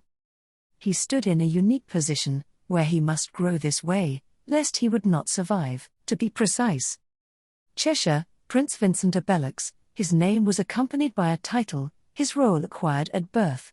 This black-haired youngster, Vincent, was the son of Drazen Wallachia, sovereign of the Wallachian Empire, and therefore one of several children bestowed with the possibility to one day stand at the pinnacle of the empire. He had more than 20 siblings possessed of similar qualifications, but that did not devalue his noble blood in the slightest. Regardless. Cheshire, Cheshire reminisced on his course of action heretofore, seeking to solve one doubt: how had he ended up encountering such an outstanding lad, not to mention riding the same carriage as him? All had begun with a simple act of assistance. He had come across a stranded carriage, its wheel stuck in a ditch on the highway. Pushing and pulling, many attempts were being made in vain to release it. He approached the scene and freed the lurched carriage from the deep ditch by inserting a board and utilizing it as a lever. Much to his surprise, that vehicle belonged to the lord of the Abelix domain, and aboard sat that individual famous for his rise to headship through the miracle of Abelix, Vincent Abelix himself. Miracle of Abelix was the name given to a rebellion that had begun with a vassal of the house of Abelix betraying their long-lasting patronage by conspiring with another family. But albeit their tactics had been brilliant, they had suffered defeat at the hands of an 11-year-old commander. In the end, all conspirators had been massacred. His household's members and soldiers having given in to distress and disarray, Vincent, whose name remained unsung back then despite his princely status, had devised a plan for them without delay. By exercising his prodigious finesse, he had thus achieved victory. The vassal behind the rebellion had underestimated Vincent as an enemy, judging him to be an easy prey whom they could behead for a trophy. Those presumptuous delusions had become the cause of their demise. Facts came to light, as did apocryphal rumors, giving him quite the outrageous reputation. As a civilian of the empire, Cheshire heard the stories as well, but he had never pondered the odds of getting involved with him, yet here he was, by a twist of fate, in front of the person dreaded by the public. And then, that had been cast towards him. If he was willing to die for him or not. Cheshire, Whatever had he aimed to earn with that inquiry, Cheshire could not discern. In the first place, he had been invited aboard for two reasons: to thank him for releasing the wheel, and to bring him into the mansion. Of course, Cheshire held not the right to decline. No matter how much he resented this, his opinion carried non-existent weight.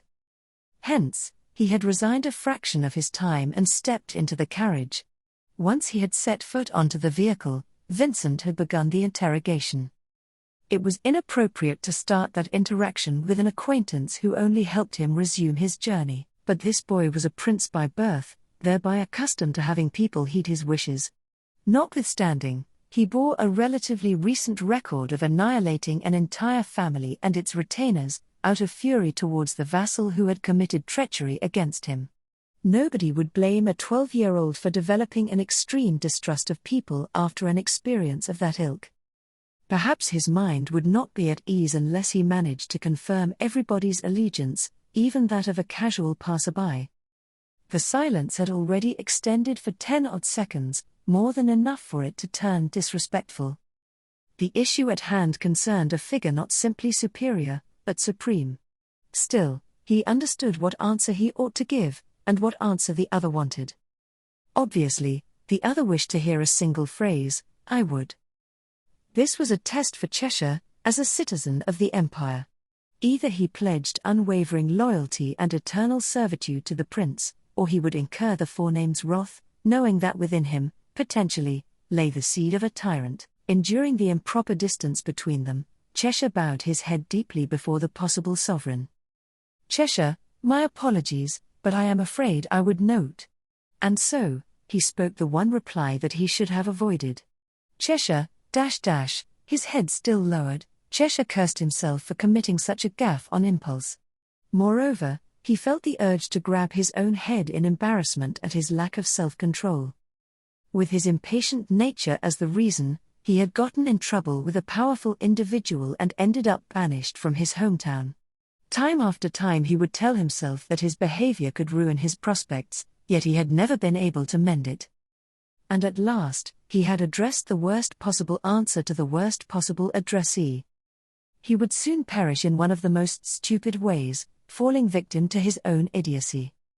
However, he could not act brazen enough as to give the desired answer in the desired manner to a question about death, much less with the overbearing tone in which it was delivered. If his heart were to shatter, were his pride to be extinguished, then, as far as he was concerned, even if he still breathed, he was dead too. He did not cherish Wallachier's praxis, but he was nonetheless a man of the empire. Therefore, he held no regrets towards his response. If anything, he felt sorry for taking his pitiful frustrations out on a boy who had merely sought something that would assuage his own trust issues. At least, that guilt would disappear once the rageful blade unattached his head from his shoulders. Vincent, perfect. Maintain that outlook, for you shall be serving me hereafter. Cheshire, I will. Vincent, do not end your affirmations in a rising tone. Otherwise, they shall come across as interrogative. Cheshire, it wasn't that you heard it wrong, I intended for it to sound that way. So, does this mean you will not execute me? Vincent, seconds after securing you? That would be senseless. Closing one eye, Vincent scowled with a hint of annoyance. Receiving a meaningless question irritated him, yet he did not protest when denied a vow of loyalty. Cheshire found that strange, but he kept his composure and re-examined the situation. For some reason, Vincent seemed to overlook Cheshire's irreverence. Far from that, he seemed to consider recruiting Cheshire as his retainer. Cheshire, I apologize, but I cannot wrap my head around this. Is it a hobby of yours to jest with those you intend to kill before taking their lives? Vincent, do tell, why do you insist that I kill you with such obstinacy? That is far more incomprehensible, I dare say.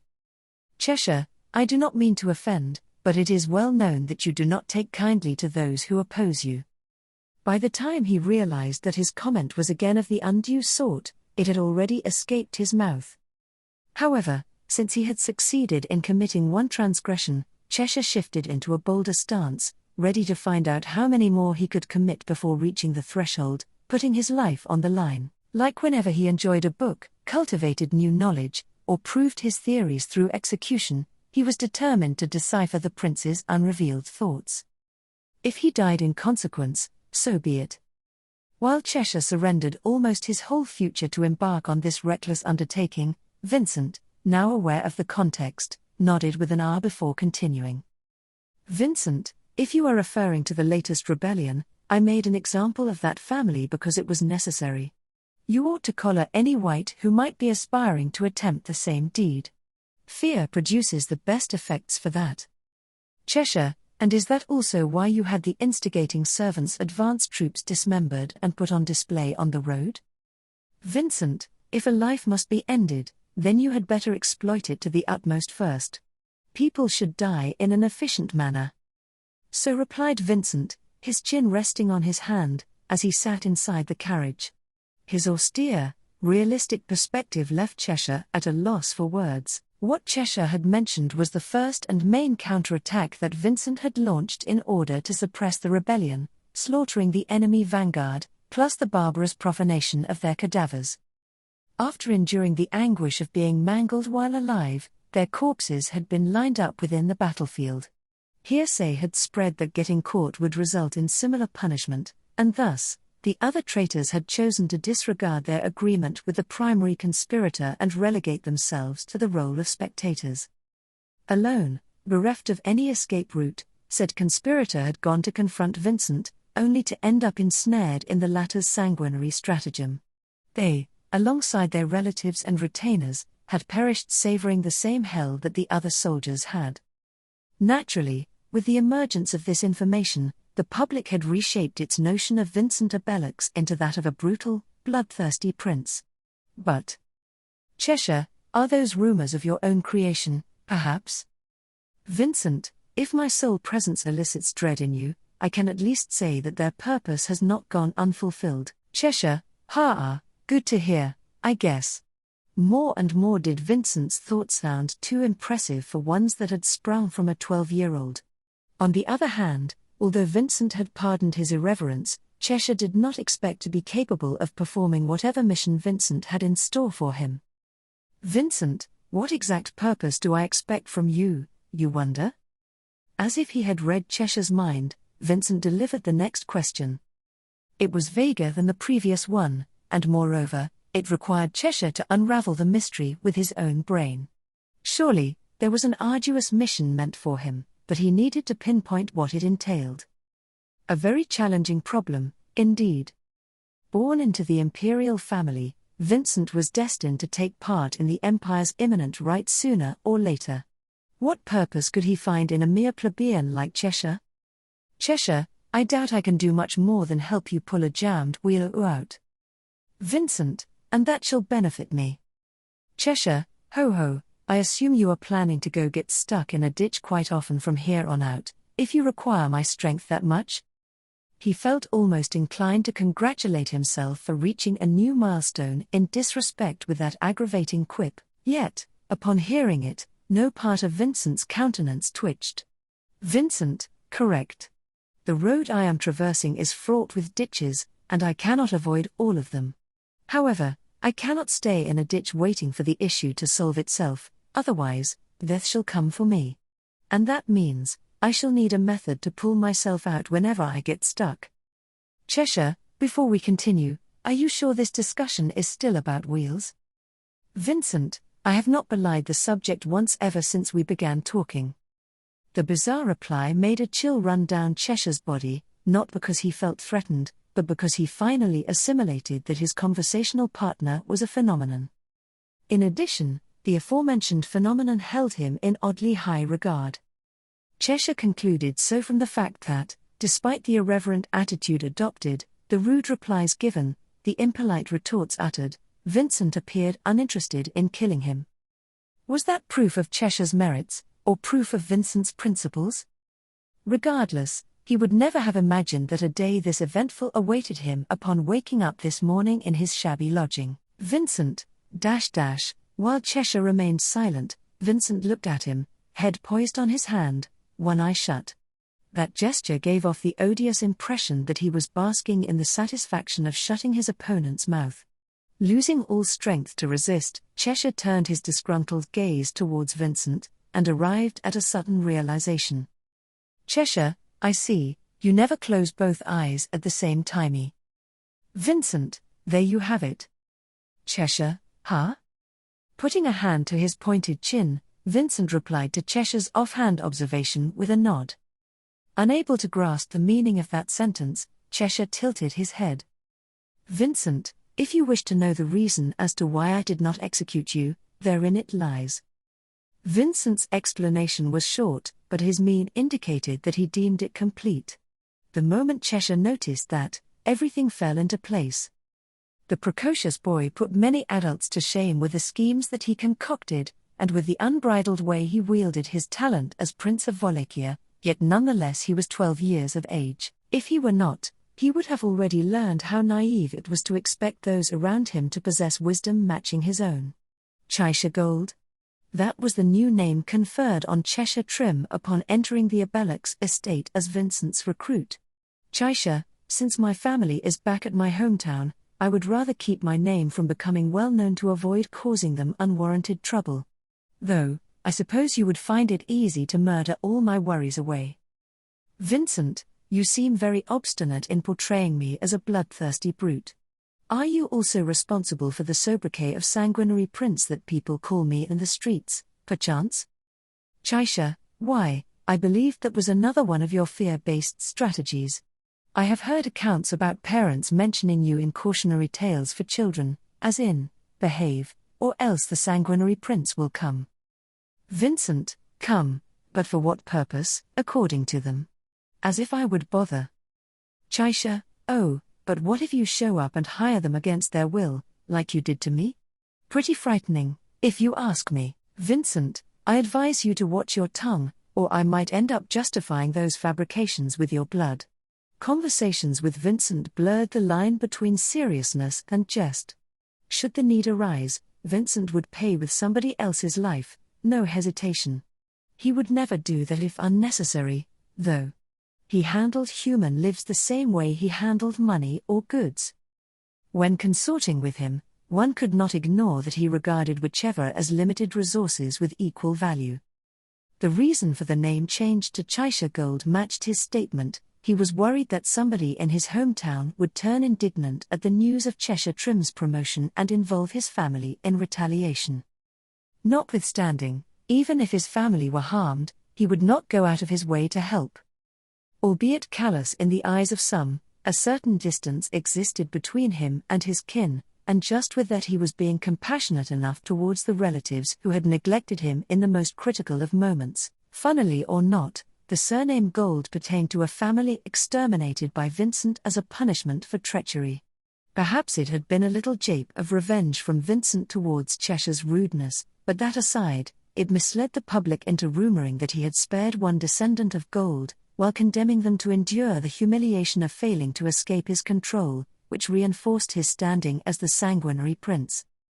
As for the first name, Vincent had suggested a single-letter modification, so it sounded similar to his original one, just like Cheshire had hoped. Since he had had no motive to complain, and no malice seemed to be implicated this time, albeit adjudging it frugal, he had approved the idea. Despite everything, after a lifetime of being ostracized for his proclivity to theory over practice and for his social clumsiness, Cheshire's rebirth as Cheshire brought a welcome change. Never could his remote village have provided him with so many books and activities to indulge in. He had gotten the opportunity to resettle, far from those who had unjustly scorned him for being inept at tilling or harvesting the fields, and he would never trade that for anything in the world. However, Vincent, we are in the next ditch, Cheshire. Prove your utility. Every time, those words warned him that Vincent was about to harass him over a problem leagues above stuck carriage wheels, initiating a discussion that would persist until a solution sprang. Vincent's drive made him a force to be reckoned with. In what way did Vincent view and perceive the world, tackling various issues at the same time, with consistent focus as well, despite bearing two eyes and one head like ordinary men? Sure enough, a lord held the duty to involve himself in his domain's matters, but it was an unscrupulous thing to anticipate from a 12-year-old, even more so when he lacked adult figures to rely on. But any commiserations that an outsider might direct at Vincent would disperse upon being faced with his performance. Being associated with Vincent demanded a vast array of specialized knowledge from Cheshire, which granted him no time to loiter. As soon as they solved an issue, a new one appeared. Sometimes, another issue would surge while the current one was still at hand. And while he racked his brains over those different problems at once, the Abelux domain continued evolving. The quality of life improved, while the residents' initial apprehension transformed into commendation.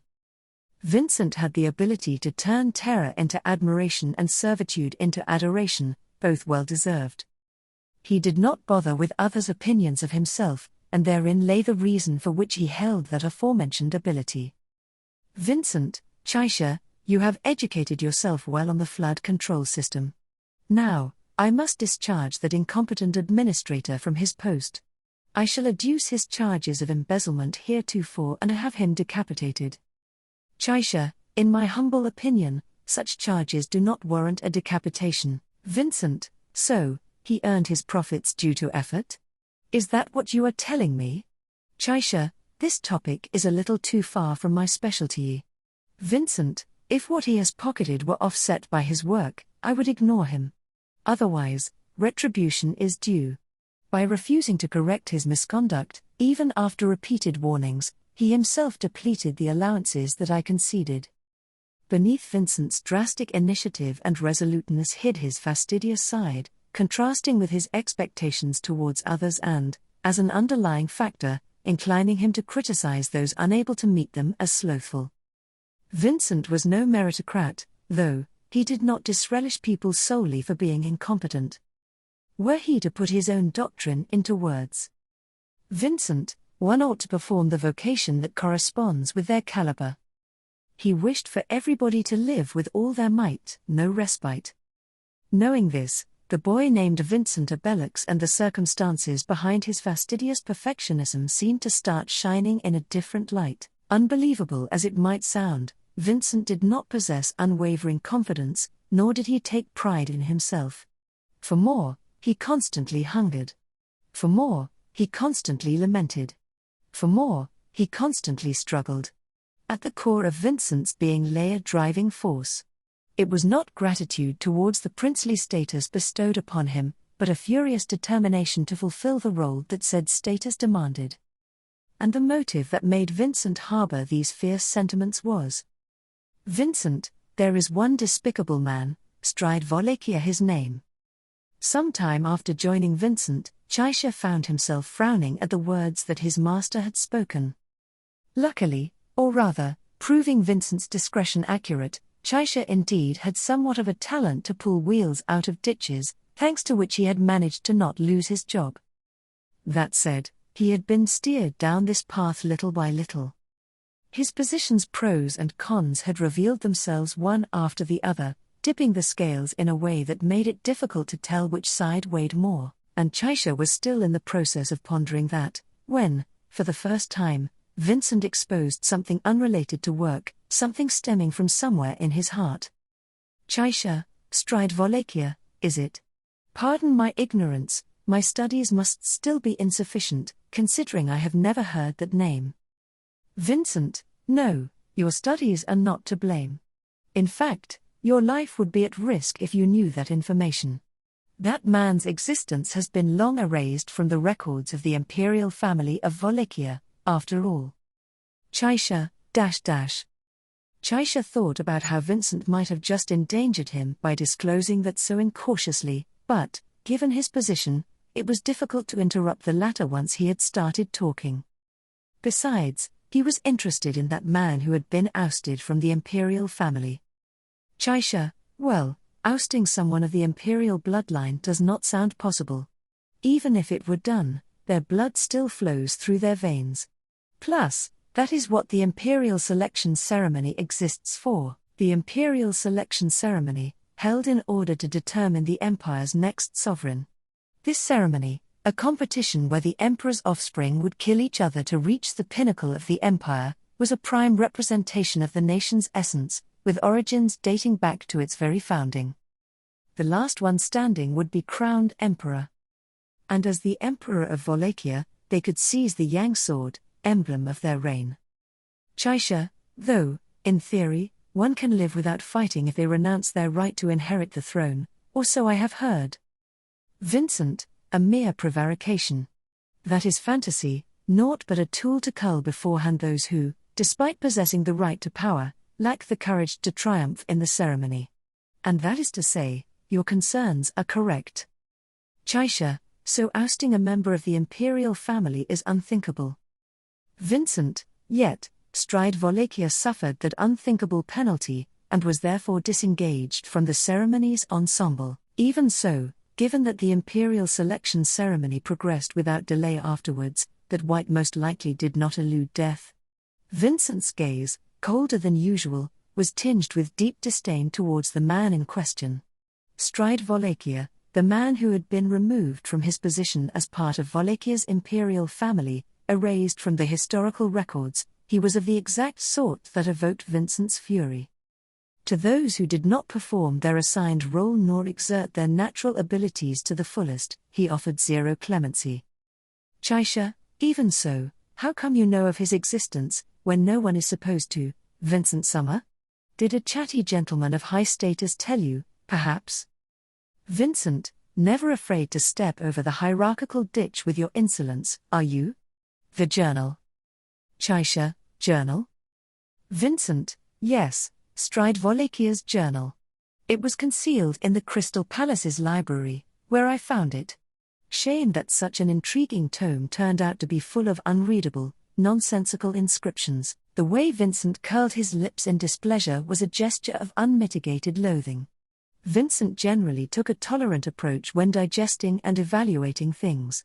He went through said thought process with impressive speed, which, for better or for worse, almost made it seem like he judged without prior deliberation. It would strike anybody as unusual to witness that same Vincent displaying such negative emotions. Chaisha, and what was inscribed in it? Would you ever show it to me? The topic piqued his interest. Nevertheless, deep down, he knew well that his attention was digressing from the journal's contents towards discovering what put his troublesome master in so much anguish. Aware of Chaisha's inner thoughts or not, Vincent closed one of his black eyes and, piercing him with his gaze, spoke. "Vincent, I shall not show it to you. Not that anthology of worthless delusions about the observers and things akin. Well, no offense, but you seem like quite the overthinker, always looking for reasons and whatnot. Cheshire, I don't think normal people make schemes while frowning as intensely as His Excellency or you do. Chaisha, first, please mind your words. Second, my name is Chaisha. Oh my, I'm so sorry. What could be more discourteous than mistaking a fellow actor's name? I'll reflect very deeply about what I've done. Chaisha, Chaisha, Chaisha, Chaisha, Chaisha, Chaisha, Chaisha. Chaisha, .. With energy and nothing else worth describing, the blue-haired boy kept talking. The boy, named Cecilus Segment, was of the same class as Chaisha years ago, somebody whom Vincent had sensed potential in and thus picked up. If one possessed great skill and the readiness to exercise it, Vincent would engage them. Vincent questioned neither one's origins nor status. While these ideals had earned him some detractors, none of them could deny that the Obelix domain was blooming further every year, under his rule. Notwithstanding, albeit prestigious origins were not a requisite, the gap in educational level made it too difficult to find another civil officer of excellence among commoners, hence, Chaisha's workload never abated. However, Cecilus, a good military officer, needs nothing but pure brawn. Though, in my case, as an actor, I need to have splendor as well, but I'm already one of a kind in both of those aspects anyway. Chaisha, you sound rather confident. But you probably do have enough strength to vaunt. Which, ironically, makes it more bothersome, but that is no concern of mine. The energetic little child, perhaps he was too old to be called that, being 6 or 7 years younger than Chaisha, although doing so felt natural for the latter, now 18 years of age. Unfortunately, Cecilus lacked the characteristic cuteness of boys his age. And not due his appearance or conduct, but due to that skill of which he boasted with pride. Chaisha, .. After joining the House of Obelix, Chaisha himself had trained in martial arts, for bodyguarding and self-defense purposes, but he was aware that his proficiency was that of an average man, and rather than moving his own body, he was suited to moving crowds. Of course, he ought to forget said pretext and avoid neglecting his training henceforth if he wished to improve.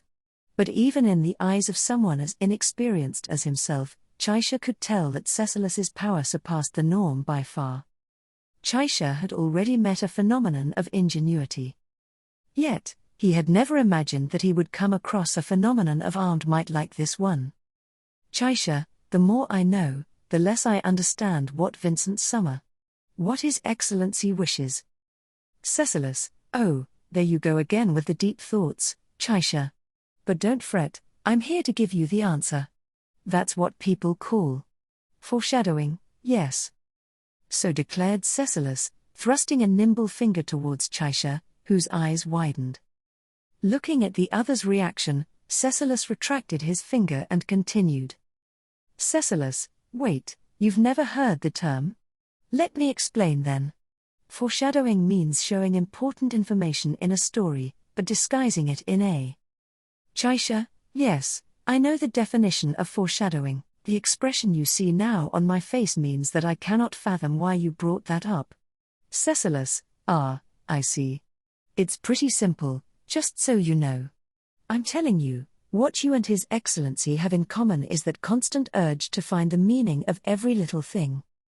Amused, Cecilus brought his hands together in front of his chest as he laughed. Then, he broke the clap and revolved on the spot, pointing with open hands at all that surrounded him. Cecilus, all right, let's suppose that there's indeed meaning to everything. Which is to say, all that stuff you can't explain at this moment serves as foreshadowing for what's to unfold sooner or later in this plot. Heart-pounding, isn't it? Chaisha, The expenditure of unaccounted funds and the amassing of goods of dubious provenance do not quite strike me as foreshadowing for the future, but as evidence of prevalent corruption and bribery. Cecilus, do you hear yourself? What you just mentioned is stuff you can solve in the present. Meanwhile, I'm talking about that which you cannot. Come on, Chaisha, I know you're so much smarter than this. Chaisha, bringing his spinning feet to an abrupt halt, Cecilus objected, brows furrowed in annoyance.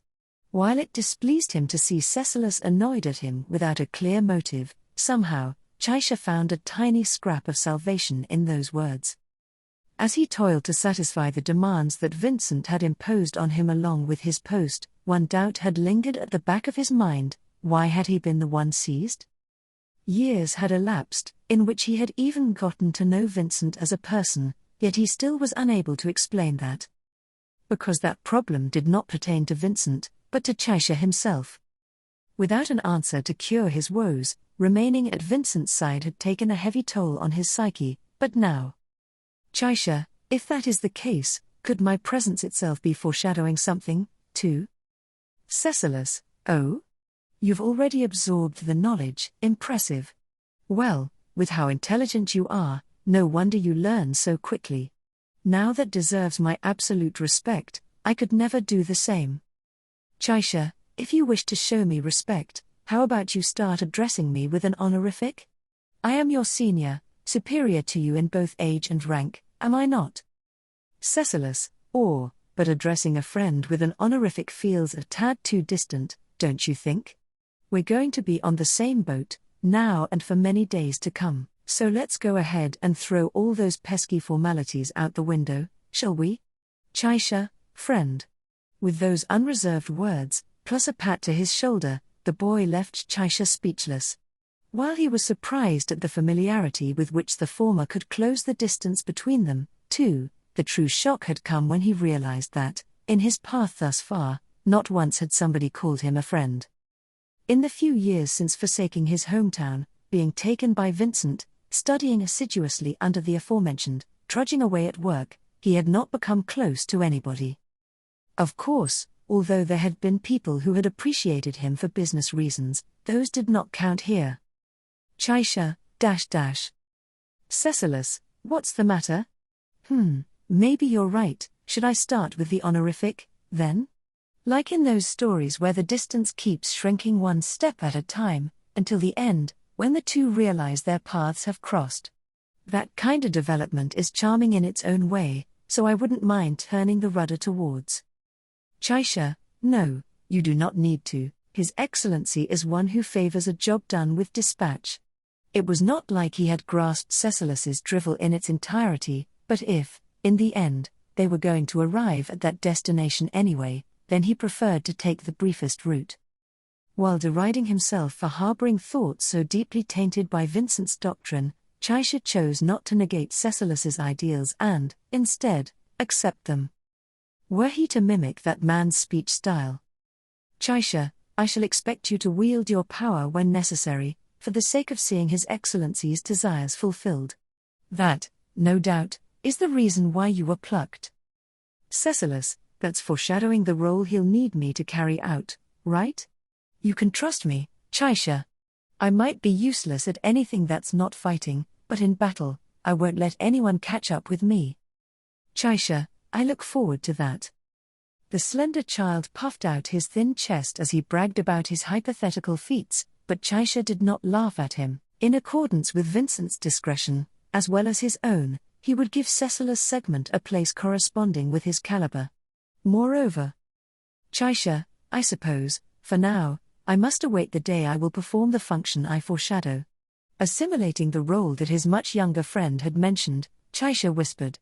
And as if fate had listened to him, the imperial selection ceremony, involving Vincent Abellux, commenced around 6 months after this event. With the death of the former emperor, Drazen Wallachia, there was the subsequent start of the imperial selection ceremony. Because of his indisputable talents, Vincent Abellux had been regarded as an enemy by his other siblings, being caught in a besiegement made up of concentrated attacks from the latter, in one opportunity. However, as it turned out, Vincent lived up to his initial reputation and expectations, winning the imperial selection ceremony with overwhelming strength. Having vanquished all his siblings, having been adorned with the crown of blood of the Wallachian Empire, Vincent Abellux, the 77th Emperor, Vincent Wallachia, was born. Part of the bloody path that Vincent had trod, part of the great river of blood that Vincent had pooled had perhaps been due, in part, to the contributions of Chaisha and Cecilus, who had served as his subordinates. However, in regards to this imperial selection ceremony, the role that had been expected of Chaisha, in the plan carried out for the sake of Vincent's victory, had been something quite different from freeing a wheel from a ditch. During the battle, Chaisha's entrusted role had been to make the very last move on the board. "Chaisha, I see your younger sister has escaped unharmed. She may have quite the fierce and uninhibited personality, but I am certain she understands her predicament. I believe things have been settled, for the time being." It was in an office, namely a room within the Crystal Palace in the imperial capital of Lupagana. In that room used by the emperor, who stood at the top of the nation's politics, Chaisha experienced having that familiar face regarding him back, a situation which would likely take him a while to deal with in this calm of a manner. Even though the emperor himself sat atop a chair of considerable authority, he showed no sign of breaking his usual demeanor. Even when assured that his victory in the imperial selection ceremony was unshakable, he did not even show a glimpse of a smile from a sense of accomplishment. Vincent never laughed. At least, not while passing as a prince or the emperor. When not playing as the prince, his lips would actually come apart and form a mischievous grin. However, the opportunities for that seemed like they would decrease significantly in comparison to then, as well. He had become the emperor. And thus, he would not permit a moment during which the emperor was not the emperor. No, he could spare a singular moment when that was not the case. "Chaisha, I could not believe my ears when you inquired about a way to save Priska Summer." Assuming that no one else was listening, Chaisha spoke of the greatest secret of this iteration of the Wallachian Empire, one in which he was directly complicit. Coinciding with the conclusion of the imperial selection ceremony, the birth of a new emperor was announced. But the fact of the matter was that the imperial selection ceremony, in which only the last of the imperial family would succeed to the throne, had not been carried out fully. 2 candidates had remained at the end. These 2 were Vincent Abellux and Priska Benedict. Priska Benedict was described as a tragic princess who had personally gulped down a poisonous cup, losing her life. In actuality, she had indeed drunk the poison, yet she had not lost her life. She had not consumed the poison from a cup, and had done so rather to save her squire, who had been so concerned for her master as to cling to the possibility of saving her life.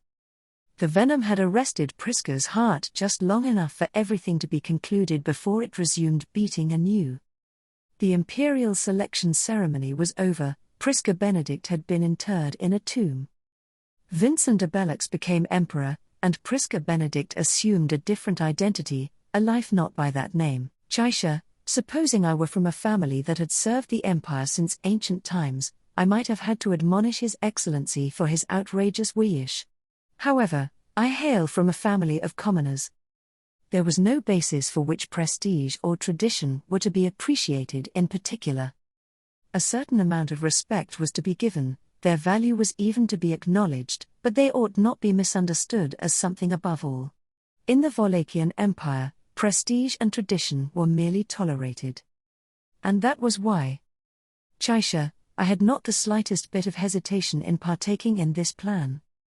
Vincent, As the emperor kept his silence, Vincent's inmost thoughts might have been unfathomable, but his actions were clear. From the very start, amongst his many siblings, Priska had always been special to Vincent. Although Priska shone brightly in Chaisha's eyes because of her sagacity, it was not only because of her ability that Vincent had an eye on his younger sister, even though he was much older than her. Despite being akin to the very picture of arrogance, Priska respected Vincent and treated him truly as a blood-related elder brother. Since the imperial selection ceremony was the fate of the imperial family of Wallachia, they mutually acknowledged that they were not allowed to coexist, even with compromises, until Vincent tore that fate apart by his own hand. This came much to the delight of Chaisha, and, above everything else, as a relief. Vincent's approach was to demonstrate his full capabilities within the position and role he had been bestowed with. Vincent had not changed his ways from the day of their meeting until the present day. So, what kind of rationale could have possibly manifested from the fact that he, of all people, had chosen to permit Priska's survival? If she were found alive, he himself would be endangered, and violence would break out, whereupon the foundation of trust that the Emperor had built up in the Wallachian Empire could be lost. As Emperor of Wallachia, what argument could he have that could justify it? None. Of course he would have none. It had not been a decision made rationally. It had been a desire born of emotion, a wish, a prayer. Vincent Abelux had not wanted to kill his beloved sister. Henceforth, Priska Benedict had been kept alive, and Vincent wore a crown of falsehoods. That had made Chaisha happy. Vincent had made the judgment that he wanted to bring Priska back to life, rather than having her be kept alive, and so, he had asked Chaisha for a way to get rid of the obstacle, the wheel stuck in the ditch. Chaisha, foreshadowing, was it? The nonsense Cecilus had uttered before the imperial selection ceremony began crossed his mind. Even something that in the moment did not make any sense, something which seemed meaningless, could be found out to possess meaning in the distant future. It could even be understood as having been present for that very purpose. Like his own position and actions, as well as Chaisha's, were perhaps the foundation for that future. Chaisha, well, it truly is annoying to admit that what Cecilus was talking about was pertinent, and I can see him getting overly enthused, so I will never tell him, Vincent, you have been this way for some time now, however I have been giving it some thought recently. Have you completely lost your color, and along with it, everything you have cultivated whilst in service of mineself?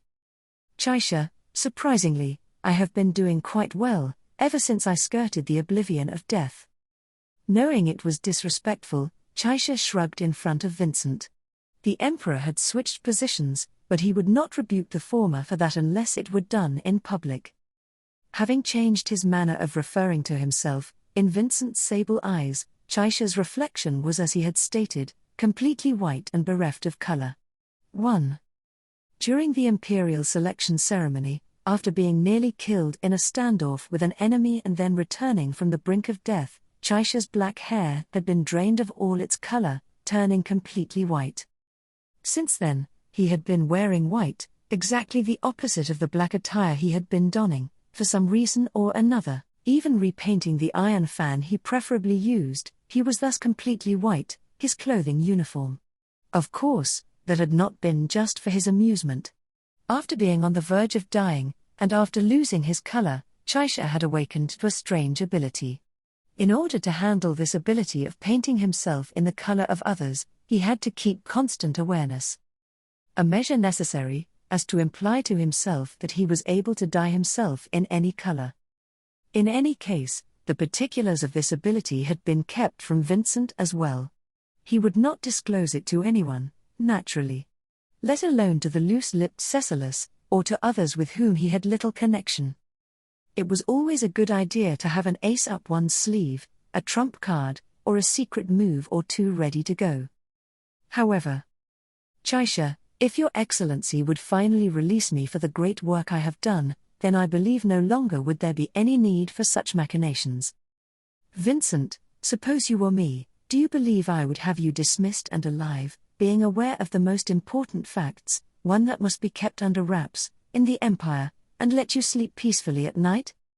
Chaisha, developing a hypothetical within another hypothetical is somewhat bad manners, but I guess losing my head before I leave the castle is all I have in store right now. Vincent, if you comprehend that, and if you value your life, then continue to serve me obediently. So long as you can prove that you are of use to me, I shall keep your head attached to your torso. As he declared so in an arrogant tone, Vincent rested his chin atop his hands, his elbows on the desk.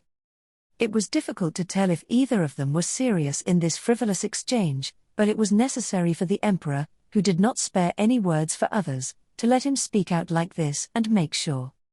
As per that exchange, Chaisha Gold's status and the role expected of him would go unaltered, though Vincent had become the emperor, but Chaisha, the state of the sacred Wallachian Empire may or may not change. Already, the radiance of the Yang sword, the absolute symbol of the Wallachian Empire, had been betrayed. The imperial selection ceremony, which had taken place ever since the empire's establishment, had been finalized in a way different to how it had been until now. Thus what would normally follow the ceremony would also change dramatically, in the future in quintessence. Going down that path, prioritizing his own desires and opting to save his younger sister. Vincent did all that. A new path would be opened, a path different from the one that had existed thus far. Chaisha found himself slightly excited by that fact and the anticipation that came with it. However, he would never display it in his expression, in his words, or in his attitude. That was because he was conscious of his friends, of Cecilus's bad influence. The days passed by at a dizzying pace. The former system of the 9 divine generals was restored, and the rankings of the imperial nobility were reset. By purging those who had become a mere shell of their former selves and enjoyed high status because of history alone, the way of the Wallachian Empire, which flew the national flag of a wolf pierced by swords, was enforced inside and outside its borders without exception. The way of doing things that had lasted till the previous emperor, who had unthinkingly believed the unwritten rule that the strong were absolutely right and had let the empire fall to ruin internally, was completely disavowed, and the initial principle that the strong were to be respected was scrubbed out. Those who sat on their bloodlines and families' social standing were robbed of what had represented them, while those who had been waiting vigilantly for the opportunity to come around were given a chance to take on the challenge. From the outside, Vincent Wallachia's reign would have perhaps seemed no different from the history of the empire thus far. However, its reality was quite different. Those who knew what was going on behind the scenes experienced it firsthand. Before long, it became something that many in the empire, and even those outside in other countries, would likely come to know. About the grandeur of Vincent Wallachia's remaking and reforming of the empire, useless conflicts would cease, and absurd death matches would no longer be applauded. Proof of strength was no longer based on an individual's military prowess, and those who held ambitions not suitable for their stature would prove with their lives the difficulty of truly fulfilling those ambitions. It was as if they were watching the process of completely painting over the criteria for what was strong. However, I'll be first, Anya will be second, and after Olbart joins, Chaisha will be fourth. Your Excellency's choices aren't so bad, but Chaisha, your complexion doesn't look so great, does it? Chaisha, I am fourth because otherwise it does not quite sit right for me. As Cecilus knows as well, Cecilus, on physical strength, absolutely. Well, I'm not claiming to understand your feelings at all, but I guess this is the way the pecking order's determined in the world ruled by your Excellency. It's hard to know which is which when there are mixed standards, but I'm feeling rather positive about it. Vincent, what is the reason for that? Aside from the fact that you are immovable as first. Cecilus, you took the words right out of my mouth. That you did is the biggest reason. But that's not the only one. I think having Chaisha though will change your point of view. Chaisha, point of view. In other words, can I take that to mean that of one's way of fighting? Cecilus, that's the gist. If me and you go at it, Chaisha, you'll die at the blink of an eye for sure. However, what if you start with 1,000 men? It might take 1,000 seconds. Chaisha, I doubt it would. But I understand where you are coming from. While I gain 1,000 seconds, Cecilus, His Excellency, or someone else, can fulfill their purpose. My one greatest flaw, as the leading actor of this world, is that there's only one of me in this world. There were those whose natures would not change at all, even if they gained a higher standing or if the way of the empire changed. However, Cecilus embodied that first principle. The reason for why was that, in the most ancient eras of the Wallachian Empire, the strong had garnered respect from everyone. Everyone throughout the empire knew that the one in question was unpopular, did not have a personality that would be liked by everyone, and did not have the character to be an example for anyone.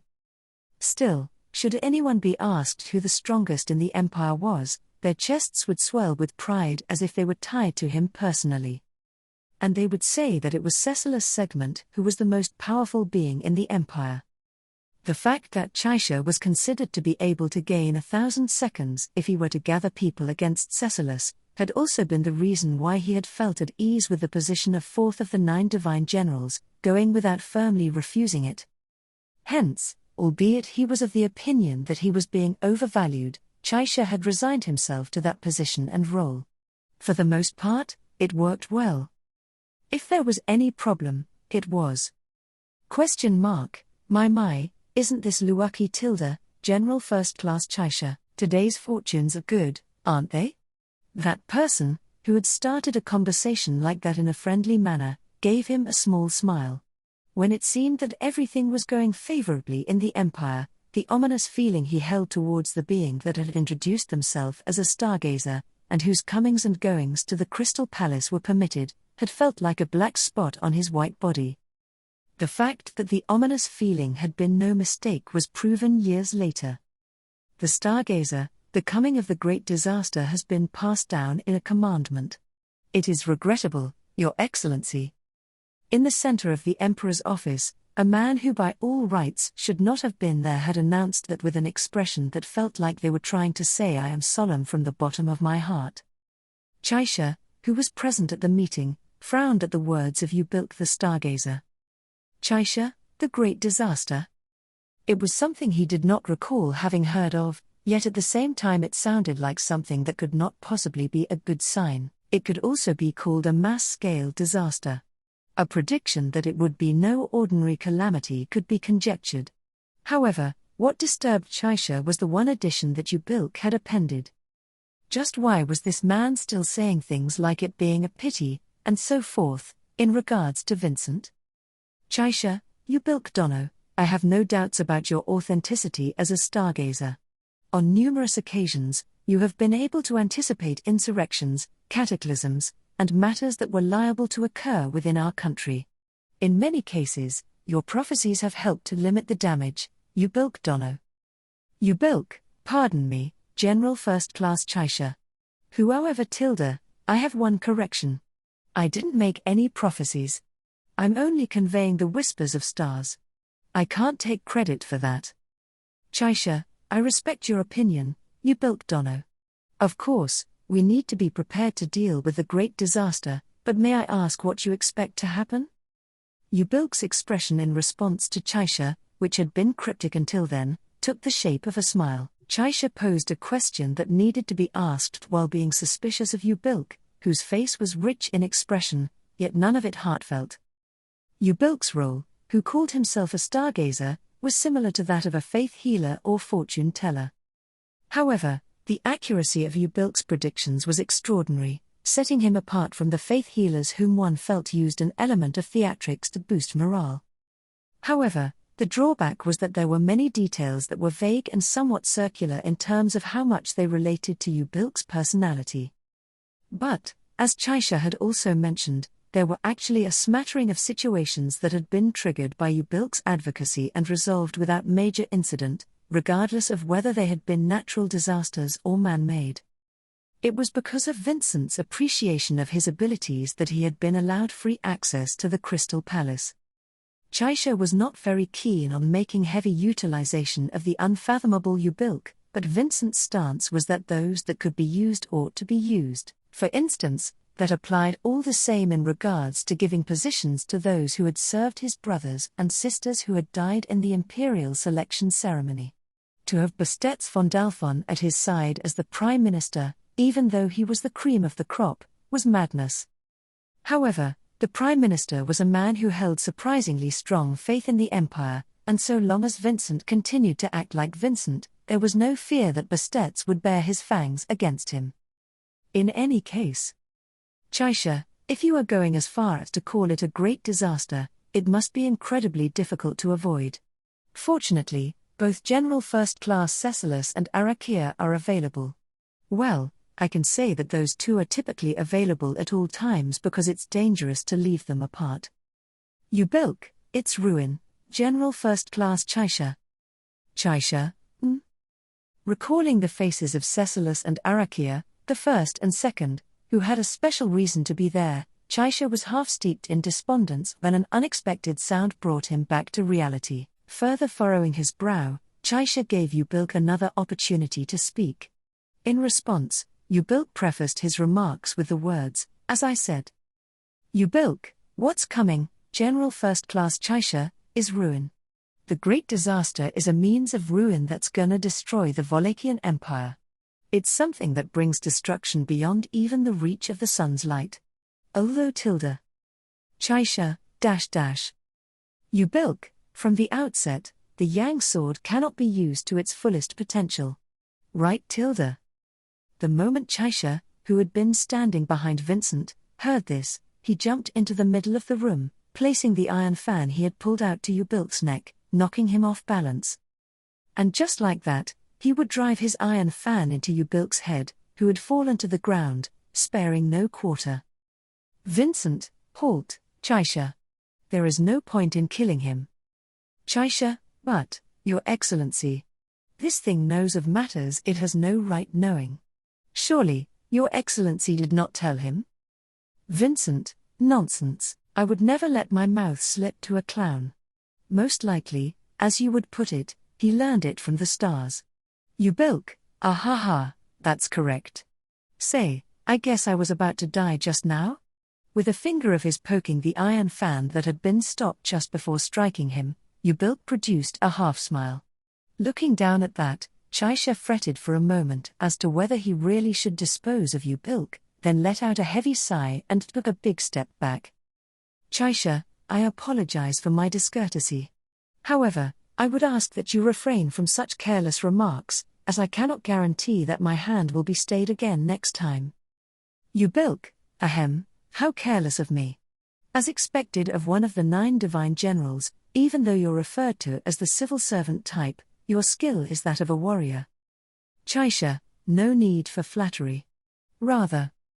Cutting off there, Chaisha averted his gaze from Yubilk and turned to look behind himself. There, Vincent, in the same posture as when he had received the Stargazer, sat at the large desk where he did his work, and looked their way. Faced with those black eyes, Chaisha suddenly recalled how they had met.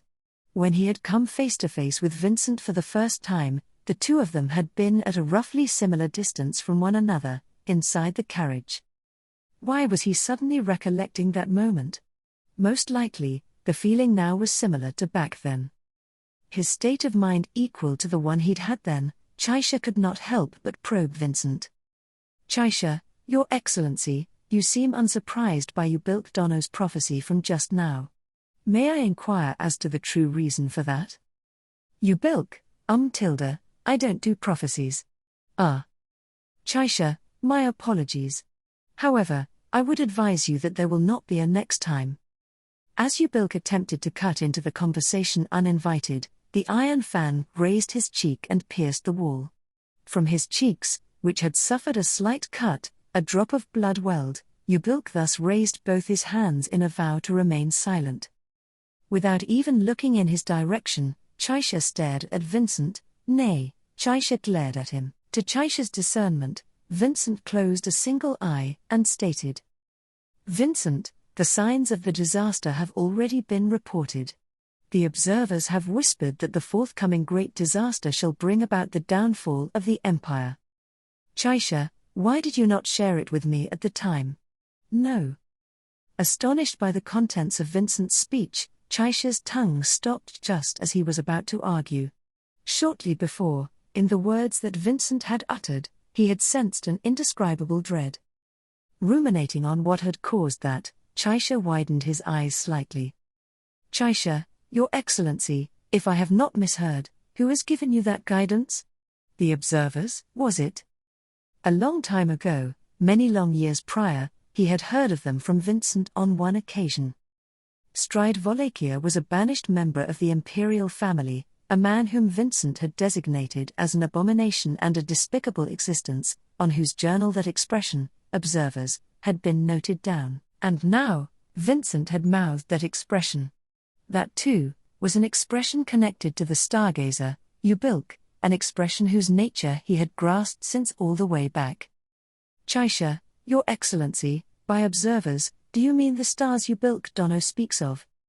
Vincent, I share the same perception.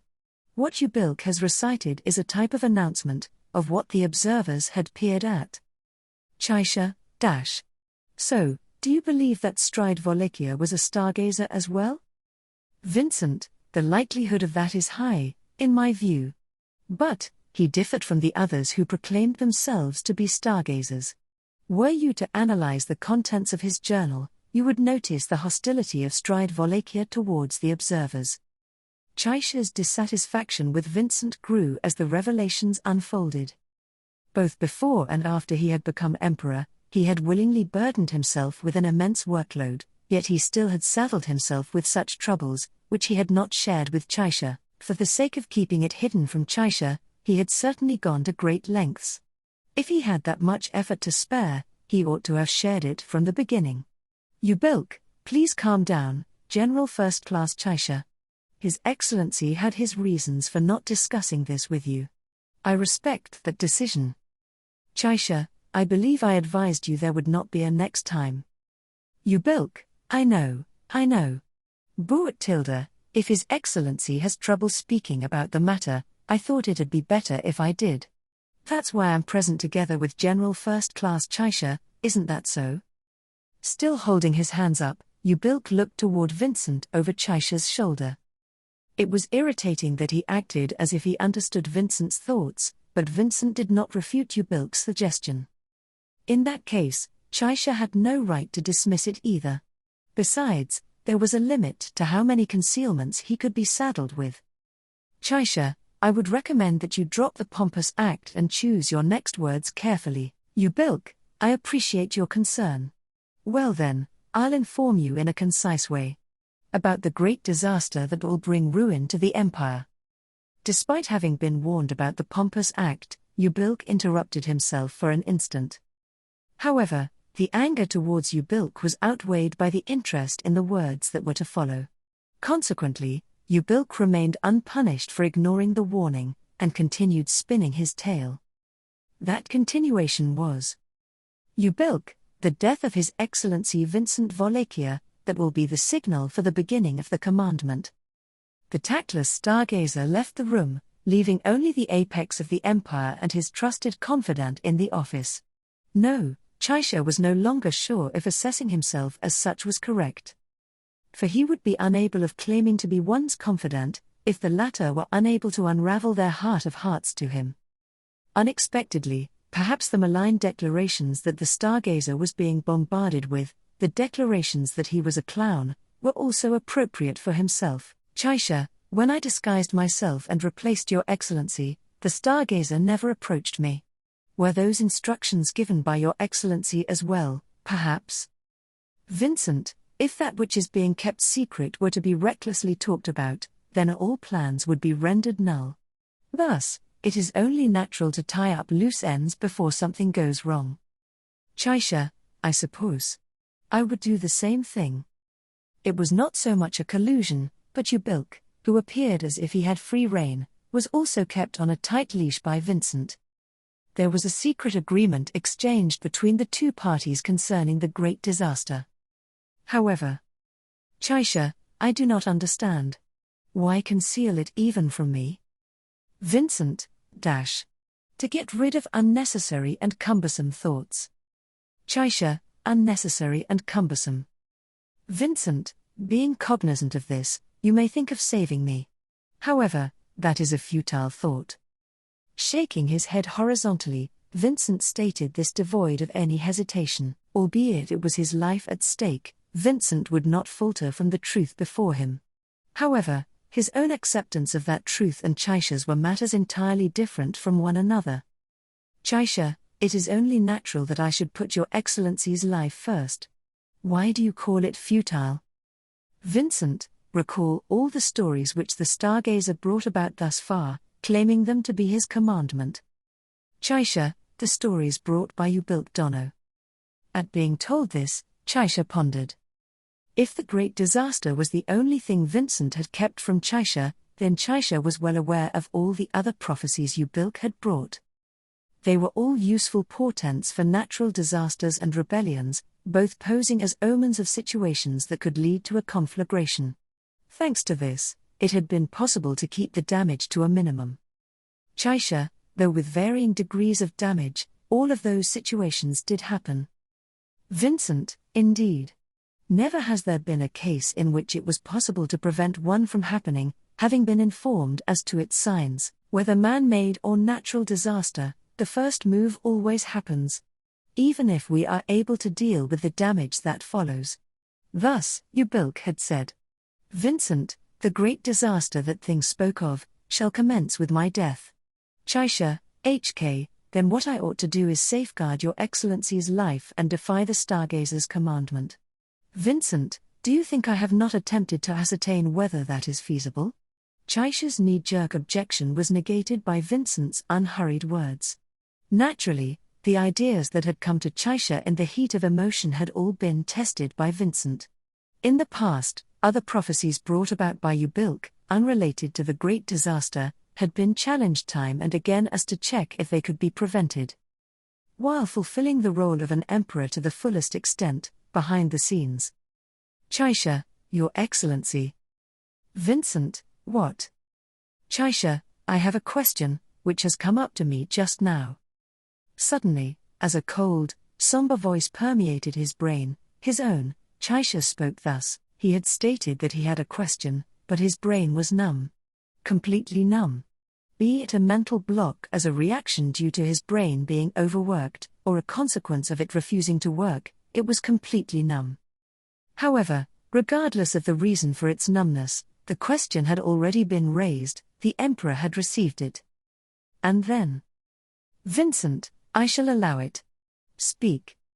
Chaisha could not deny that which the Emperor had chosen. Hence, Chaisha could not refuse what the Emperor had granted permission for. And so, as Chaisha experienced his own brain being numbed, he posed his query. Chaisha, since when have you been aware of the signs of the great disaster? Vincent, the journal. Quietly, Vincent opened a drawer in the desk he utilized to perform his duties, took out an old bound book, and placed it upon the desk. A journal that had become a topic of conversation once in the past, but which he had never seen. The journal left by Stride Wallachia, if it conveyed the signs. Chaisha, Your Excellency, what you have done so far. Meeting Chaisha, originally Cheshire Trim, walking alongside him, cultivating time with him, picking up Cecilus, taking part in the imperial selection ceremony, saving Prisca Benedict's life by going against his own principles in a first, and paving a new path as the Emperor of the Wallachian Empire. The whole of Vincent Wallachia's journey had been. Vincent, after my death, the ruin caused by the great disaster must be minimized. This is the purpose of the reform, that of the 9 divine generals. Chaisha, Vincent, your purpose, Chaisha Gold. Chaisha, I demand to know who these observers are, and for you to disclose whatever information you may have on them. Pushing the open iron fan against another's neck, Chaisha issued a threat, his tone low. However, as Chaisha directed that ghastly hostility at him, the facial expression of Ubilk, who had had his back pinned against the wall, was a carefree one, unable to read the situation, as if bemused. His expression unchanging, Ubilk called out to him with General First Class Chaisha, then continued. Ubilk, I'd thought that you and His Excellency the Emperor had discussed that a few days ago, and that you had come to terms with it down inside, General First Class Chaisha. Chaisha, it took me a few days to review the preconditions to make sure there was no mistake. Unfortunately, there is currently no way to directly reject His Excellency's thoughts. Ubilk, I'm sure it'd be the same even if you discussed it with me. But, as expected from the General First Class who also serves as His Excellency's body double, you do take after him plenty.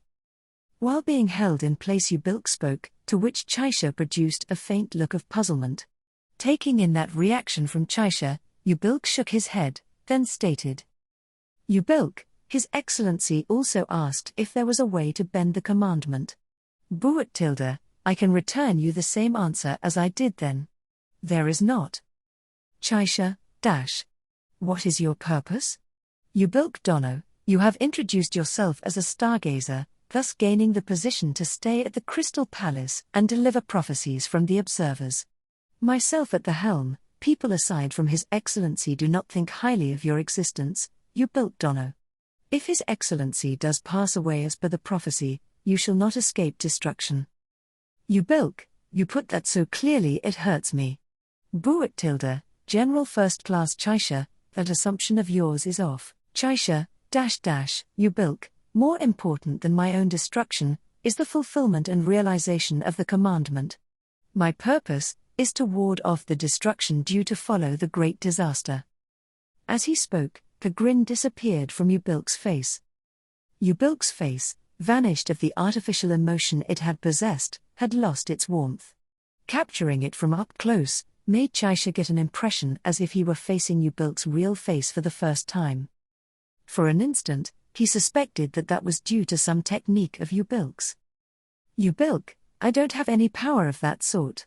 Didn't I destroy my own evil eye in front of your very eyes, General First Class Chaisha, as to display I held no malice towards His Excellency at the very start? Do you wish to confirm that? Chaisha, dash. No, that is fine. Unless I have misheard, you, Ubilk Dono, have stated this. That your purpose is to ward off the destruction due to follow the great disaster. Ubilk, yes, that's correct. In that respect, that purpose is in accord with His Excellency's. The replying Ubilk was devoid of faltering, and Chaisha could perceive no falsehoods in his opinion. If he were to lie here in the first place, it made no sense that he would not lie to make himself, rather than Vincent, look good to Chaisha. Even Ubilk would not be too thrilled were he to be killed after carelessly provoking Chaisha's ire, most likely, despite that expression of his suggesting he did not mind being killed at any time. In addition, even though he had some thoughts on Ubilk's behavior and perceived him as a nuisance, Vincent's reasons for not sending Ubilk away were understandable. Vincent and Ubilk were both working toward the same goal. Chaisha, it does not seem to me that Ubilk Dono is thinking of preventing the great disaster itself. Why is that? Ubilk, oh, it's simple. The great disaster cannot be postponed. It's the sort of established rule where it'll happen without fail. My purpose, once the great disaster has happened, is to ward off the destruction it brings. In other words. Chaisha, in other words? Ubilk, if the great disaster doesn't actually happen, my commandment won't be fulfilled. For that reason, even if all the factors that had caused the great disaster are destroyed, I'd become said factor. That was a fanatical way of thinking. The means and the ends were both mixed up. Gulping at that incomprehensible absurdity, the iron fan that was already on Ubilk's neck was made to dig into it with further force by Chaisha. Pointed against a vital point, putting enough force into it would have Ubilk's throat being severed there. Allowing Ubilk himself to understand this, Chaisha's voice became sharper. Chaisha, then it would be best if we remove that factor with our own hands here. Ubilk, I wish you wouldn't, but I'm not gonna stop you. Though let me tell you one thing, supposing you kill me, the next stargazer will appear. That's how it works. Chaisha, dash dash. Ubilk, 4 major disasters will destroy the world. The opportunity to stop one of them has come. We are terminals of self-purification and self-defense brought about by the stars, and there are infinite substitutes. Staring into those eyes from which nothing could be sensed, Chaisha ground his teeth. That there were no threats, no falsehoods, and that Ubilk himself was at least speaking seriously, was something that Chaisha could sense. In order to ward off the destruction wrought by the great disaster, he would make it so the great disaster would happen without fail. A declaration far too absurd, far too illogical, yet it was an invitation to a war of attrition, employing countless lives as shields, that even Vincent was unable to do anything about. A possibility popped up, however, that perhaps, of some of the stargazers who had brought commandments thus far themselves had served as sparks, playing a role in the materialization of their prophecies. But if they were to ascertain this and massacre the stargazers, eradicating them, being that the conditions for their emergence were not known, it was likely that they would need to murder all those capable of becoming one. That would be tantamount to destroying the country. Ubilk, His Excellency is admirable. Having attachment to individuals is something that makes up very little part of my nature, but I gotta take my hat off to His Excellency for the way he is. Someone who's not a stargazer isn't capable of being like that. Chaisha, Ubilk Dono admiring someone that greatly, what an unfunny jokey. Ubilk, I truly mean it. There's no one able to accept their death forewarned by the commandment with peace of mind. And yet His Excellency's making all preparations for after his own death. Even if he has no hopes left for living, he hasn't given up fighting. Truly, the king of sword wolves. Ubilk's words, muttered solemnly, were a solid expression of his admiration for Vincent. The sword wolf he had spoken of, the wolf pierced by swords that was the national emblem of Wallachia, was a celebration to the way of life of a warrior that did not falter even when saddled with life-threatening wounds. In that sense, as Ubilk had declared, Vincent's way of life was that of the sword wolf itself. Ubilk, General First Class Chaisha, I've spent all my life with the intent to fulfill my commandment with my entire heart. Buat tilde, it's not like I believe that my commandment is more wonderful than all. In case you're saying it's difficult to accept, General First Class Chaisha, it's okay if you were to try it out. Chaisha, try it out. Exterminating you, Ubilk Dono, and those with the same station you have, you mean? Ubilk, I did state that there are infinite substitutes, but there's a limit. There are only so many lives. Trying it out with the support of General First Class Cecilus would be worth the shot.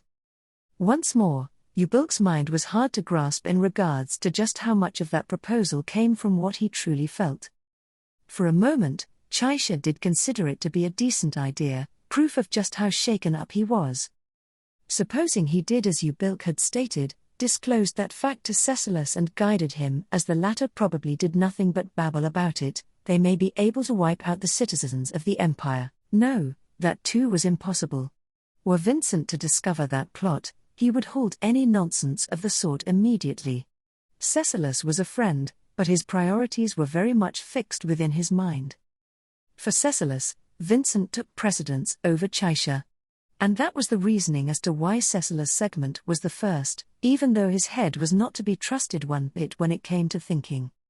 Chaisha, nevertheless, the likes of disclosing this to Cecilus was an option that had not occurred to me, and that is quite laughable, even if I say so myself. An out-of-place, deep emotion carved a faint smile onto Chaisha's lips. Emerging in his head vividly, was Cecilus pouting his lips, protesting vehemently. Chaisha, .. He suddenly recalled an exchange they had had one day quite clearly. Cecilus, if me and you go at it, Chaisha, you'll die in the blink of an eye for sure. However, what if you start with 1,000 men? It might take 1,000 seconds. Chaisha, I doubt it would, but I understand where you are coming from.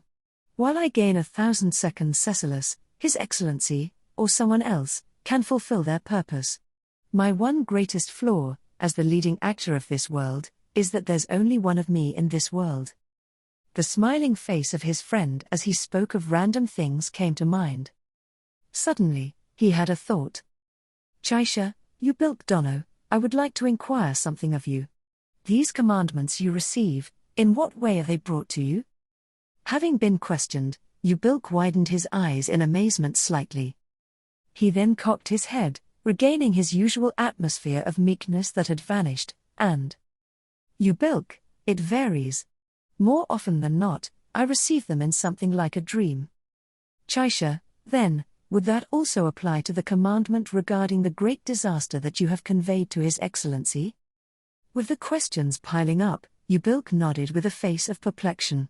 Exhaling at that answer, slowly, Chaisha gave form to the thoughts that he had had. Chaisha, if, in the commandment you have received, the moment His Excellency loses his life is present, pure white vanished, and thus, he painted over his uncertain self that could be dyed in any color, not just with anyone. Appearing there was Chaisha, the Vincent Wallachia that dies there, Which one is it, I wonder? Cheshire Gold, formerly Cheshire Trim, did not consider himself to be someone with a very high sense of loyalty, nor had he pledged unwavering obedience to His Excellency the Emperor. As none other than Vincent Volacchia himself had stated. At a time Cheshire had been asked if he would be willing to die for Vincent, returning the direct reply that he would not do so. To keep that in mind as he served him, so had Cheshire been told. In accordance with that declaration, and with those sentiments, Cheshire had come to serve Vincent. Therefore, he would not do anything akin to dying for Vincent's sake. Even if he did not pledge unwavering loyalty to Vincent, he pledged a loyalty born of common sense. As one of the people of the Empire, as one of the generals first class of the Empire, he also happened to possess some sense of respect towards for His Excellency the Emperor. Conduct that felt as if it ran counter to Vincent's command was preposterous. Hence, Cheshire's choice was something made not for Vincent's sake, but for all intents and purposes, it had been made for the sake of those very same feelings at the very origin of it all, when he had happened to run into the prince on that road. Back then, the many people around him had avoided getting involved upon laying eyes on that carriage, which they could tell at a glance had high-class folk riding in it. They would have been fine with helping out, but if they turned out not to be able to, instead incurring displeasure, their lives would be in jeopardy. While able to perfectly grasp the thoughts of those people, Cheshire had stepped up to the carriage. It was not as though he had wanted to help people. However, he had thought it a shame were he to miss out on the opportunity to test his arithmetic and studies, which was said to be useless in the village that was his hometown. Indeed, same went this time around. A chance to get behind the thoughts of Vincent Volacchia, a man whose ingenuity could make anything go according to his hypotheses, would probably never come around again. Moreover, ever since Vincent Volacchia had been a young child, he had steeled himself to accept that moment with solemnity. In other words, this was a challenge to partake in a crucial bout on which the life of Vincent Volacchia was staked. A man whose blood would boil once the gauntlet was thrown down, a man whose spirits would rise more and more upon the realization that his enemy was a mighty one indeed, a man whose soul would ignite as a means to fell his opponent. That was a man of the Empire. And Cheshire Gold was a man of the Empire. What sort of feelings, what sort of thoughts had been in Vincent Volacchia's mind, at the time he had decided to place Cheshire under his care, as to learn under him, to become capable of using the same intelligence as himself after his own demise, were unclear. He did not understand, nor did he want to understand. Once he understood that he did not understand, he had had many of those hot-headed thoughts. Vincent had once given a few words on it, that he had experienced those very same thoughts. And thus, Cheshire, the ruin brought about by the great disaster. Just what is the great disaster? Don't make me laugh. Labeled as the likes of a mass-scale disaster, it seemed the great disaster would somehow try to trample, to plunge the Volacchian Empire into ruination. From Cheshire's point of view, however, it was humorous. The great disaster would commence with the death of Vincent Volacchia. The great disaster would not start without Vincent's death. In other words, the empire could not be destroyed if he were allowed to live, so had he not already lost before the destruction had started? Setting Vincent Volacchia aside, what was the destruction to come? What was the great disaster? Vincent Volacchia, the 77th emperor of the sacred Volacchian Empire, Cheshire, His Excellency himself is the Volacchian Empire. The utter devastation and ruin of the land after the death of His Excellency is an incredibly absurd, side-splitting, comedy of comedies. He ridiculed the yet unseen great disaster with a manner of speech akin to Cecilus. Ridiculing the great disaster that he most likely would never lay eyes upon, he stuck out his tongue. Cheshire, a dog that seeks to snatch a lowly victory, how can that be the one to kill our sword wolf? Don't you dare underestimate Vincent Volacchia, who I supported, who I built up. If you are someone who can kill him, then what are you waiting for? If you say you will snatch him away, go for it. Forewarned ruin and all the like, don't you dare think that you can destroy our emperor, our empire. That day, when I got the wheel out of the ditch, it was for the sake of this moment. For the sake of ridiculing this destruction, All of it was Chaisha, foreshadowing. Though, I shall absolutely not say such a thing, for if I did, Cecilus would get overly enthused. A white light shone dazzlingly within the throne room, and immediately afterward, scarlet blood splattered grandly. Upon the red carpet, a slender man stood, drenched by the fresh blood that had just been scattered. The man, donning a ridiculous Oni mask on his face, widened his black eyes hidden behind the mask, frozen in shock at the events that had developed in front of him. And before that man who was standing stock still, the body that had gushed copious amounts of its blood crumbled, toppling to its front. His chest, lacking any defenses, had been run through from behind, destroying his heart without a shred of mercy, eradicating, ripping away anything and everything necessary for the maintenance of life. Abel, Unable to support the falling body with his arms, it helplessly collapsed onto the carpet. With that, the fallen body did not stir, with nary a twitch, nor with even a gulp of air, much less any final words. None may live, having had their hearts pierced, consequently, that was an event inevitable, the terminus of fate as was bound to arrive. Abel, the man had died. He was Cheshire Trim, became Chaisha Gold, and finally as Vincent Volakia, the man had died. And that was the entirety of what had transpired, in that moment. Arc 7, Chapter 108, Forthcoming Great Disaster. The last act of Chaisha Gold, posing as the Emperor, was beyond comprehension. Having been ousted from the throne, Vincent Volakia began giving his name as Abel, gained support from the people of Shudrak in the large forest to the east, and personally took the lead of a rebellion that had upheaved the empire.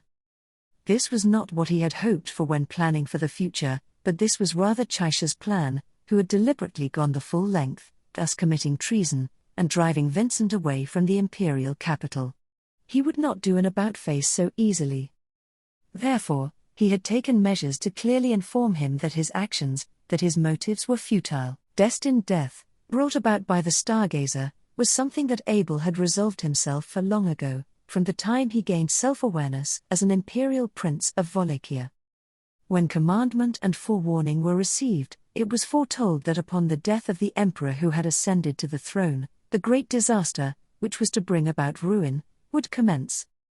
It was not as though he himself had been mentioned by name. However, at the time when he had seen the forewarning, he had had confidence that he would be the one to ascend to the seat of emperor. He had held confidence that were it not him, the Wallachian Empire could not be saved. To his other brothers and sisters, he could not entrust that great duty. Putting the entirety of his capabilities and his potential into it, Vincent Abelix would take the seat of emperor, and as Vincent Wallachia, he would take the measures for the empire to not be undone. That was the plan that Vincent Wallachia, that Abel had staked his life on. He had restored the system of the 9 divine generals, whom everyone worshipped in the Wallachian Empire where the strong were revered, and upon their apex, he had placed the unmistakable strongest. Distorting the way of being of the empire, rife with senseless barbarism as it was, he had guided them to losing their reluctance regarding orderly violence, thus leaving as much potential as he possibly could so that the Wallachian Empire would survive, even after his death. Everything had been part of the plan on which he had staked his life. Abel, The body, unable to do anything but lie face down, continued to spill vast volumes of blood from its chest, its heart having been pierced. Black hair and black eyes, each time he looked in the mirror, his face made him feel anger and frustration at his lack of power, his lack of knowledge. That face had been deprived of blood, and its expression soaked in blood as it gazed at nowhere in particular. His current body, manifested through the ability which he had professed to have attained while on the verge of death, a time at which his color had vanished, did not return to his original form, even once his life had come to an end. Nevermore would he lay eyes upon that form, nevermore would that impudent speech strike his eardrums again. Nevermore. Abel, why? A question that ought not be asked, spilled from his lips. The one who was to answer that question, would never open their mouth once more. Even so, the lips that were supposed to avoid all that their owner knew to be meaningless, spilled that question. The prophecy of the great disaster, it was conceivable that if one were to be aware of its conditions, they could overturn it. He had sought out that method in the past. He had conveyed so to him, that ought to have made him understand that it could not be done. And yet, as Chaisha had still not been convinced, he had committed treason in vain. In this way, the confrontation they had had within the throne room ought to have been proof that no means with which to avoid the great disaster existed. He had trained Chaisha, so that he could entrust him with the empire after his own demise. To think as he did, to arrive at the same conclusions as he did, in order for him to be able to fulfill being a proxy of Vincent Volacchia. Therefore, were he truly Vincent Volacchia, he was supposed to have accepted the defeat with grace. Accepting defeat and lowering weapons, putting an end to this futile battle, restoring the throne to the returned Abel so the latter could welcome death, and then, with that, supposedly oppose the great disaster of ruin. That did not come to pass. A foolish gamble it had been. Even if he were to die in Abel's place, as Vincent Volacchia, were the great disaster to not deem it acceptable, it would amount to a foolish gamble that had ended in nothing but a useless death. That especially was what Abel abhorred, a death inefficient to the utmost extremes. Even though Chaisha Gold had presumably been aware of that. Abel, why? Endless doubt and bewilderment, stained a deep scarlet by the flowing blood. Even if he asked once more, there would only be another layer of silence piled on, gone without replies. That too, was what Abel loathed, inefficiency to the utmost extremes, and then. Well, ain't that just 'cause it was a bad plan? Immediately after, a second shot of white light was fired, zipping straight towards Abel, who stood bolt upright. Calling it light was no falsehood, the blow that brought death aimed for Abel faster than an arrow. To begin with, Abel was not a fighter. Had the shock from the immediately preceding event still remained, it would have been entirely impossible for him to react to the white radiance that had grazed the edge of his vision for nary a moment. Ergo, what had saved Abel's life in that moment, was not a judgment of his own. It came to pass right as Abel was on the verge of being run through by the light approaching him from the front, about to have his heart extirpated. A roaring sound and violent tremors furiously shook the throne room, nay, the entire crystal palace, and a tremendous impact destroyed its firm walls. The origin of the impact did not stop at just destroying the wall, and wedged its way between Abel, who was standing bolt upright, and the corona zipping towards him. With a sound akin to a splash of water, the white light obliterated that interference, and thus, that which had saved Abel's life by a hairbreadth was. Abel, an enormous arm, is that Mogoro Hagane? Mogoro, man at throne, protect. His Excellency, ordered me. The wall-esque object that had made a sudden appearance before Abel's eyes, was the right arm of Mogoro Hagane, which had been thrust into the throne room. Mogoro, a meteor also known as the very Crystal Palace itself, was supposed to be participating in a fierce clash unfolding upon the battlefield, having taken in the ramparts of the imperial capital of Lupagana as their own body. And yet, Abel, so it was Chaisha? Mogoro's earlier statement was proof of the fact that they had received orders to protect Abel. Then, the one to direct Mogoro to return from far away had been the one who sat upon the throne possessing the function of exerting influence on the meteor. None other than Chaisha Gold could have done so. That Abel's life would once more be targeted right after he himself had been shot, had been his prediction. Abel, HK, Mogoro Hagane. Bring me outside. Mogoro, who, you? My priority, His Excellency, Abel, the Emperor has died. If I die, his death shall be in vain. Mogoro, taking in those domineering words from Abel, Mogoro noticed the collapsed silhouette as they peered into the throne room. Mogoro's state was such that it was difficult to tell where their eyes were present. Once the green orbs emerging from the city walls flickered, however, they too recognized the death of the Emperor, who had collapsed face down. Mogoro, the body. Abel, it is superfluous. Worry not for the dead.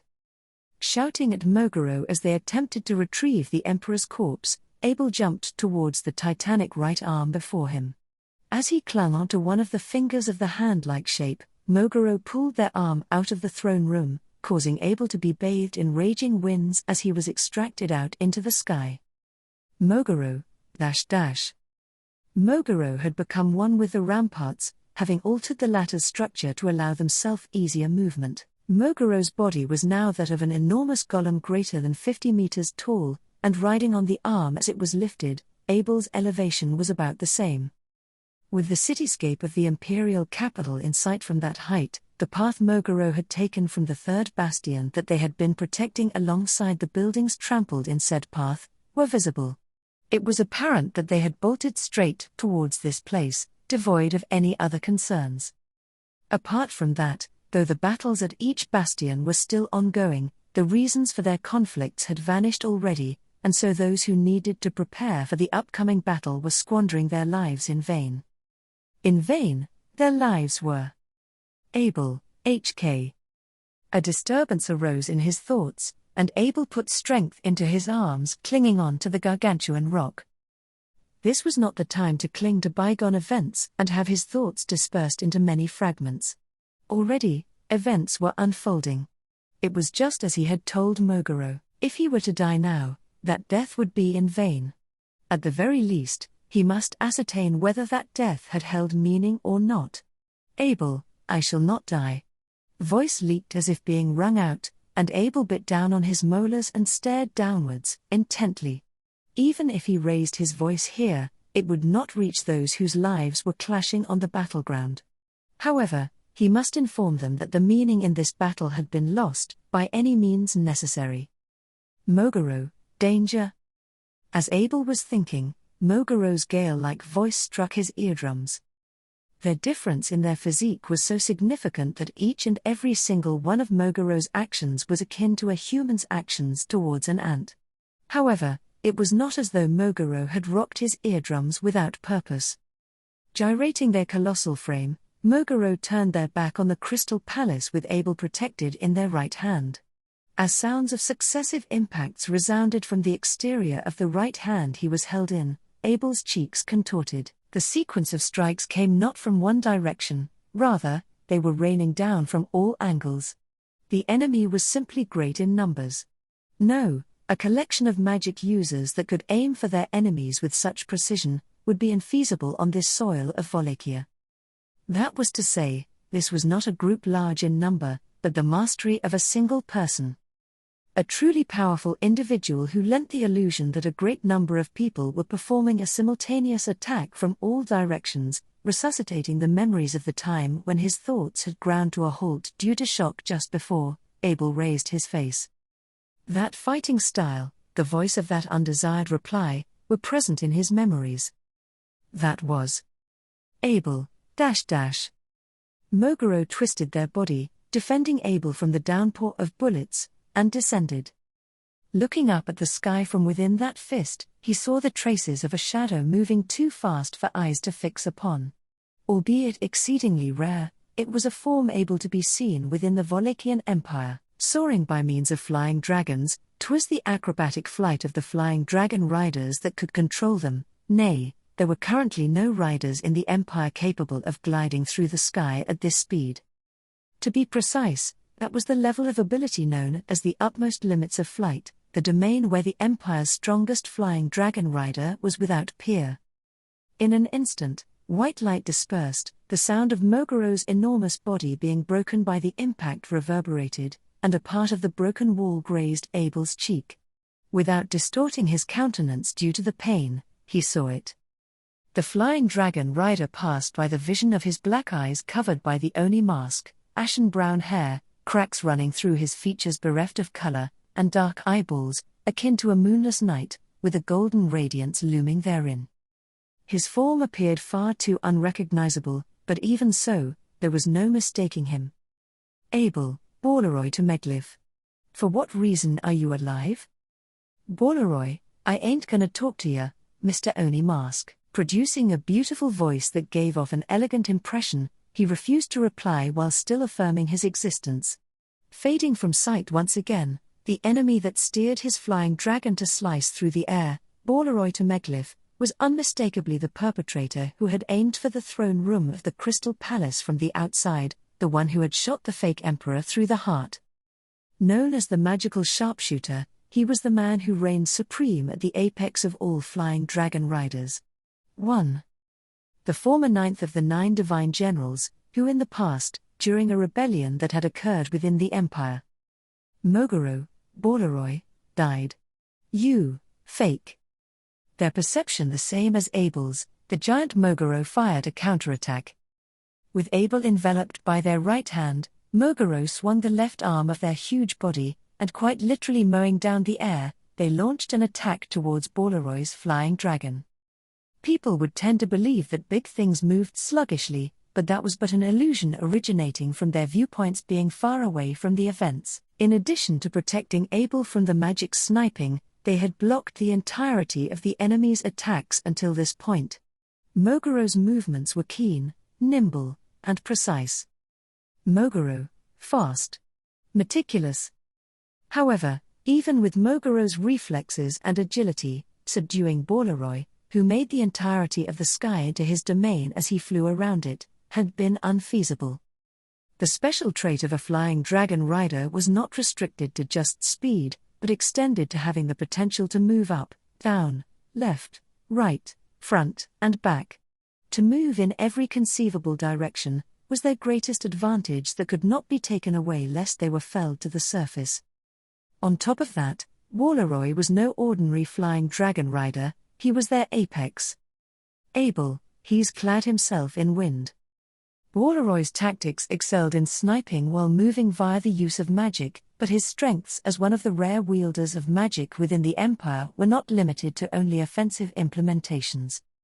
By shrouding wind around the flying dragon he steered, he actualized a maneuver that other flying dragon riders could not, increasing its speed and softening the impacts it took, making himself unable to ever be caught. However, in order to put it into practice, a strong coordination with his flying dragon was indispensable. Abel, has that flying dragon also soared back from the beyond?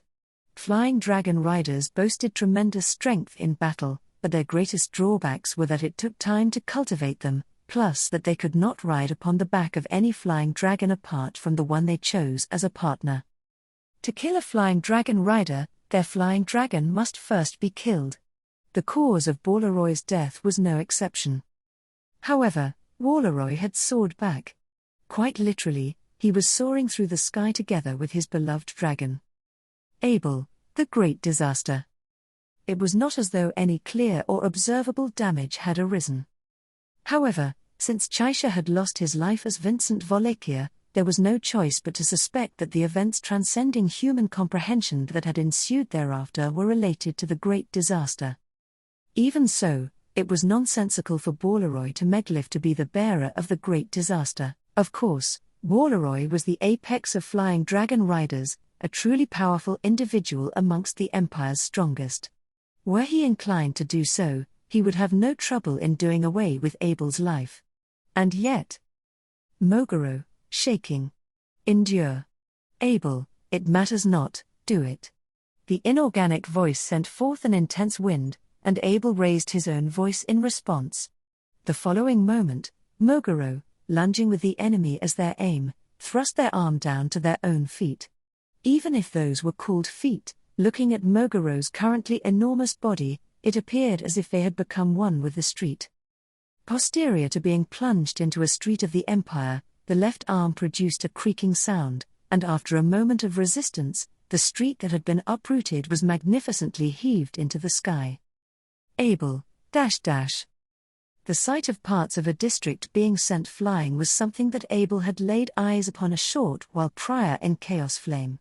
Back then, it had also been an absurd sight, but it had been nothing more than the city's residents coming together to hurl demolished buildings. However, in Mogoro's case, that was a feat of strength devoid of intricacy, an unmistakable act of violence.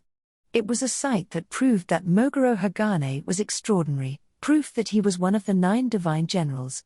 Without doubt, Balaroy too was an extraordinary individual, but Mogoro, in addition to the other divine generals, also possessed those same qualifications. Therefore, Borleroy could not be capable of being the bearer of the great disaster. Of course, were the street that had been ripped from the ground to be hurled and nothing more, the astute Borleroy would just evade and be done with it. Hence, with the block of the city that could be called a cannonball having been thrown, Mogoro. Pulverization. A slam of their left arm, and it was turned into innumerable projectiles obstructing Borleroy's aerial escape path. Shrapnel scattered in all directions, each piece a mass of rock or clump of soil even larger than a human. Thus dispersing with that singular blow from Mogoro, it was such that an ordinary human would be quite likely to suffer fatal injury with even a mere graze. Naturally, if Borleroy were to be struck by it, even he, who had mastered the flow method, would end up showing a fatal opening midair. In order to avoid that, Borleroy, Carillion. In accordance with the sharp voice amidst the windstorm, his flying dragon soared in order to slip past the bullet rain of boulders. Flapping its wings as it diced the air, his flying dragon aimed for the one area in the world where the incessant downpour of boulders was slightly weaker. Abel, obviously, that is a trap. Mogoro had deliberately left a region in which the downpour was slightly weaker. However, even if Borleroy and Carillion were aware that it was a ruse, they could not afford to be hit by the shrapnel, so they had no choice but to fly into it. What remained was whether Borleroy, riding his beloved dragon at a high speed, would be victorious in evading the expected blow from Mogoro. With his flying dragon wrapped in wind, Borleroy accelerated, soaring through the sky as he obliterated the obstructive shrapnel with lights. Mogoro gyrated the left arm they had drawn back, and a blow that could drill a hole through the world burrowed through the sky of the imperial capital. As mutual divine generals, a duel that could have never been realized in Borleroy's lifetime unfolded, and as both of them crossing with all of their might up high in the air, they began their showdown. That instant, faster than they could crash into one another, the clouds of the imperial capital were blown away with the sound of an explosion and its shockwave. Abel, H.K. Though direct damage from the explosive power had been averted, the aftershock was so intense that it seemed like it would tear Abel's body away from clinging to Mogoro. But, no matter how harsh a situation his slender body faced, Abel would never close both his eyes. Henceforth, his eyes firmly grasped the events of that moment. Abel, Mogoro's arm. Just before Mogoro's gyrating left arm was able to display its might by pulverizing Borleroy, an interference occurred, and the part equivalent to a human's brachium was torn asunder. Spinning with vigor, the arm of Mogoro, humongous enough to rival the castle's own size, danced through the air. Leisurely slipping out by flying under the damage, Borleroy had survived the rain of shrapnel. Not just that, he had escaped completely unharmed. Then, the one that had destroyed Mogoro's arm, thus saving Borleroy from his predicament was... Oh. As a deep voice that rumbled the atmosphere was raised, there was a fierce collision, an impact from the side. Arm demolished and posture broken, Mogoro's green orbs scintillated at what had barged in. For Abel too, this interference had been unforeseen. Though, it was something to be expected. After all, if the opponent was Borleroy to Meglith, who had soared back from death. Bastard. Get the fridge away from this dragon's dallying. Brandishing claws of a dragon, it easily tore through Mogoro's body, fashioned from the city walls, and alongside a roar, a blow from its tail slammed against Mogoro, destroying one part, the latter's mass being reduced in the blink of an eye. It was extremely abrupt, but that was a matter of course. The opponent was of the strongest lifeforms in existence. Abel, the cloud dragon, Mazoya. Is that which resides within, Madeline's chart? Mazoya, Ra-ah-ah. The howling dragon raged with its whole body, and with a collision caused Mogoro's enormous build to sway greatly. With each blow the ramparts fissured, its broken pieces plummeting onto the imperial capital. The Crystal Palace, extolled as the world's most beautiful castle, had its gardens trampled upon, subjected to devastation, while the cityscape of the imperial capital, constructed in a well-arranged, orderly fashion, met its demise with each passing second. In addition, The catastrophes assailing the imperial capital did not end there. Abel, Indistinguishable amongst the thunderous sounds of the dragon's wrath as it laid waste to Mogoro's body, what had reached Abel's ears was the sound of destruction, akin to the world crumbling, originating from a distant location, thus directing his gaze there, to behind the crystal palace, where a reservoir was present, a cistern which made use of springs amidst the mountains and was utilized as a water source for the entire imperial capital, had its bulwark pierced through by Mogoro's left arm, that had been cleaved just moments before. A beat later, fissures expanded from the point the arm had penetrated, and the water from the reservoir began seeping out from the cracks. Gradually amassing vigor, before long the entire dam would crumble and become a stream of mud flowing through the imperial capital. Guiding the residents of the imperial capital, as well as the imperial soldiers and rebels participating in the battle, to refuge as soon as possible was Mogoro, Blunder. Right after hearing Mogoro's whisper, a mutter not all that quiet, a feeling of floating assailed Abel's body. Looking over his shoulder as he felt his insides rising up, Abel saw that it was not that he had been thrown, but rather, that Mogoro's arm, the hand of which Abel had been held in, had been crunched through by the dragon above the wrist. It was not that he had been targeted. Rather, it had been nothing more than a result of a foolhardy attack. However, Abel, engulfed by the momentum of his freefall, Abel's body spun around over in midair. His arms, which had been clinging onto Mogoro's arm, had been detached from it, but even if he were still hanging onto it, given the arm had originally been the city's walls, it would have ended up being his cause of death, most likely. However, even if Mogoro's arm had not become his cause of death, at this rate, Abel would slam into something that was very much similar to it, and similar his fate would be. Abel, I need to find something. Looking around, Abel's eyes were drawn to one point. However, that point was not a source of aid. What had entered Abel's vision was the large hole in the crystal palace through which Mogoro had pulled him out. The hole led to the throne room.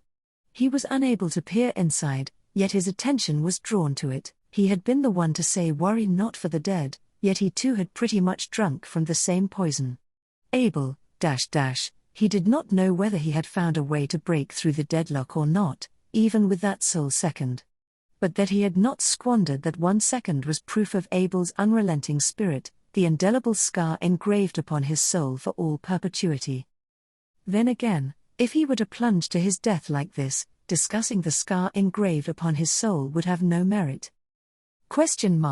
Pull. Abel, HK? Lost in what he ought to do, Abel arranged his limbs as to diminish the impact, but before that could happen, he was forcefully met with a soft sensation.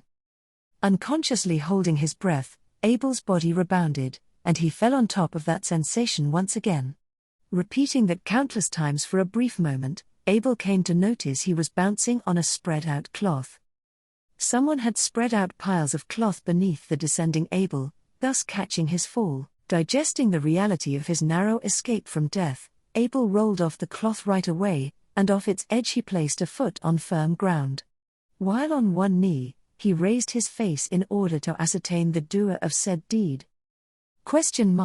Wheel tilde, the time for the commandment has arrived. Abel, Are you His Excellency, or perhaps His Excellency? Either way, the great disaster has come around. Won't you fight against the great disaster together with me? Are you really so delighted with the fulfillment of the prophecy? Spreading his arms, both his demeanor and voice were joyful and far too out of place, with the battle between the titanic Mogoro and the cloud dragon causing the demolition of the city to his back. The man, Ubilk, smiled. Celebrating the moment in which the commandment he had been granted as a stargazer, had, without a doubt, been materialized. The thunderous boom of the walls breaking reverberated, violently shaking the crystal palace. Upon being convinced that something decisive had occurred, Bastet's von Dalphon entered the throne room. And then, Bastet's, is that, Chaisha Dono?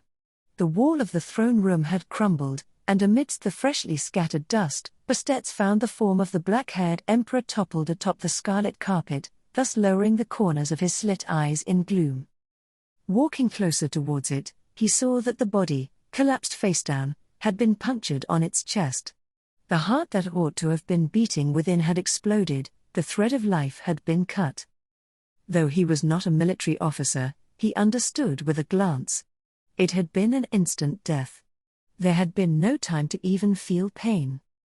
Bastet's, considering what we have done, this could be said to be quite the merciful end.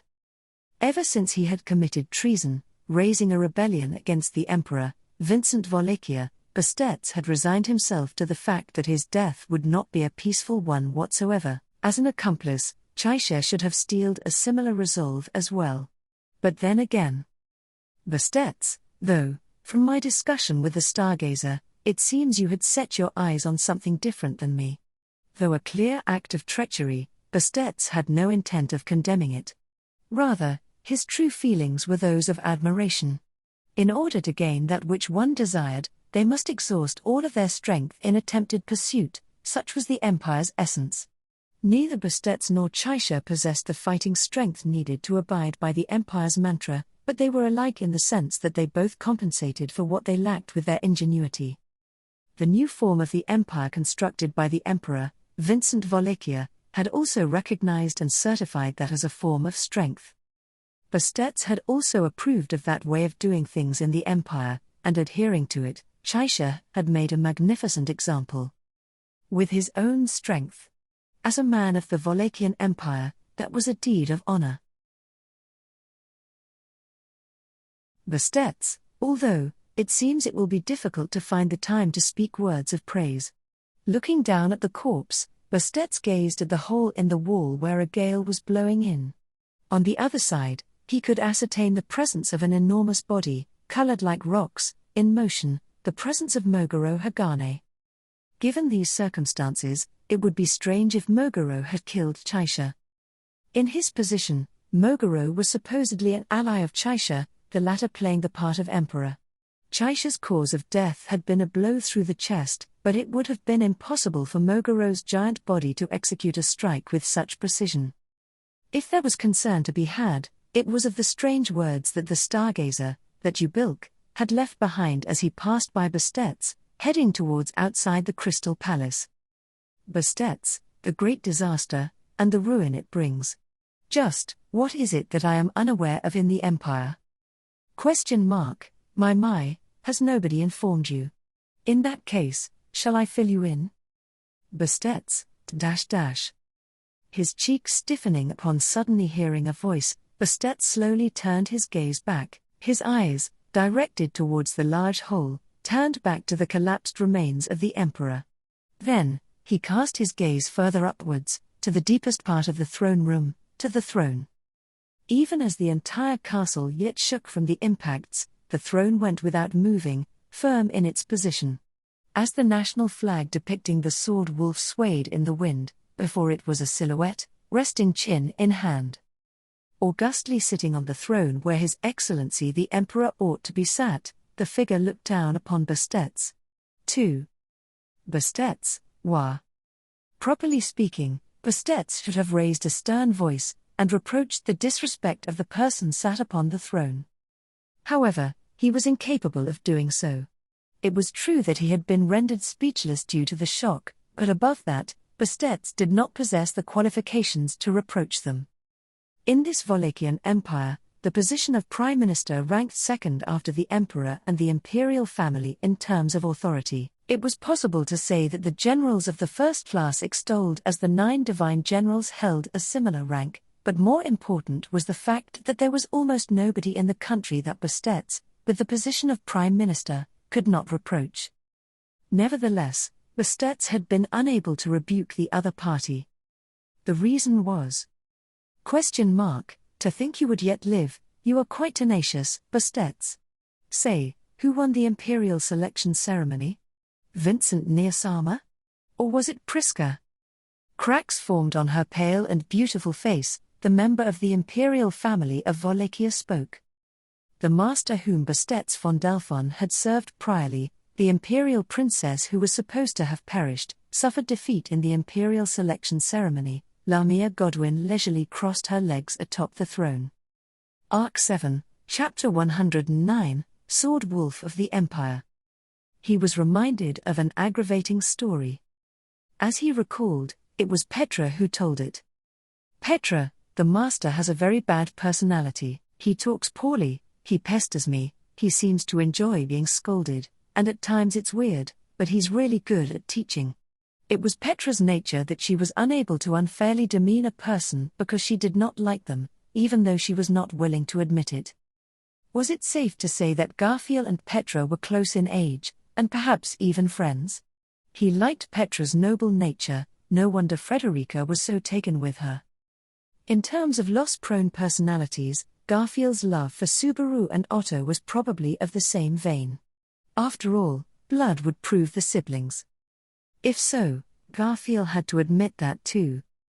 Roswell L. Mathers was a love rival, a malcontent in the camp who had plotted unforgivable misdeeds, and a natural enemy that he had never liked for a long time. Still, Roswell's teachings were spot on, and that had kept him alive. Roswell, Garfield, that's a shuriken. It is coated with poison. Even if you avoid it, it will explode. What is the right move? Garfield, you're a little slow, aren't you? Howling, Garfield stomped on the ground, and immediately afterward, the earth rose up to protect them as a shield. The light sound of a shuriken piercing into the wall of earth, followed by the sound of an explosion, scorched the atmosphere. As Roswell had correctly read, the damage could not have been avoided if it had been parried with a gauntlet or whatnot. His sharp fangs creaked at that fact. Garfield, who's next? Roswell, it's me. With an immediate answer to his question, Garfield turned to Roswell behind him. A moment later, Roswell used his sai in both hands to knock away a kunai thrown at him. Seeing a shadow flashing above his head, Garfield unhesitatingly launched his fist into it. There was a ringing sound, and Garfield's fist strike was met with a raised, sharp kick. The attack was unleashed by Olbart, who had ceased his skull-shattering attack on Roswell's head. The monstrous old man countered Garfield's fists with his legs, all while saying, "Olbart, damn, this is really becoming a problem for me. 2 against 1, isn't that unfair? Garfield, don't try to change the rules now, you little old man." Olbart, kakakaka. I'm free to say anything I want. Olbart leapt backward, drawing back his foot from the impact of the fist strike and using it as a springboard. For a moment, Garfield was about to step forward to follow up. Garfield, .. A shuriken, swooping in from next to him, passed right under his nose as he stopped, and tore through the air.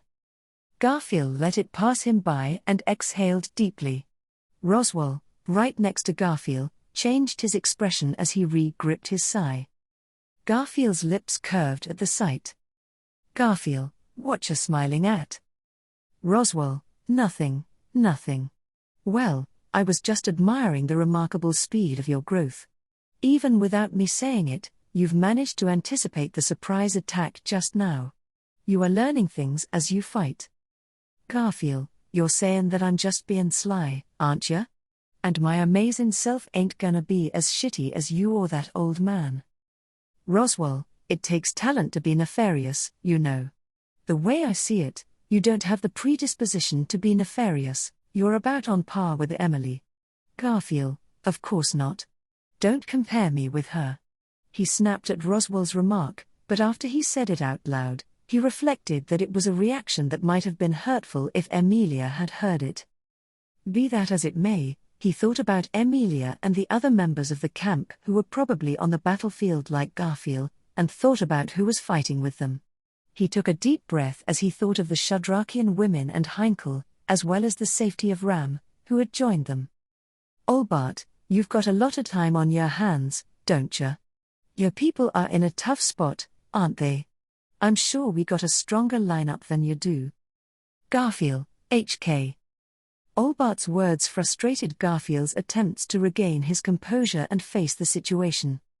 The feeling of having one's mind read would make one suspicious that, on the battlefield, their intentions could be predicted, it would be an undesirable situation. But next to the impatient Garfield, Roswell shrugged. Roswell, your opponent wants you to get heated. In your case, that could eliminate any hesitation, but it's not good to mix impurities into your fervor. In addition. Garfield, in addition. Roswell, he's been quite chatty to begin with, but hasn't he increased the number of remarks that are trying to deceive us? It seems like the old man is also quite irritated. Olbart, you're a disgusting young'un, aren't As he spoke, the glint in Olbart's long, brow-covered eyes took on a shine of vexation. And, after hearing Roswell's statement, Garfield realized an obvious truth: his opponent was as annoyed by this battle dragging on as he himself was. Olbart laughed, while being provoked and teased, not because he could afford to, but because he wanted his opponents to believe that he had room to in order to gain the mental upper hand. Whereas with Garfield, his feelings could immediately be seen in his face, voice, and fur. Thus, in this sort of psychological warfare, one's opponent could win in the blink of an eye by leading one by the nose. Roswell, even so, when you surpass your opponent's strength and when he comes to the same playing field as you, you can win. However, Garfield, I know. If a bastard's stronger than my amazing self and only fights in the ring they're good at, then no matter how hard I try, I won't be able to see a way to win. But the fact that Garfield was now fighting in the Wallachian Empire was the result of a rather unfortunate combination of various coincidental events. But, no matter how the dice were rolled, there was no denying the reality before him. And, in the years to come, battles comparable to this one in the Empire could befall him endlessly as long as he was with Emilia and Subaru. That was to say, Garfield, I'm done with whining. Roswell, MHM, that's right. That's good. This is the end of your boyhood. Garfield wrinkled his nose at Roswell's histrionics. For Garfield, being congratulated or praised for his growth by him was nothing to be happy about. However, he liked the expression "the end of his boyhood." From this point onward, Garfield would continue forward as someone who had matured. Olbart, dear, oh dear. This is why I hate young'uns. Unlike this old man who has no room to grow, y'all can be enlightened immediately. Olbart signed as he twisted his neck and shook the ankle of the foot that he had off the ground. However, the vicious old man's light-hearted derogation contained genuine hostility. Yes, hostility. Up to this moment, Olbart had considered Garfield to be of a lower rank and aimed to eliminate him. This was a sign that Garfield was finally recognized as an enemy by him. Garfield, finally. Garfield's blood was hot with enthusiasm as he earned the right to go toe-to-toe with Olbart. He breathed in through his nose again, loudly and deeply, and exhaled through his mouth. Then, he became conscious of the blood circulating in his body and his power that could not be seen. Olbart, ho? Suddenly, a clumsy-sounding voice was uttered, disturbing Garfield's concentration. It was uttered by Olbart, who was standing in front of him, and for a moment he thought it was a shinobi technique to disturb his composure. However, it was not. It was Olbart who had created an opening instead. Garfield, He was the chieftain of the shinobi. The gap that had arisen was as small as the eye of a needle, but Garfield could not help but gasp, as he had never shown such laxness before. What in the world had brought it about? Wait. I reckon it's unfair to withdraw in the middle like this. I reckon it's a waste. You're not reading the mood. I'm sure I'm right on the mark with you being unable to read it better than I can, right?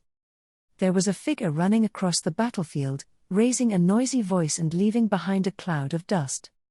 A small boy who gave the impression of being out of place on the battlefield was calling out in a shrill, high-pitched voice from a considerable distance. However, the speed at which he ran was unusual. The screaming boy was looking up at the sky, chasing a huge being as it flapped its wings. Garfield understood at first glance that it was the dragon that had landed on another battlefield a distance away from here. He understood that, but this situation where boy and dragon were playing tag was one he barely understood. A battlefield where anything could happen, although he had a strong hunch that that was the case. Olbart, why is that bastard Ceci so small? Garfield's eyes narrowed at the incomprehensible sight, but a subdued voice reached his ears. Olbart, standing on one leg and still yielding an opening akin to the eye of a needle, was distracted by the dragon and the boy, or rather, the screaming boy. And then. Olbart, well, Cheshi, you're taking my style, n'cha? The old man's clouded eyes filled with surprise and suspicion, after which they eventually turned clear and were instead filled with anger. It was an emotional change that had lasted less than 10 seconds, yet he had no idea what thought process had brought forth this change in Olbart, but, if it was one of only a handful of openings that the vicious old man had made in his life, the devious Roswell was not going to overlook it. Roswell, you must really be unaware of the situation if you can afford to look away from the current him. Thrusting the tip of the sai he was tightly grasping into it, Roswell stepped into the needle-thin opening which had arisen. Disturbed by the sudden action, the strike grazed Olbart's left shoulder as he twisted around. The speeding mass of iron had stricken the old man in the shoulder, causing Olbart to gnash his teeth as his diminutive figure melted into the ground. It was the technique of swimming through the earth, which he had displayed several times during this battle. But Roswell, Garfield, I know. As irritating as Roswell's advice was, he could already see the strategy in the making. After all, Garfield's divine protection of earth spirits was a divine protection that drew mana from the ground via the soles of his feet. In other words, it connected him to the earth. Even if an opponent was under the ground, if he concentrated, tracking their position would be. Garfield, Suddenly, all the hairs on Garfield's body stood on end as he was seized by a strange sensation. He felt a repulsive sensation, as if his neck was being licked by a tongue which felt strangely coarse. That sensation was not coming from Olbart in front of him, but from a much larger, wider area. Roswell, Garfield? In response to the motionless Garfield, Roswell raised a query. Not entirely in response to Olbart's earlier comment, Garfield also yielded an opening. An opening that the monstrous old man would surely have exploited. However, there was no attack. On the contrary. Roswell, the traces of the old man, they vanished. Roswell muttered, frowning his shapely brow and not relaxing his grip on his sai. He was right, there were no signs of Olbart that should have been there. Of course, the opponent was a shinobi, he likely knew how to hide his presence to the greatest possible extent. Yet, that was not the case. Under the ground, Olbart's presence seemed distant. He was moving away from Garfield and Roswell at breakneck speed, and then. Garfield, what the hell is this feelin'? Roswell, Garfield, the old man is, Garfield, it's strange, disgustin' even, it's like the winds of air corrupts the water.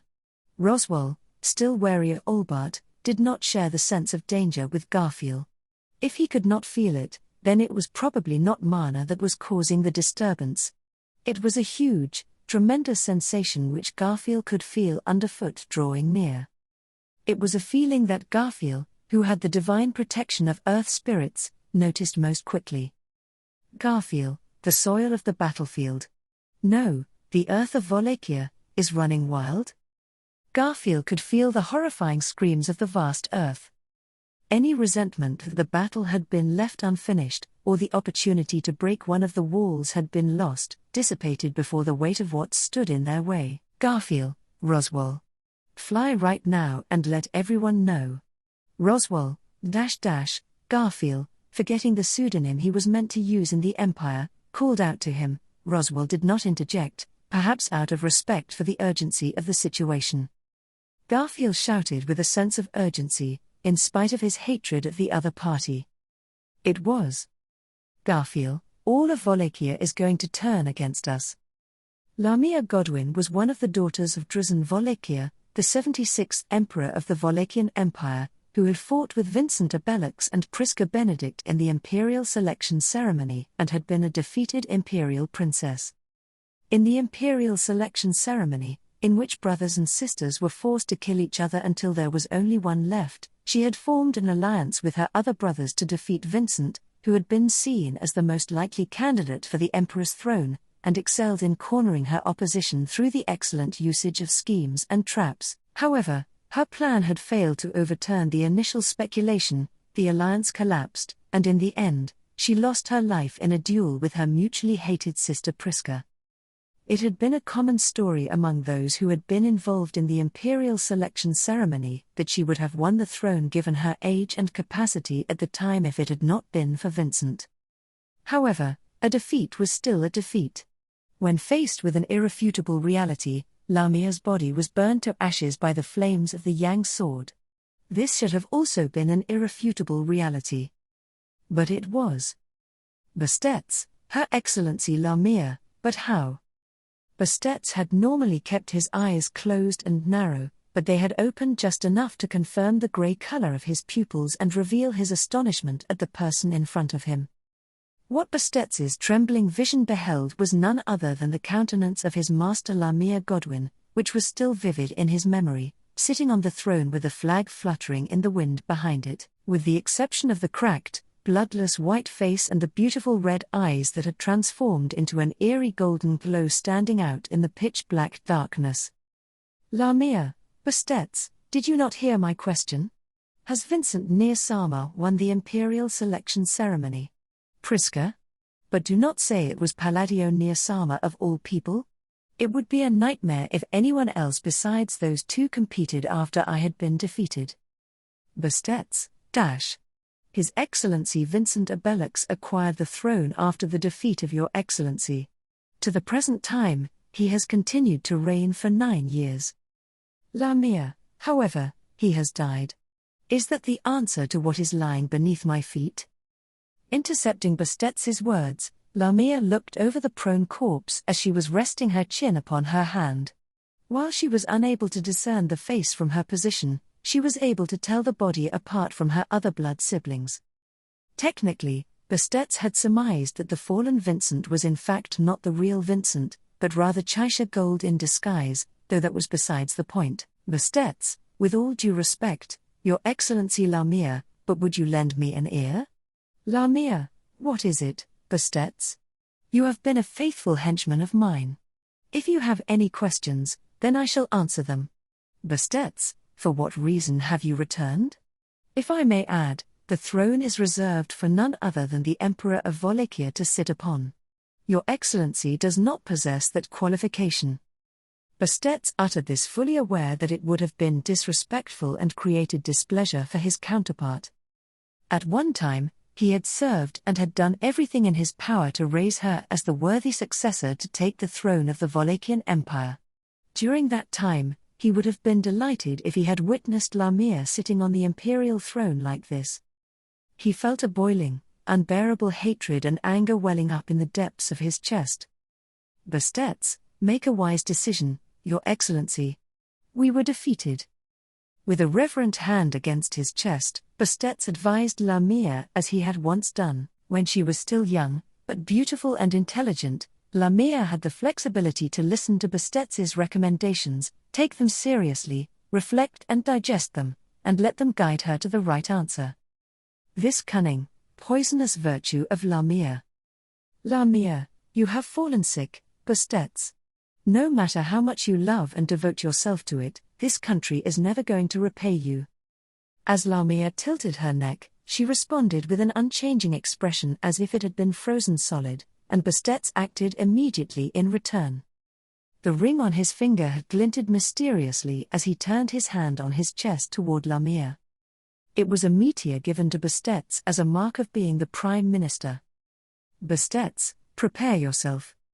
Bastet's will had elicited a response, and from the glowing ring's jewel, a fireball had been shot out. Also possessed by Vincent in the name of self-defense, it released its accumulated mana as magic towards the one whom he had once sworn fidelity to, to attack the one in her likeness. Just like that, the defenseless Lamia on the throne was engulfed by the fireball. Lamia, what a fool! Of all things, you use fire against a member of the imperial family of Wallachia. The next moment, A dazzling red light illuminated the throne room, and a flame sliced diagonally in both directions. The blast avoided Lamia with its momentum and the throne as well, crashing into the wall where the flag had been lowered, sending up a flaming fireball. If left unattended, the fire could have spread to the flag and engulfed the entire Crystal Palace in flames. However, Bastets's attention was focused on what was in front of the Crystal Palace rather than on its future. Lamia rose from the throne and held in her hand a glowing treasured sword of crimson. That unmistakable form belonged to the pride and joy of the Wallachian Empire. Bastets, the Yang Sword Wallachia. Lamia, it is only natural for Wallachia's imperial family to have it, yes? Bastets opened his eyes again, and in those eyes, which were about as wide open as a normal person's dimmed eyes, he saw Lamia leaping toward him, holding the brilliant Yang sword in her hand. With a swing, Lamia's slash came at him. If that dazzling crimson had not been a fake, Bastets's existence would have been scorched, and not even ashes would have remained. He had to move, but he was not able to. He had not been trained in that way, and, more importantly, he was blinded by the radiance of it all. The Wallachian Empire was symbolized by the radiance of its Yang sword. Lamia, goodbye, burst. A flash of light fell on Bastets, and even he himself understood at that moment that the life of this wicked man, who had pretended to be a loyal subject and had shaken the empire to its very foundations, was coming to its end. Nuan. The great door of the throne room was suddenly smashed open from the outside, and something flew in from the other side with tremendous force. With unimpeded speed, it collided head-on with Lamia, who had been swinging her blade at Bastets, and blew away the imperial princess's thin body with a poo. Lamia, wah. Bastets, as he felt as if the death in front of him was growing distant, saw that it was a thrown battleaxe that had collided with Lamia. It was one of the weapons that had been placed in the armor that lined the halls of the Crystal Palace in front of the throne room, a gleaming piece with ceremonial decorations. Even so, the battleaxe had always been well cared for and was ready to be used on the battlefield, since it was the imperial way not to display weapons that were actually useless. It intercepted Lamia head-on and blasted her furiously to the back of the throne room. Bastets, who did? Bastets wondered who had thrown the axe in. He turned around, but before he could confirm who it was, loud footsteps approached him at once. You bastard, Bastets von Delphon. I was against keeping someone like you as Prime Minister the whole time. Bastets was grabbed by the collar and lifted to his feet by a huge hand, which forced him to face the bearded giant. The giant had a loud voice that matched his large body, and a stern face that looked as if it had been tailor-made especially for him. His naked upper body was covered with armor of well-trained muscle, and his high spirits had not diminished in the slightest, even though he had been in captivity for more than a month. Bastets, General First Class goes Ralphon. Goes, you will be tried in public. Of course, General First Class Chaisha, who planned and carried out this treason, is just as guilty. Regardless of your true intentions, you are guilty of plotting against His Excellency and your own allies. Bastets, goes, in the first place. Do not underestimate us officers and our soldiers. No matter how many trials and tribulations we may face, the great disaster will be crushed by our combined efforts. The giant who had spoken loudly, goes Ralphon. He was one of the 9 divine generals of the empire, at the 5th ranking, who, due to his loyalty and unfortunate timing, had become the second victim, after Vincent, of Bastets and Chaisha's schemes. However, as his interference had helped Vincent escape the imperial capital, Bastets could not take it easy on him for the sake of his own objective. It was the way of the world, and the imperial way itself, that one side would win and the other would lose when both sides gave their all for their own cause. Therefore, he did not feel even a bit like apologizing for that. Bastets, why are you here? You were supposed to be chained up in the basement of my mansion. Goes, a brave girl saved my life. She has a strong heart. You were out of luck to have trapped her alongside me. She is a lady the Wallachian Empire should be proud of. Bastets, I see, It was her. Bastets's mind flashed to the blue-haired girl he had been holding captive in his mansion. She was a valuable user of healing magic and, according to Madeline, was a young girl from the Oni clan. He had intended to make her a candidate for the emperor's consort, both in terms of her abilities and her race. He had evaluated her as a strong-willed and vibrant woman, but apparently that was still an underestimation. He intended to not get too hung up on that, though, now that the failure of the plan had become apparent. However, what was worrisome concerning the truth of the appearance of Goes? Bastets, General First Class Goes, have you already heard about the great disaster? Goes, I have not heard the details.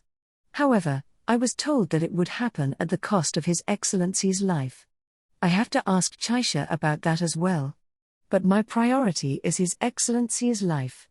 You bastard, where are you keeping His Excellency? Goes announced his intentions to Bastets, responding in an unnecessarily loud voice. Internally, Bastets had admired, and even resented, the fact that Chaisha had kept the great disaster completely to himself, even though it had reached even Goes, but that was all he felt. Halfway through his words, Goes had noticed something, and his eyes widened. And then Goes, hi His Excellency. His Excellency ye. With a scream, Goes crumpled to his knees. Bastets, thrown by the momentum, fell to the floor on his buttocks, but Goes did not care as he clung to the corpse before him, which had collapsed on the red carpet and would never move again. Goes widened his eyes and tears streamed from them, being sucked into his thick beard. Pressing his large fist hard against the carpet, his tears weighed down his beard. Goes, His Excellency. This Goes Ralphon, was too late. What folly! What an act of folly! No longer can this folly be atoned for except by death. Bastets, G. Goes, General First Class. Calm down. That man is. Goes, this is no situation to stay calm in. Damn you, Prime Minister Bastets. Are you satisfied with this? You have taken the life of His Excellency, and now this very empire itself. Bastets, the deceased is General First Class Chaisha. Bastets loudly silenced Goes, who had been furious at the emperor's corpse, which had been pierced through the chest. Goes opened his eyes wide at Bastets, who had let out a yell, which he rarely uttered, and then he carefully examined the lying corpse. Goes, this is General First Class Chaisha? Ridiculous. If so, then what happened? Bastets, I do not know the details of the situation. However, I think that the death of General First Class Chaisha in the guise of His Excellency and the unprecedented situation may have something to do with the great disaster. Having calmed Goes, who had a flurry of emotions, Bastets had also organized his own thoughts. Perhaps his death as emperor and the rebellion he committed with Bastets were all part of a plot hatched by Chaisha Gold. And this had not been unrelated to the events of the great disaster that had popped up time and again. If anyone would have known anything about the great disaster, it would have been. That is just awful, all of a sudden. I have not been treated like this since I was born and since I died. Goes, . A quiet voice could be heard from the back of the room. It was Lamia, who was supposed to have been blown away and felled by a blow from a battle-axe thrown wildly by Goes, who had barged in. Before proceeding, let it be clear that her presence had not been forgotten. Despite his subsequent boisterous exchange with Goes, Bastets had not bothered to mention her because the power of that battle-axe had been clearly deadly. Goes Ralphon was a general who was admired by many other generals and had been second only to Chaisha Gold in terms of commanding large armies, but he also had outstanding individual combat skills when compared to Chaisha. If Goes had unleashed an attack with the intention of knocking down his opponent, the body of an ordinary person on the receiving end of such an attack would have been torn apart in one stroke. However, for Lamia, that was not the case. At least, not strictly speaking. Lamia, well, this body. It does not seem to feel any pain, so I guess that is a relief. Saying this, Lamia stood up and tilted her head as she slowly joined the right half of her body together, which had been shattered like pottery. not as a joke or metaphor, but in the truest sense of the word. There had been no blood flowing from the wounds, and the crushed parts wriggled and combined together like ice filling out a lake. It was not just that someone who was supposed to be dead had come back to life and was suddenly moving again. Goes, Prime Minister Bastetts, if I am not mistaken, that person is. Bastetts, This is Her Excellency Lamia Godwin. She passed away 9 years ago during the imperial selection ceremony. Goes, why is Her Excellency the Imperial Princess, who was supposed to have died in the imperial selection ceremony, doing this? And I even attacked Her Excellency Lamia? Do not tell me that His Excellency the Emperor kept his sister alive? Bastetts, that cannot possibly be the case. His Excellency Vincent Wallachia has no attachment to such sentiments. Considering her strange appearance, it is Her Excellency Lamia who is the problem. Having corrected Goz's reflexive short-sightedness, Bastetts took a close look at Lamia, who was still restoring her body, and arrived at this conclusion. If possible, he would have liked to prolong the conversation with Lamia to obtain more information. Bastetts, it was no one else but me who closed the window for negotiations. Lamia, yes, it seems so. Even though I was intending to properly talk this out. So, what happened? Bastetts, that is a good question. Mayhaps I was getting desperate, thinking that my allies would betray me as I take on this last great challenge in my life. I am quite surprised by this side of mine. Goes, this is not the time to say that. Your Excellency Lamia. I am Goes Ralphon, a General First Class serving His Excellency the Emperor Vincent Wallachia. If you would oblige and let yourself get tied up. After Goes had launched a preemptive strike, Lamia would likely turn a deaf ear even after stating her willingness to talk. As Lamia affirmed this, Goes took a large step towards her. Even with his battle-axe no longer in his hands, his arms were still as thick as logs. Even with the power of the Yang sword and the accompanying physical enhancements, Lamia's ability should not have been sufficient to stop Goes, even though Lamia was not supposed to be the type that could not understand the difference in strength between both of them. Lamia, I refuse doing such a thing. I am not going to have my freedom taken away right after awakening again. Goes, then, by force. Lamia, besides, you know. In case he was not willing to listen, Goes was already about to take an even larger step forward. Lamia's bewitching golden eyes flickered, and the situation changed. As shadows dwelling in the selfsame pitch-dark goldenness arose around her one after the other. Goes, what the hell? Goes cried out in horror, and Bastetts also lost his voice as he choked up. As if shadows had risen from the ground, more eerie-looking figures with the same eyes and cracked skin, which had lost their color like Lamia's, appeared. That alone was astonishing, but Bastetts's and Goz's shock did not end there. There was also the fact that they recognized everyone who rose up.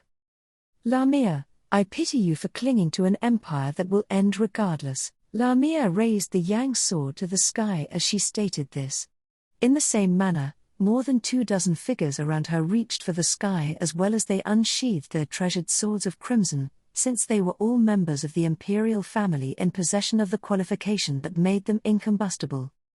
The battle between the 8th-ranking Moguro Hagane and the old and new 9th-ranking Madeline Ischart and Borleroy Temeglif continued to rage on beside the Crystal Palace. The extraordinary battle that unfolded within the immediate vicinity was a clash between a giant humanoid city wall and a cloud-clad dragon, and the addition of the Empire's most powerful flying dragon rider made this a fierce battle that would go down in the history of the Empire. The roar and rumbling of the earth were the very screams of the Wallachian Empire, and the water flowing out of the destroyed reservoirs turned into a muddy stream that flowed into the imperial capital. The imperial capital of Lupagana, or rather, the sacred Wallachian Empire itself, was in the midst of an unprecedented upheaval that foreshadowed its destruction, and yet, despite these circumstances, are you His Excellency, or perhaps His Excellency? Either way, the great disaster has come around. Won't you fight against the great disaster together with me? The stargazer, with his arms outstretched and a broad smile on his face, not looking at the crumbling streets of the imperial capital, was more than out of place. It was like a nightmare, easily trampling on the understanding of ordinary people. But alas! The one who was confronted with the stargazer's eccentric smile was the one who was the least allowed to be ordinary in this empire. Abel, For a moment, Abel glanced behind the curtain at the miracle that had saved his life. What had saved Abel from falling from a great height was a cloth stretched across exactly where he had fallen, an improvised cushioning material gathered from the rooms of the Crystal Palace and the surrounding buildings. The mechanism that saved him was understandable. The question was why it could have been prepared. One could not prepare like this unless one knew that that Abel was going to fall. Abel, how much did you know? The moment he reached such a conclusion, Abel's outstretched hand grabbed the smiling Ubilk by the chest. He pulled him to his feet forcefully, and Ubilk bellowed, "Oh, oh, oh," and his eyes widened. Face to face, directly in front of him, Abel relentlessly stared at Ubilk, and Abel, Chaisha's plan. No, that is not it. How far in advance did you know whose death would bring about the great disaster? You said that it would be my death that. Ubilk, yes, I said that. Vincent Volakia's death will be the beginning of the great disaster that will bring ruin to the empire. Abel glared at him from within breathing distance, but Ubilk's relaxed demeanor did not falter. Perhaps it was not so much composure, but rather it was a different kind of disgusting anticipation or exuberance. In fact, Ubilk was in high spirits, as if at last the opportunity he had been waiting for had arrived, but Abel, I am Vincent Volakia. Ubilk, no. Your Excellency. That's wrong. That's not true. I'll say it out loud, that's incorrect, Your Excellency. Abel, Ubilk, General First Class Chaisha Gold has unquestionably fulfilled the role of Vincent Volakia. His Excellency himself, of all people, had molded General Chaisha Gold to do so. Abel, It was not for that purpose that he had kept Chaisha Gold by his side.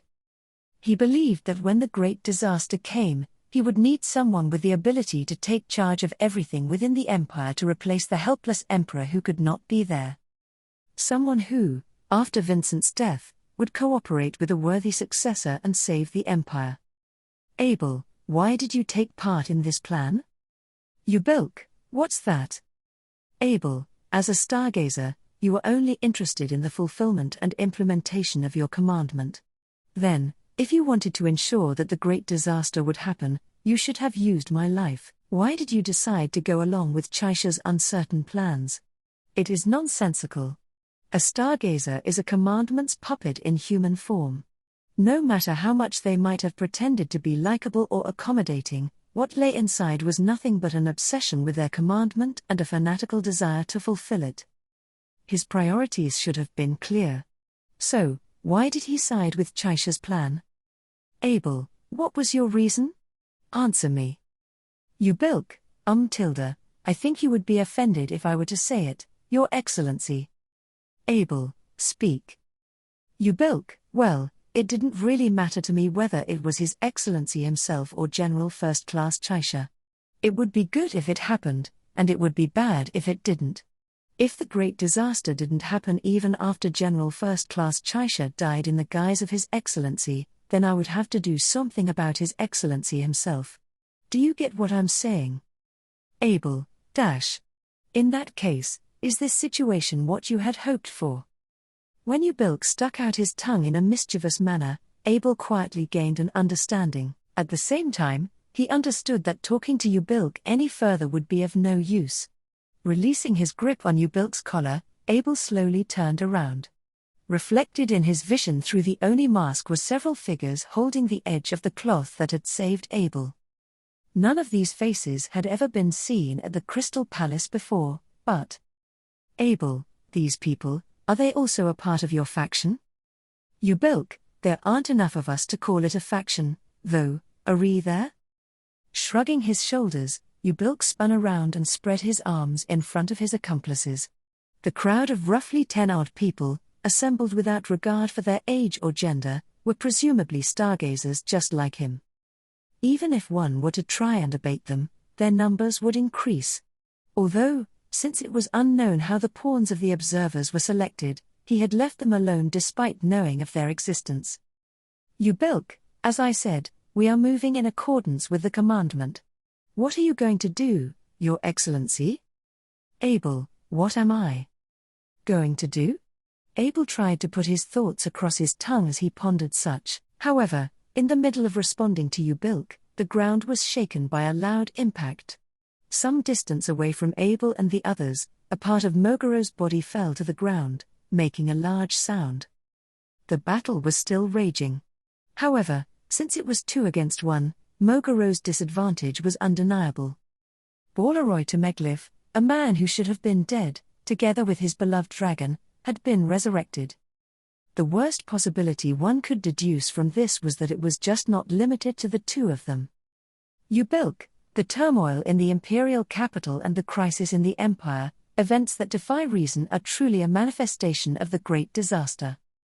Ubilk cocked his chin to point to the sky as Abel shielded his face from the dust that was scattering down. The resurrected dead and the dragon ran amok, foretelling mounting damage that would probably not end there.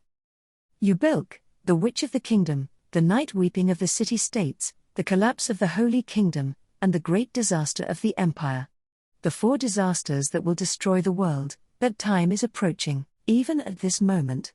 Abel, Ubilk, oh, and Your Excellency, this is just my personal opinion, but...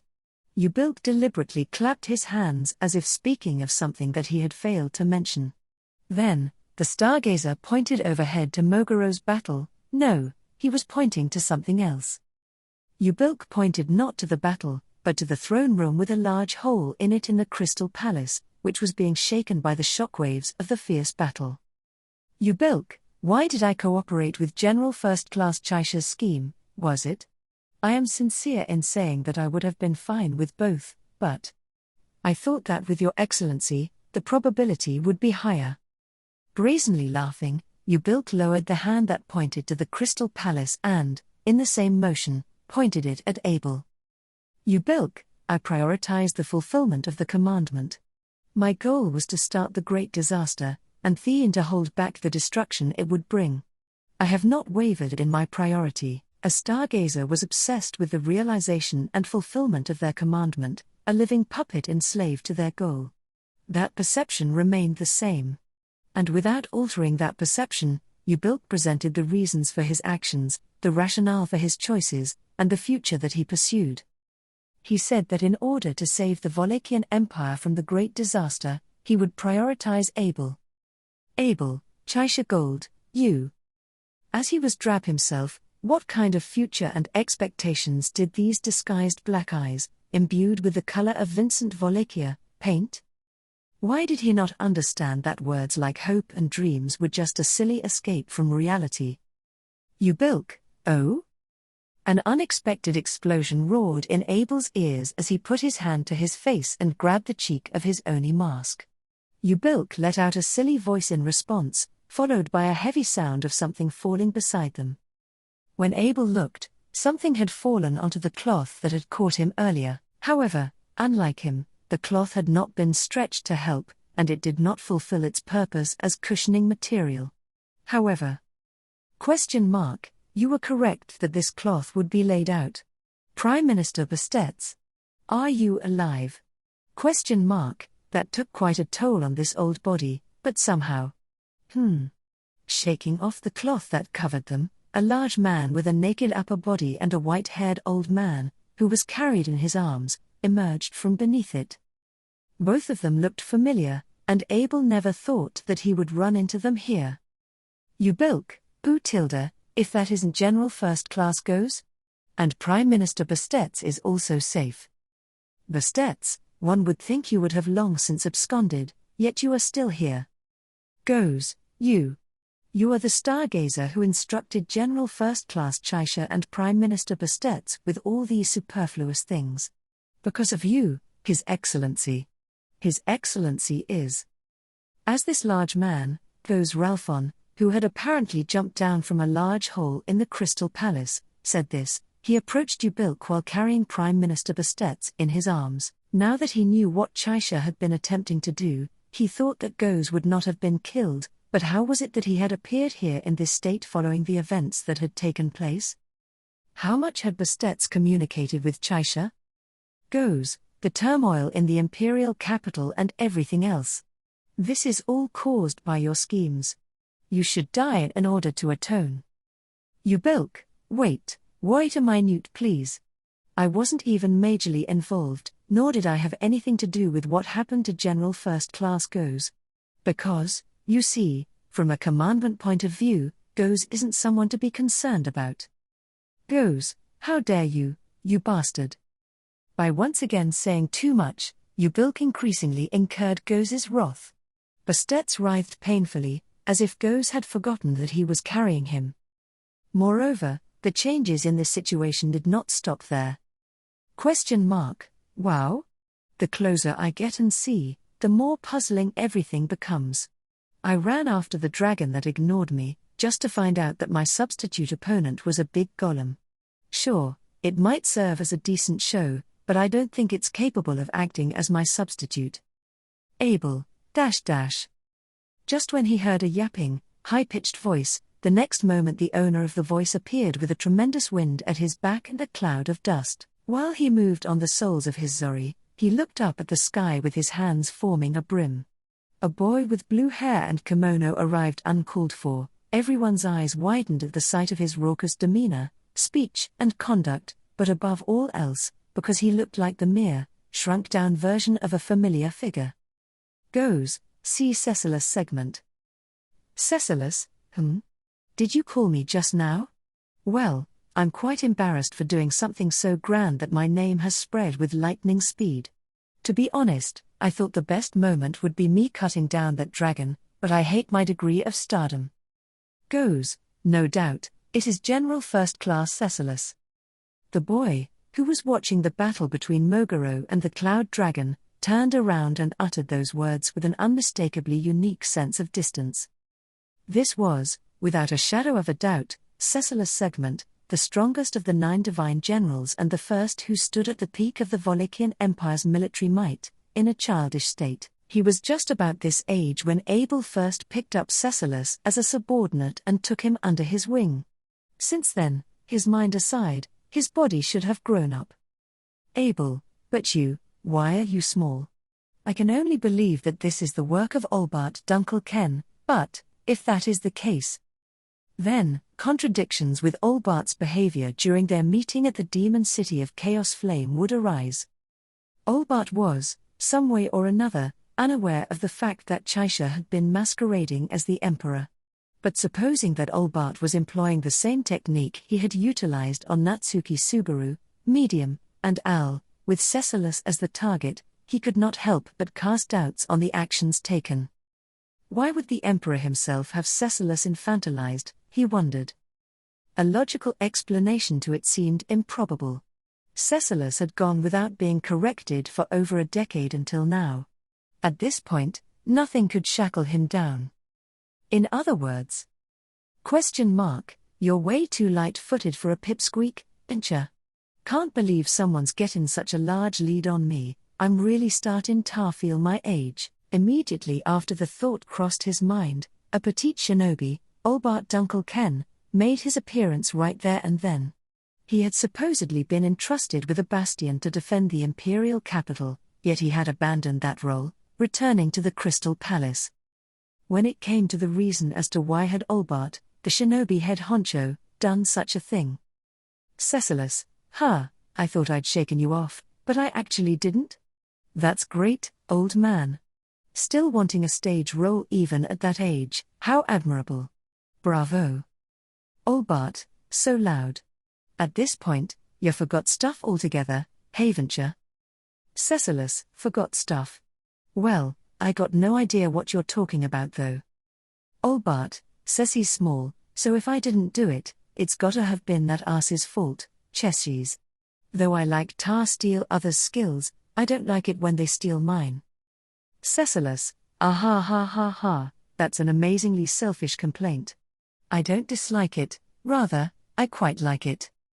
The old man, his lips curved in dissatisfaction, was laughed at by the much younger Cecilus, who was barely taller than him. The stargazer, Ubilk, was still being pressed for answers by Goze, while Bastet's had been stolen of his freedom, being carried by Goze's brawny arms, his mind more focused on whether the consequences of the still raging battle between Mogoro, the Cloud Dragon, and the resuscitated Borleroy were about to befall him. Abel, what is this? One after the other, people had gathered at this place. The majority of the 9 divine generals of the Wallachian Empire had come to this location, he came to realize. Had this, too, been instigated by Chaisha? Having been trained to perform all that Vincent Wallachia could as well, just how much had Chaisha Gold surpassed the latter's expectations? He had given his own life to keep Abel alive, and what was to come after? Cheshire, my apologies, but I am afraid I would not. Abel, .. Once upon a time, faced with a query from Vincent Abelix, Chaisha Gold had replied thus. Upon being asked if he was willing to die for Vincent, he had returned the frank answer that he would not. Then, the one for whom Chaisha had laid down his life, was not Vincent Abelix. Certainly, it had not been for Abel's sake, nor for Vincent Wallachia's, either. It had not been for a play on words of the sort, for that which Chaisha had laid down his life for was. Abel, heed my words. The great disaster is nigh. From here on, you shall abide by my command. Grinding his molars together, Abel lifted his face, leapt atop the rubble, turned around. Then viewing the entirety of the ensemble present, he thus asserted for all to listen. Upon Abel's proclamation, each and all of those in their self-centered doings observed him. At that moment, with the exception of Ubilk and Bastet's, who were in the know, the eyes of everyone, divine generals included, had the utmost doubt flash across their eyes. Just who in the world is this man? Taking that in, Abel reached for the Oni mask upon himself, seizing its cheek. His visage had been covered with an object by Chaisha, in the latter's final moments. Now removing it, Abel bared his real face, and finally. Abel, I am your emperor, Vincent Wallachia. The apex, of the sword wolves of the empire. Arc 7, Chapter 110, Congratulatory Words. Digging into the ground hard with their bestial claws, they launched their body forward with such force that they seemed to be pulling the ground out. Their companions, using their wits and martial prowess, were scrambling to take control of the battlefield. Frederica Baumann raced across the battlefield to help them. The beautiful, golden-haired leopard sailed through the wind and continued to fulfill her role as messenger, being the second fastest among all those roaming around the battlefield. Against the overwhelmingly superior quality of the regular imperial soldiers, the rebels, who were, to put it bluntly, a patchwork of people, were able to bring the situation to a stalemate thanks to the information gathered by Otto Suin, Abel's management of that information, and Frederica's ability to quickly transmit it. Regardless of whether Frederica was aware of her contribution or not, she was kicking up dirt with important information at this time, and the impact of that information was particularly significant. It was. Frederica, a message from the Master and my brother, there are signs of a change within the land. Breathing hard, pushing her exhausted beastified body, Frederica, who undid her beastification, hurriedly announced her arrival at the main camp, where she was willing to expose her bare skin. These were the words of Garfield, who had survived a fierce fight while traveling across the battlefield, that were communicated to Frederica in a passionate expression, one that was not proud of the outcome of the battle. Ragged and bloody, Garfield survived a death struggle that Frederica could not even begin to imagine. Her sisterly feeling of wanting to sing her brother's praises for his struggle had to be postponed in the face of his desperate plea. Fortunately, Roswell, arriving with reinforcements from the Flying Dragon Squadron, was by Garfield's side and would be able to assist him appropriately, regardless of Garfield's feelings about this being done so by his love rival. That wasn't very specific. Any more details? Frederica, I do not know, I can only say that it was a gut feeling from my brother's divine protection. It is just. Question mark, just. Frederica, my brother's hunches are right whether they are favorable or not. Garfield's instincts were as good as a wild animal's, even though he had never been wild, one could call them his wild instincts. Garfield's instincts did not work well in everyday life, and he frequently exposed his ugly behavior in front of Ram, but when it came to fighting, his reliability was unparalleled. That was why Frederica had, without any hesitation, rushed to the main camp. Question mark, dash dash. Hearing Frederica's plea, the beautiful Serena Dracroy, a high countess of the Empire who had come to their side with her flying dragon squadron as reinforcements, looked thoughtful. Rumor had it that she was an acquaintance of Roswell's that he went to ask for help from. Since she was Roswell's acquaintance, she was probably a woman of strong character. However, it was also a common characteristic of Roswell's acquaintances that, aside from her personality, there was no doubt that she was excellent in terms of her abilities. This was evident in the fact that she was currently serving as a substitute for the absent commander-in-chief at the main camp, where the movement of the rebels, now a large army, was being controlled. Question mark, Frederica Summer. Here is a cloak for you to wear. A red cloak was draped over Frederica's shoulders from behind as she looked thoughtfully at Serena's profile.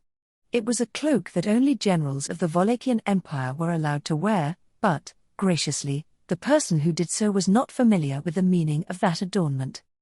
Because of this, Frederica smiled, happy for the gesture of pure goodwill. Frederica, thank you, Schult Summer. I apologize for my unseemly appearance. Schult, no, not at all. Frederica Summer has worked hard and ran around amongst so many people. I think it is very admirable. Pulling the cloak tighter around her, Frederica thanked Schult for his hospitality, but it was Schult who was the one who was bowing before Frederica, his small body filled with charm.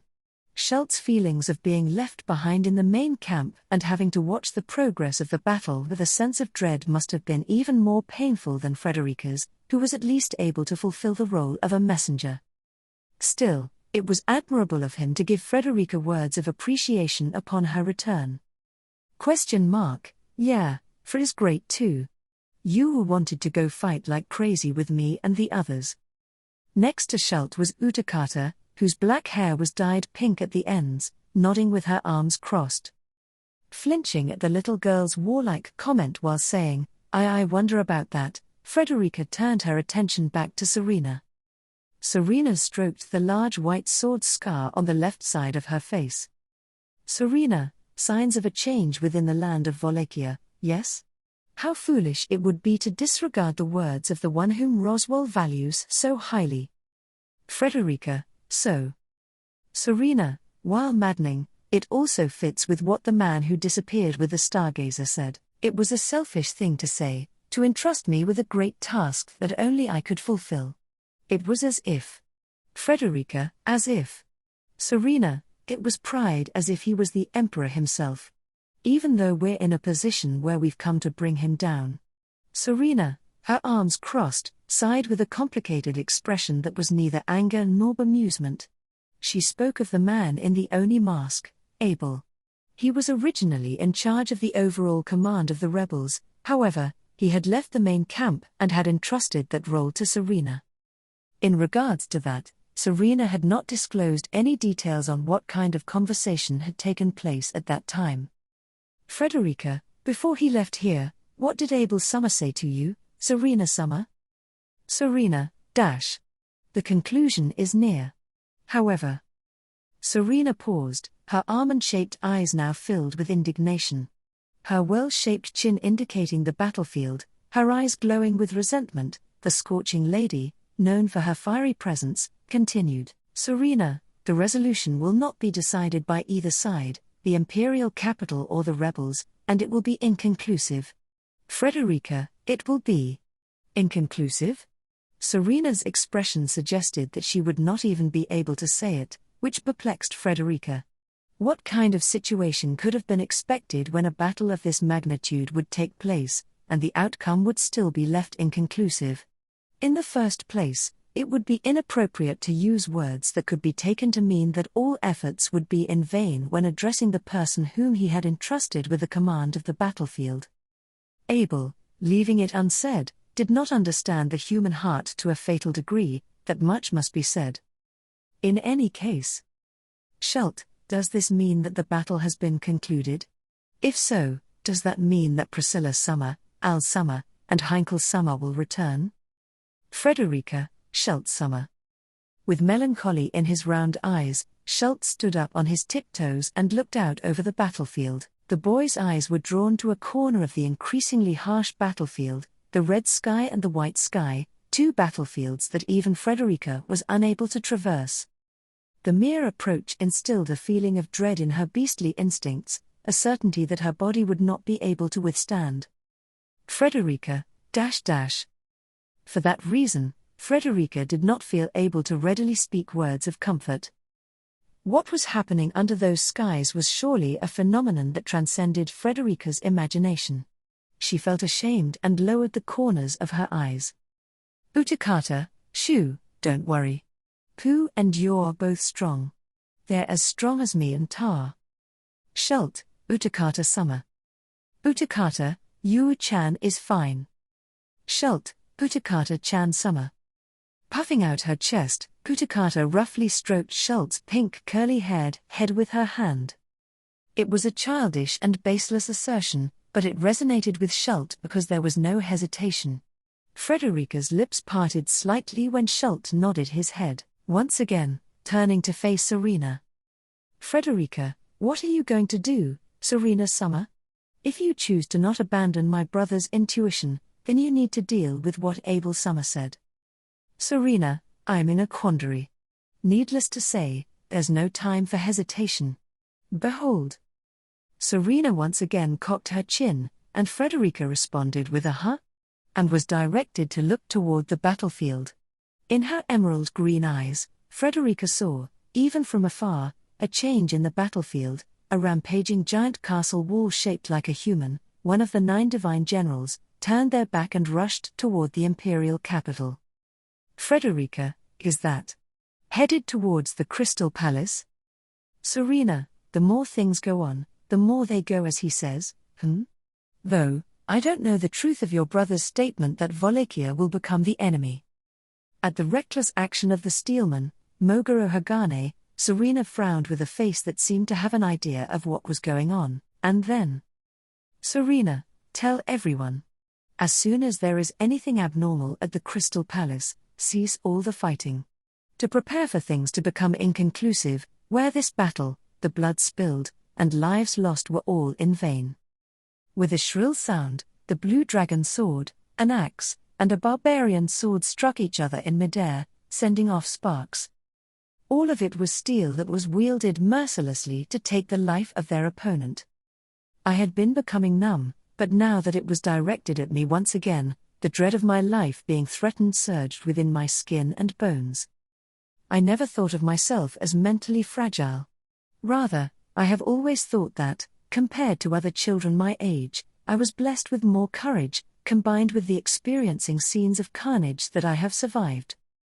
However, if one experienced the sizzling pain on their skin from being scorched by a blast, and the breathless feeling as if their lungs had contracted under the pressure, the foundation of that trust in themselves would be likely to waver. The most important reason for that feeling was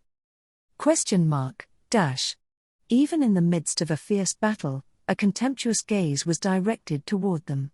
The man's gaze, as if saying he had not forgotten about her and holding a knife to her, was the biggest factor that increased Petra's feeling of suffocation.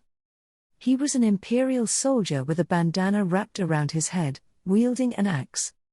This person, whose name they did not know, was the true identity of their formidable foe that was currently tormenting Petra and her comrades. As long as one lived, death would always be adjacent. Regardless of the situation, circumstances could change in the blink of an eye. Petra strongly grit her teeth as the man in front of her seemed to be an example of that absurdity. Kneeling on the ground, Otto struggled to breathe. Having taken the brunt of the blast from the magic stone used for the emergency evacuation, Otto was heavy with fatigue. This was why Petra could never afford to be weak on the battlefield, where both the strong and the weak alike were putting their lives on the line. Medium. Ha. Orchin. Al, yeah, Lil Miss Medium. The one with the high-pitched voice, unsuitable for this blood-scented battlefield, and the one with the dispirited voice worked together while exchanging sword blows with the one with the pitch-black murderous intent. Cooperating with Medium, who used her small body to the fullest, Al fought with the Imperial soldier. Their combat power was not enough to overwhelm their enemy, and their fierce fight continued. No offense to Al being who he was, but Petra was disappointed with him as a reinforcement. Petra, if only it was someone like Gafsan or Emily. Not only were they simply reliable allies, but they would surely have overwhelmed their opponent in terms of ability. Al's ability to do so was not very high in Petra's estimation. Even though he was better than the non-combatants like Petra and Otto, she felt that he was weaker than any of the people of Shudrak. However, in the sense that his strength was not that outstanding, the same was true of the opposing Imperial soldier. Surely that Imperial soldier was weak compared to Emilia, Garfield, and the 9 divine generals of the Empire. Even still, Petra was terrified of him. Overwhelming magic would not be needed to shoo away a bug that had perched itself on a flower. It would be able to be brushed off with a finger or even a little water. Such thoughts were apparent in the attitude of this Imperial soldier. On this battlefield, Petra and the rest of her group were nothing more than hard-working little bugs. You're a pain in the ass, man. Suddenly, a man's voice slipped into the cowering Petra's ears. For a moment, her shoulders jumped. But it was not one from Petra's group who had called out.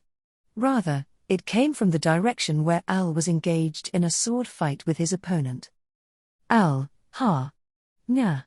Take this. The man swung an axe in his hand, aiming it at Al's thick neck. However, the moment it was struck by his blue dragon sword, him being one-armed, he immediately turned himself around as 2, then 3 heavy attacks landed in quick succession. Al managed to parry the barrage of blows with some bizarrely risky sleights of hand. Petra was not at all at ease, and she even let out a couple of little screams of Kya. And yikes! As she watched.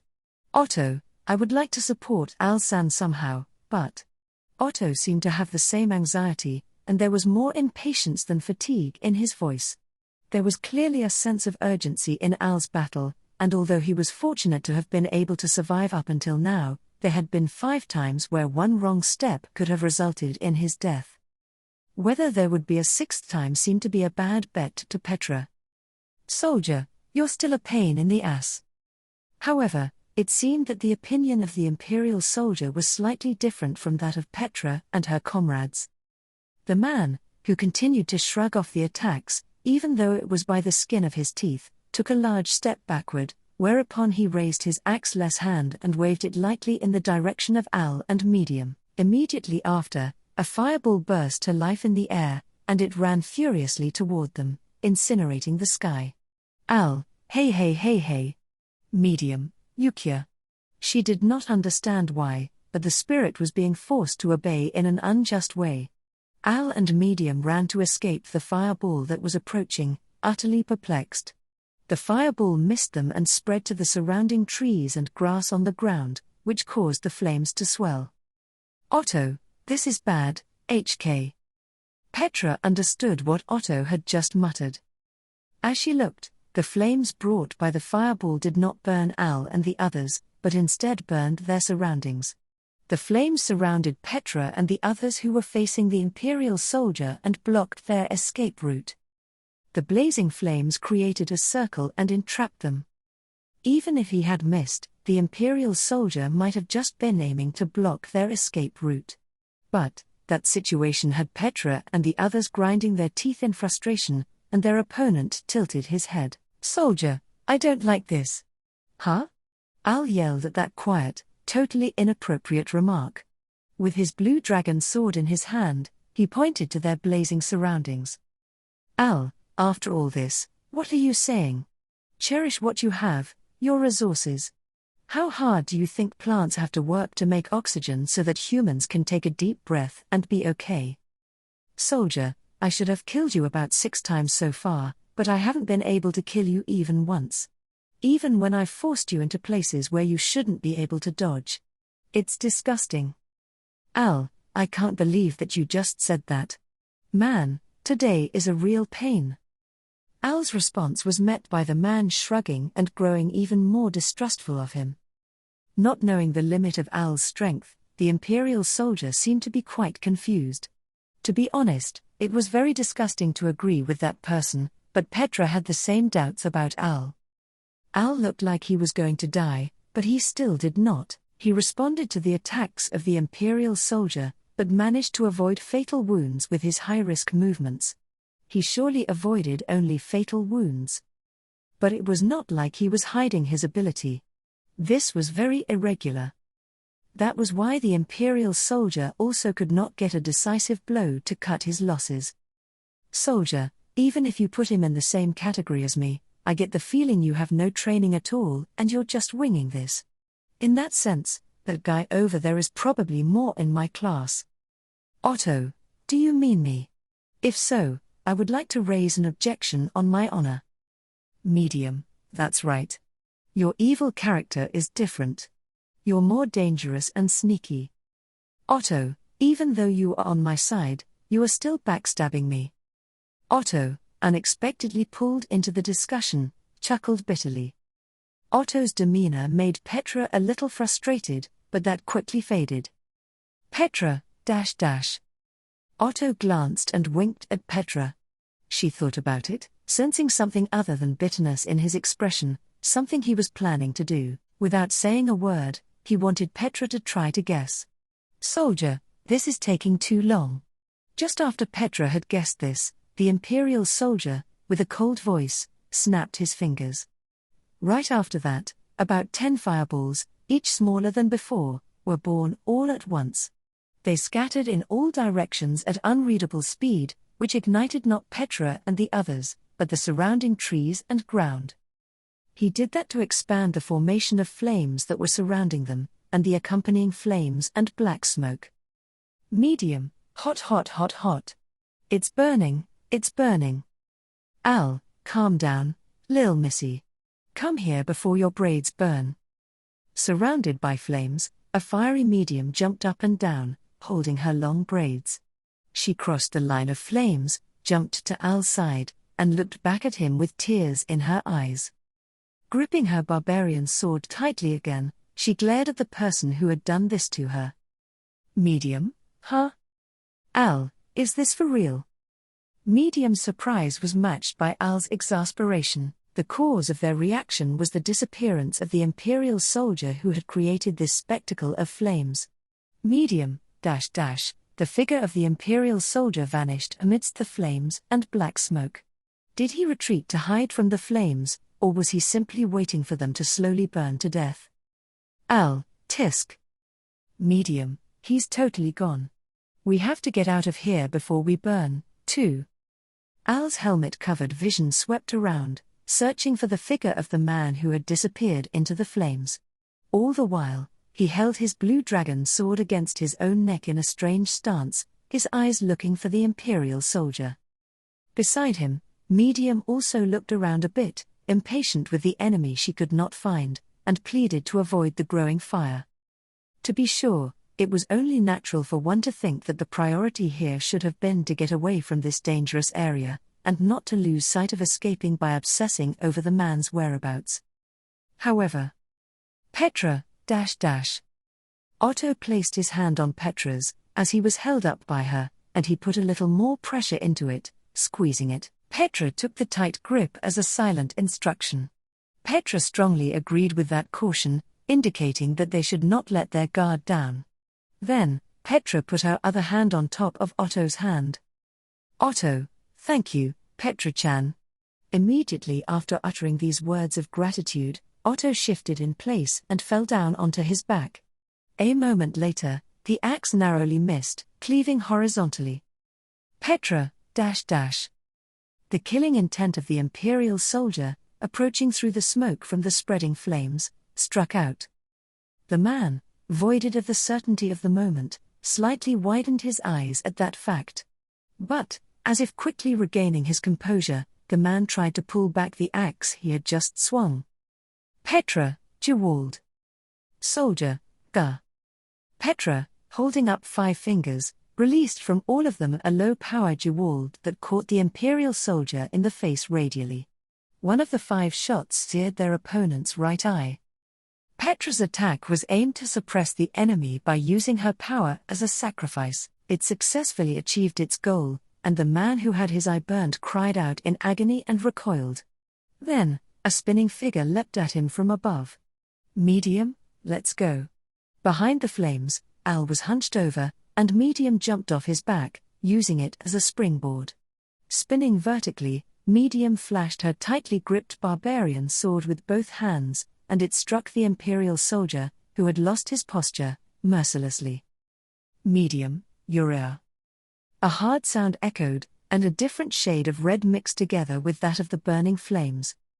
The sound that echoed was not the sound of a skull splitting under a barbarian sword. Petra looked as she raised her hand. Petra saw that the man had voluntarily met the swinging sword with his forehead. That hard sound was probably from armor that he had placed under his bandana. That was how he received Medium's hit.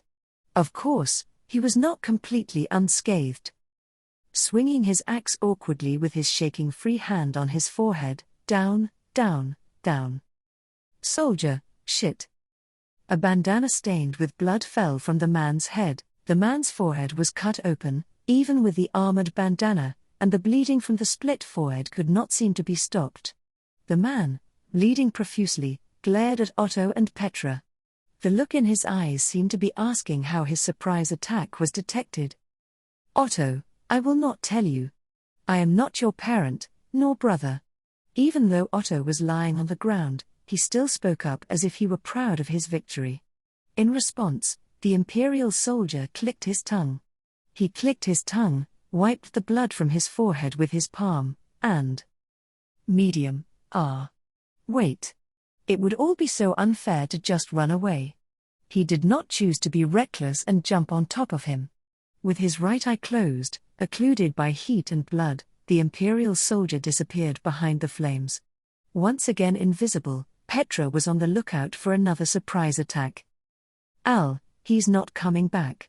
He doesn't seem desperate enough to continue to fight at such a disadvantage. Petra, I disagree. Wasn't it like we were the only ones who were desperate?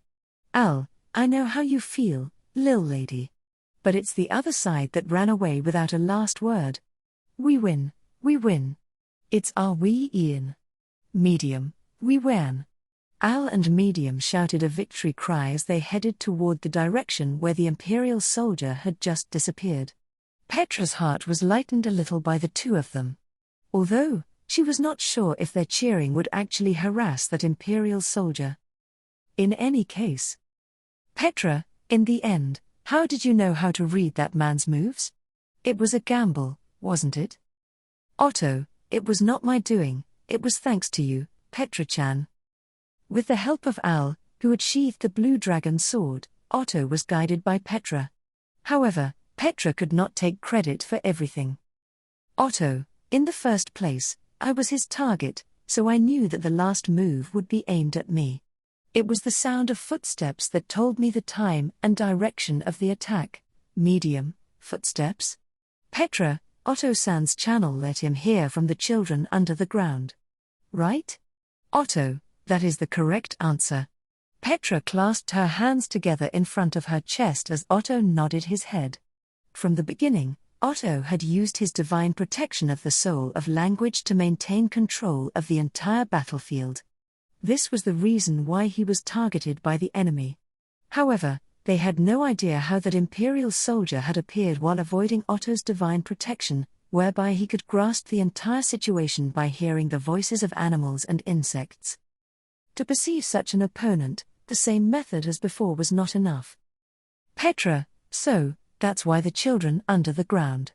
They were useless, as Otto-san said, since they don't have eyes to see what's going on outside. Otto, I just wish I had chosen my words a little more carefully. Anyway, I listened for animals and insects in the ground and determined where he was by the sound of his footsteps. It was a bit hit and miss, but Petra-chan was able to help me pick up the voices with her yang magic. Petra, Otto-san, you gave me a signal with an ugly look on your face. Otto asked Petra for support with yang magic when he gripped her hand tightly. With her help, Otto used his divine protection and guessed his opponent's position from the sound of his footsteps, avoided the final ambush and, by contrast, inflicted a painful blow on their opponent, forcing him to retreat. Otto, to tell you the truth, I wanted to make him unable to continue fighting. Petra, I agree. He wasn't strong, he was just good at killing. More importantly. Medium, hot. We've got to get out of here fast, or we're gonna get baked. Having a dangerous enemy retreat did not necessarily overcome the situation of the surrounding area that was on fire. Hearing Medium's complaint, Al lent his shoulder to Otto and said, "Yeah, you're right." Petra, along with Medium, led them along, looking for a spot where the effects of the flames were less severe, and so, the group attempted to leave before the flames engulfed them. Otto, let us get out of here as soon as possible. There is now a reason to return to the main camp. Al, the way you just put it, it doesn't sound like a prelude to the heroic story where you brag about how you survived a dangerous opponent. Otto, yes, it is bad news. Things are getting very time-sensitive. Earlier, I was trying to listen for footsteps, and this is just a secondary piece of information that I happened to hear. It was an unpleasant preface that was spoken just as one hardship was about to be over. Chased by the heat of the flames, but still unable to miss his statement, Petra turned to see a grim-faced Otto behind her, or, rather, he was looking out over the entire battlefield. Otto, it seems that the whole battlefield is about to be compromised from a completely different aspect of the dragon and the burning sky and all of that. In fact, it is right in front of our eyes, coincidentally, at the same time that his brother detected it through the divine protection of earth spirits. Otto Suwin obtained the same information through the divine protection of the soul of language, and thus, Otto Suwin spoke. I have heard that there is a so-called great disaster drawing near that will endanger the Walachian Empire. As I am a general first class of the Empire. As I am a general that still survives though living in disgrace. No matter what it takes. I shall not die without being of service to His Excellency the Emperor. Being thus informed by the large man that had been chained to a wall underground, the person that introduced himself as Goes Ralphon, Rem understood that problems other than the rebellion would soon shake the imperial capital. Although Goes had been quite weak after having been given only one meal every 2 days, he became surprisingly energetic and recovered his vitality after Rem's stopgap healing magic. She thought the majority of that effect was probably largely due to his own conviction. Goes, girl, your treatment has saved my life. Normally, I would have liked to invite you to my home and introduce my savior to my wife and children, but I must now head to His Excellency's side. I shall repay you for this. Rem, yes. Goes, if possible, leave here and join up with the regular army. General First Class Moguro Hagane or General Second Class Kavma Irelux shall do you no harm.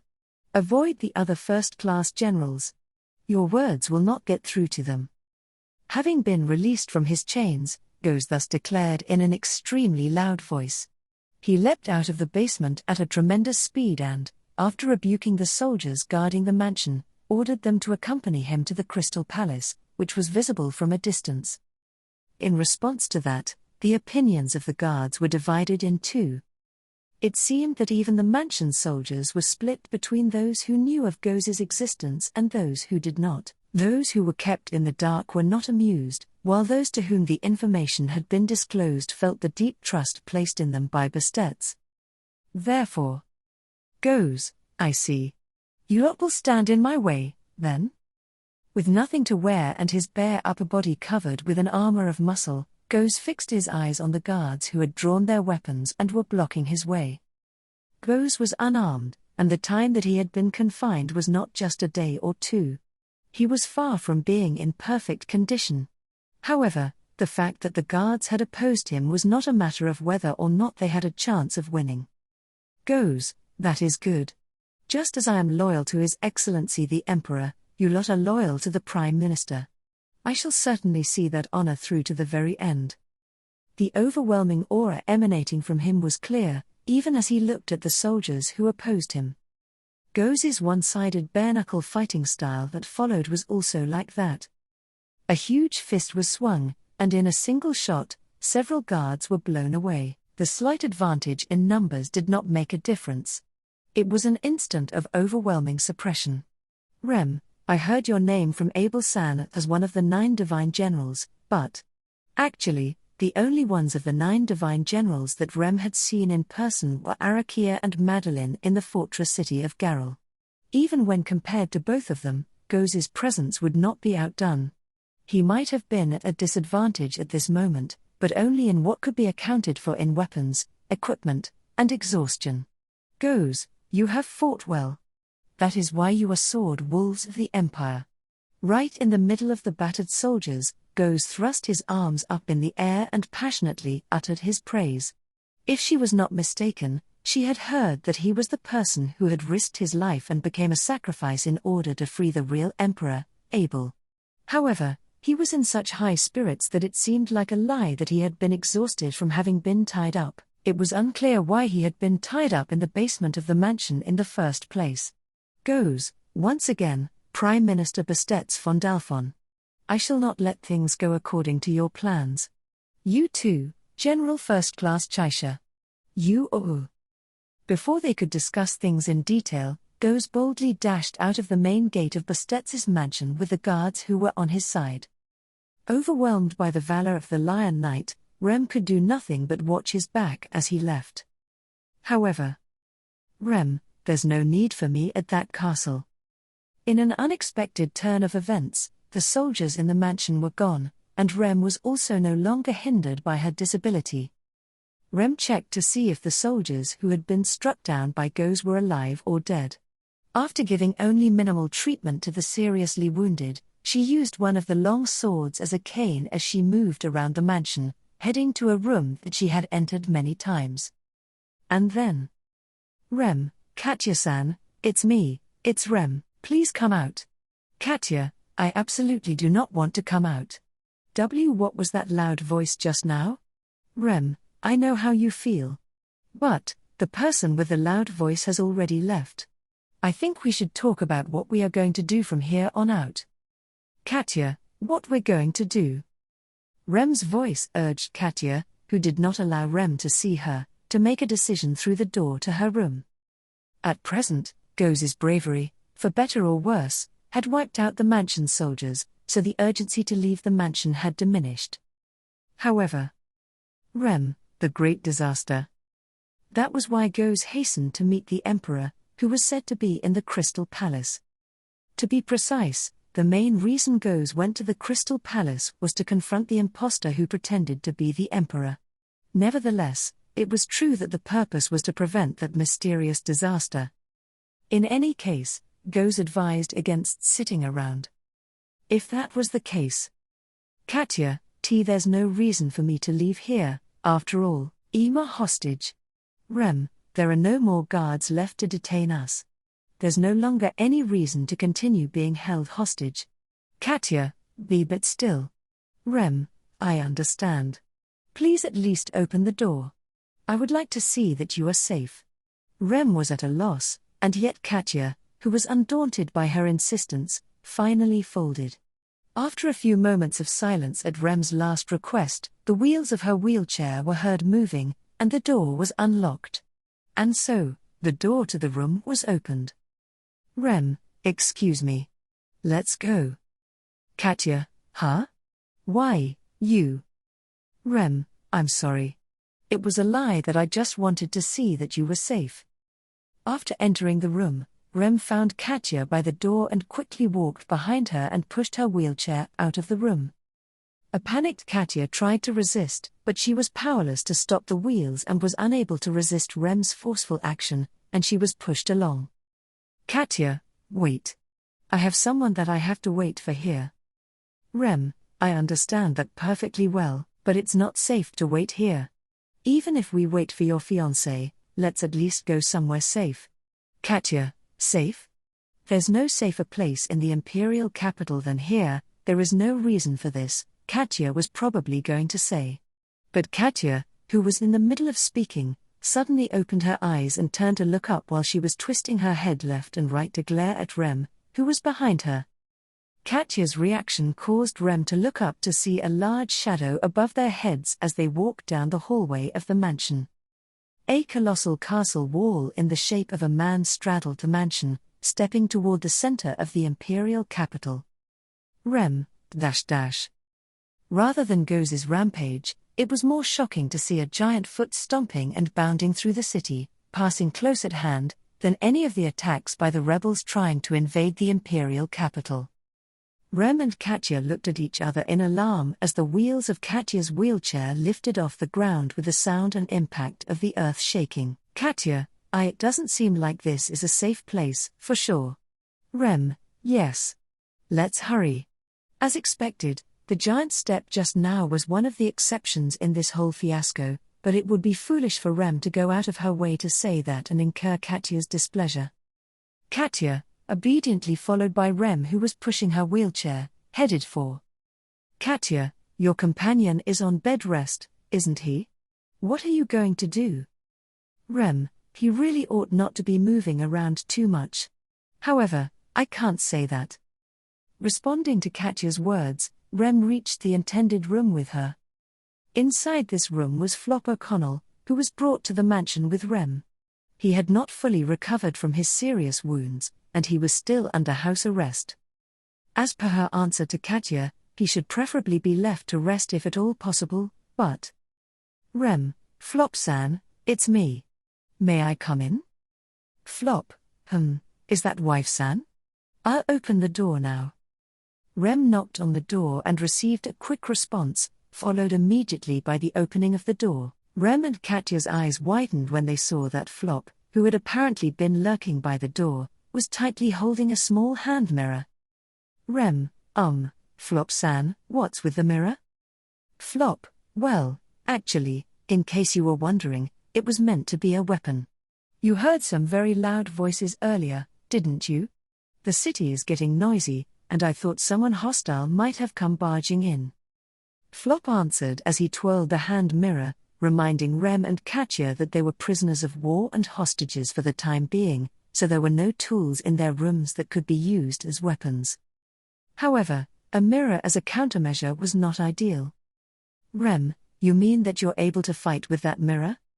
Flop, unfortunately, this is about all there was in this room.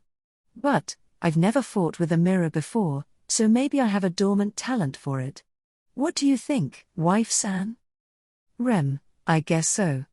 I'd like to stop talking about unnecessary things and do what's necessary, however. Flop responded to Katya's glare in his usual tone of voice that was reassuring in his own way, but at the same time, she wanted to put this aside for a while, as they were in such a dire situation. Regardless. Rem, this is Katya-san. I met her at this mansion. Flop, I'm Flop O'Connell. You must be the friend of wife-san's that I heard so much about. Katya, I don't remember becoming friends with this girl, but... Flop, if that's the case, then you should be ready to do so. Making good friends is the key to a better life. Even if it doesn't, there's nothing wrong with having a lot of friends. Katya, I'm probably not as good at that as you are. As Rem expected, Flop had a personality that Katya was not very comfortable with. Nevertheless, Flop's disposition was such that he did not mind if Katya was frank with him, so it would be the best situation if Katya was just bitter about it. Rem, Flop-san, the situation in the imperial capital right now is... Flop, I know more or less about it. Madeline Kun came to meet me right before she left for the battle. Rem, Madeline-san, came to meet you?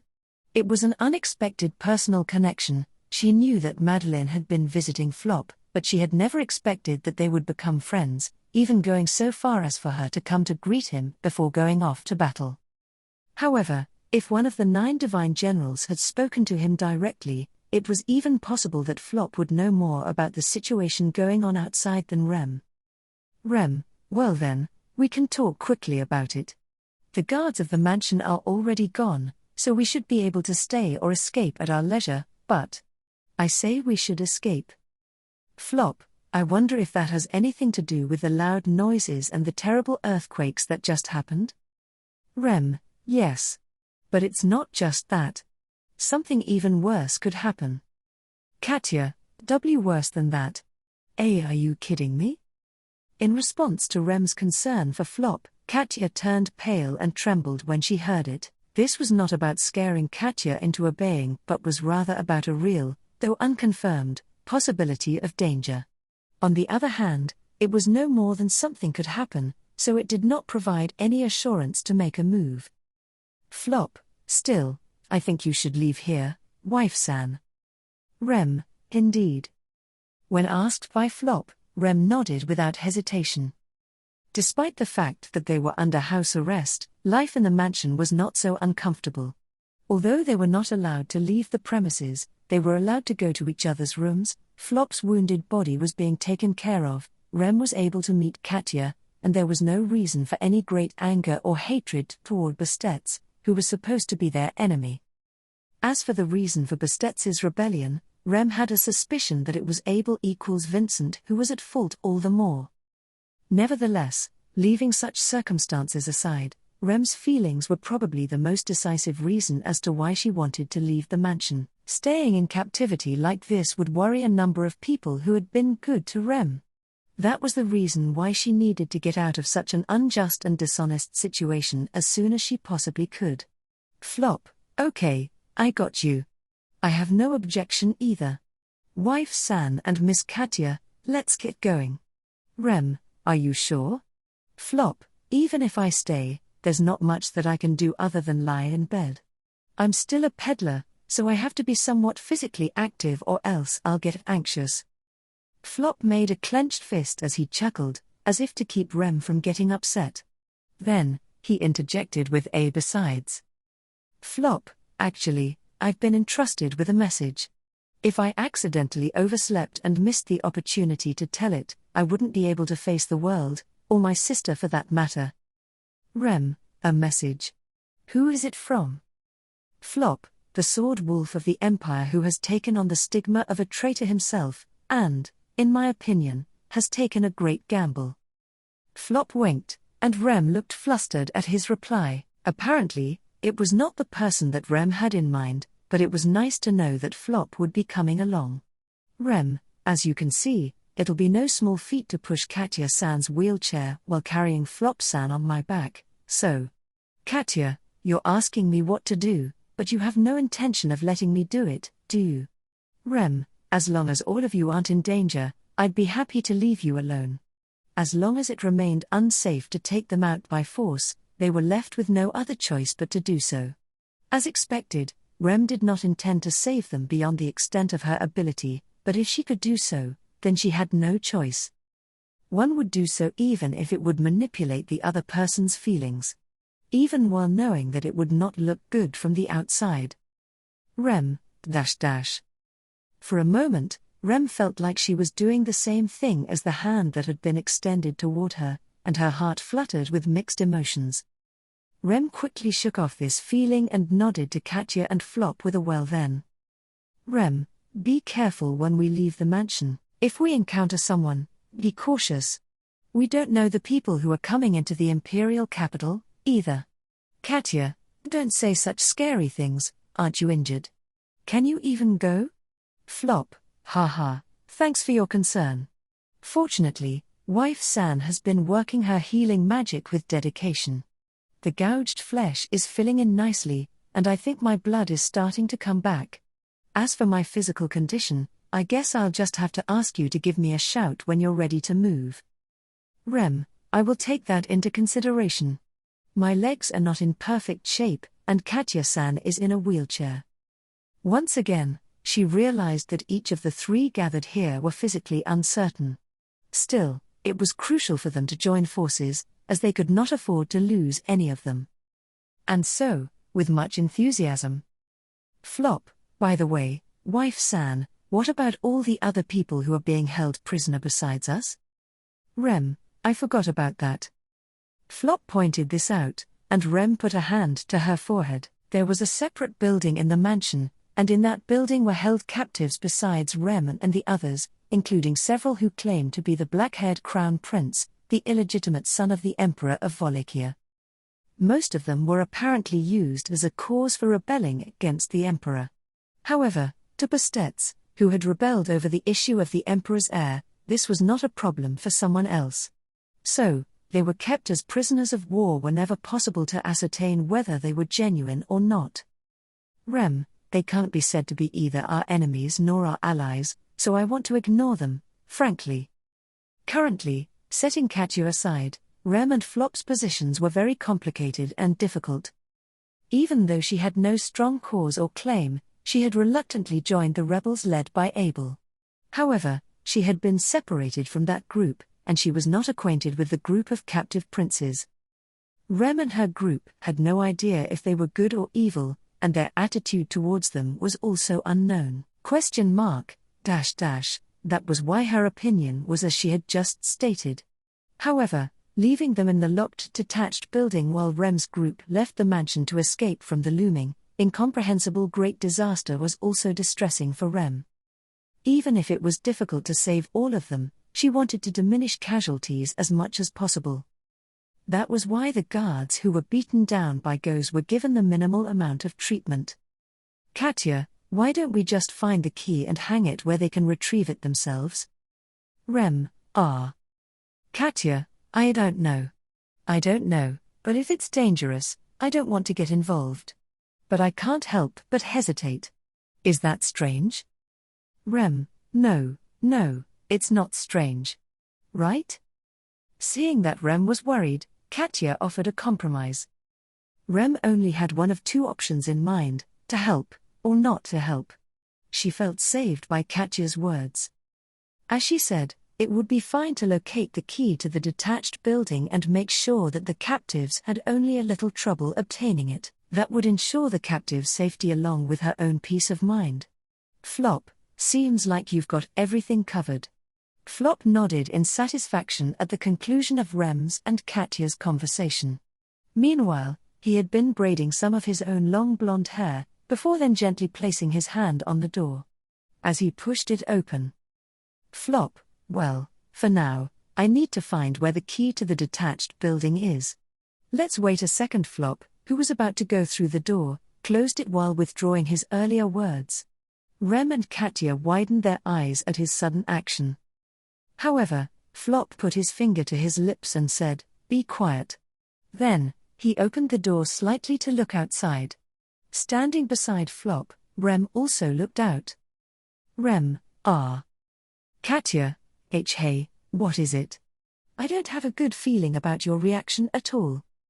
When Rem found out why Flop had closed the door, she choked, and Katya's voice trembled at their reactions. But she could not immediately find words to relieve Katya's anxiety. That was because for both Rem and Flop, it was a scene that was outside the realm of their imaginations. In the courtyard of Bastet's mansion, figures other than the soldiers were standing there. They were Flop, somehow, they look sickly pale, don't they? I wonder if they aren't getting enough sleep? The appearance of the figures enveloped in a bloodthirsty aura was so strange, to the point that Flop's joke sounded dry. Pale complexions with no signs of life and cracks running across their visible skin, a group of people, bearing features that could be recognized at a glance as bizarre, were occupying the mansion of the Imperial Prime Minister. Flop, at a glance, they all had the appearance of Imperial soldiers, didn't they? Shutting the door without a noise, Flop muttered, holding his breath together with Rem and Katya.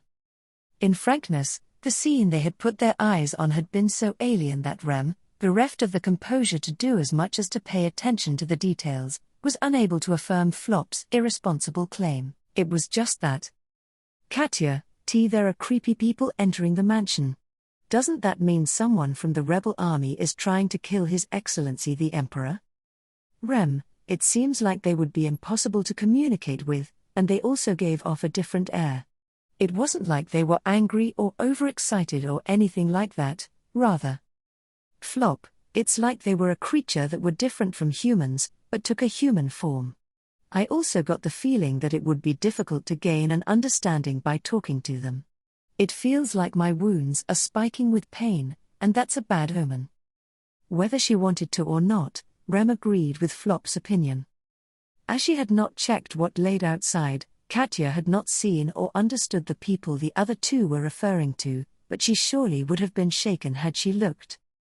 Looking at her friend, who she felt had quite a different sense of logic, Rem had a sudden brainwave. Rem, don't tell me, that's the great disaster? She had only heard the expression great disaster from Goes, but she supposed it was something nefarious regardless of its exact nature. Having heard about it being imminent, and having laid eyes on the beings outside, she could not help but believe there was a connection between the two. Moreover, this was just Rem's intuition as a practitioner of healing magic, but Rem, it didn't feel like there was life in them. It was as if... Katya, why you're not going to say they're dead people, right? Calling them something like hollows is ridiculous. 1. Flop, though, it may be still too soon to laugh that off. The ones outside took the appearance of Imperial soldiers, and come to think of it, their armor, as well as their faces and napes, seemed to be in a somewhat tattered state. Perhaps there's a chance they are still with the wounds they received in life. What do you think? Katya, what do I think? I have no idea. Flop's expression, true to his nature, caused Katya to lose her head and dart her eyes about in bewilderment. But the fact that she was rejecting it vehemently served as undeniable proof that she, too, had perceived that something abnormal was happening from Rem and Flop's behavior. Even worse than that was... Gya. Ga. Ah.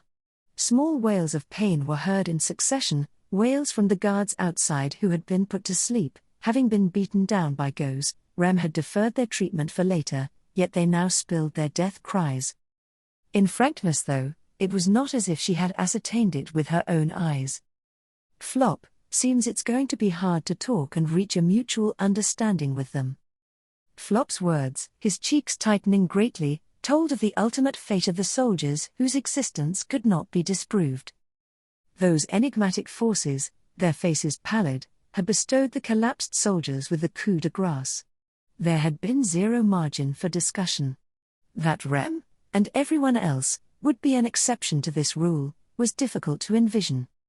Rem, had she at least put the soldiers in some room, would it have been different? Had they, who were collapsed and defenseless, been moved to a safe place, their arbitrary demise could have been avoided. That being the case, the onus for their deaths would lie with Rem, who had not done everything possible. Katya, HK, is this the time to be thinking about that? Rem, Katya-san. Katya, if you get depressed now, it won't just be those 3 who die. I don't want anything like that. As Rem cast her face downwards in chagrin, it was seized by both of Katya's hands, one hand on each cheek, and the former's head was raised by force. A teary-eyed Katya snapped at Rem as to reproach her, attempting to obliterate Rem's faint-hearted disposition. Katya's momentum and wholly honest words made Rem catch her breath. Nodding quietly after that. Rem, Flop-san, the situation has changed. We have no choice but to go unlock that one separate building. Flop, aha, indeed, wife-san.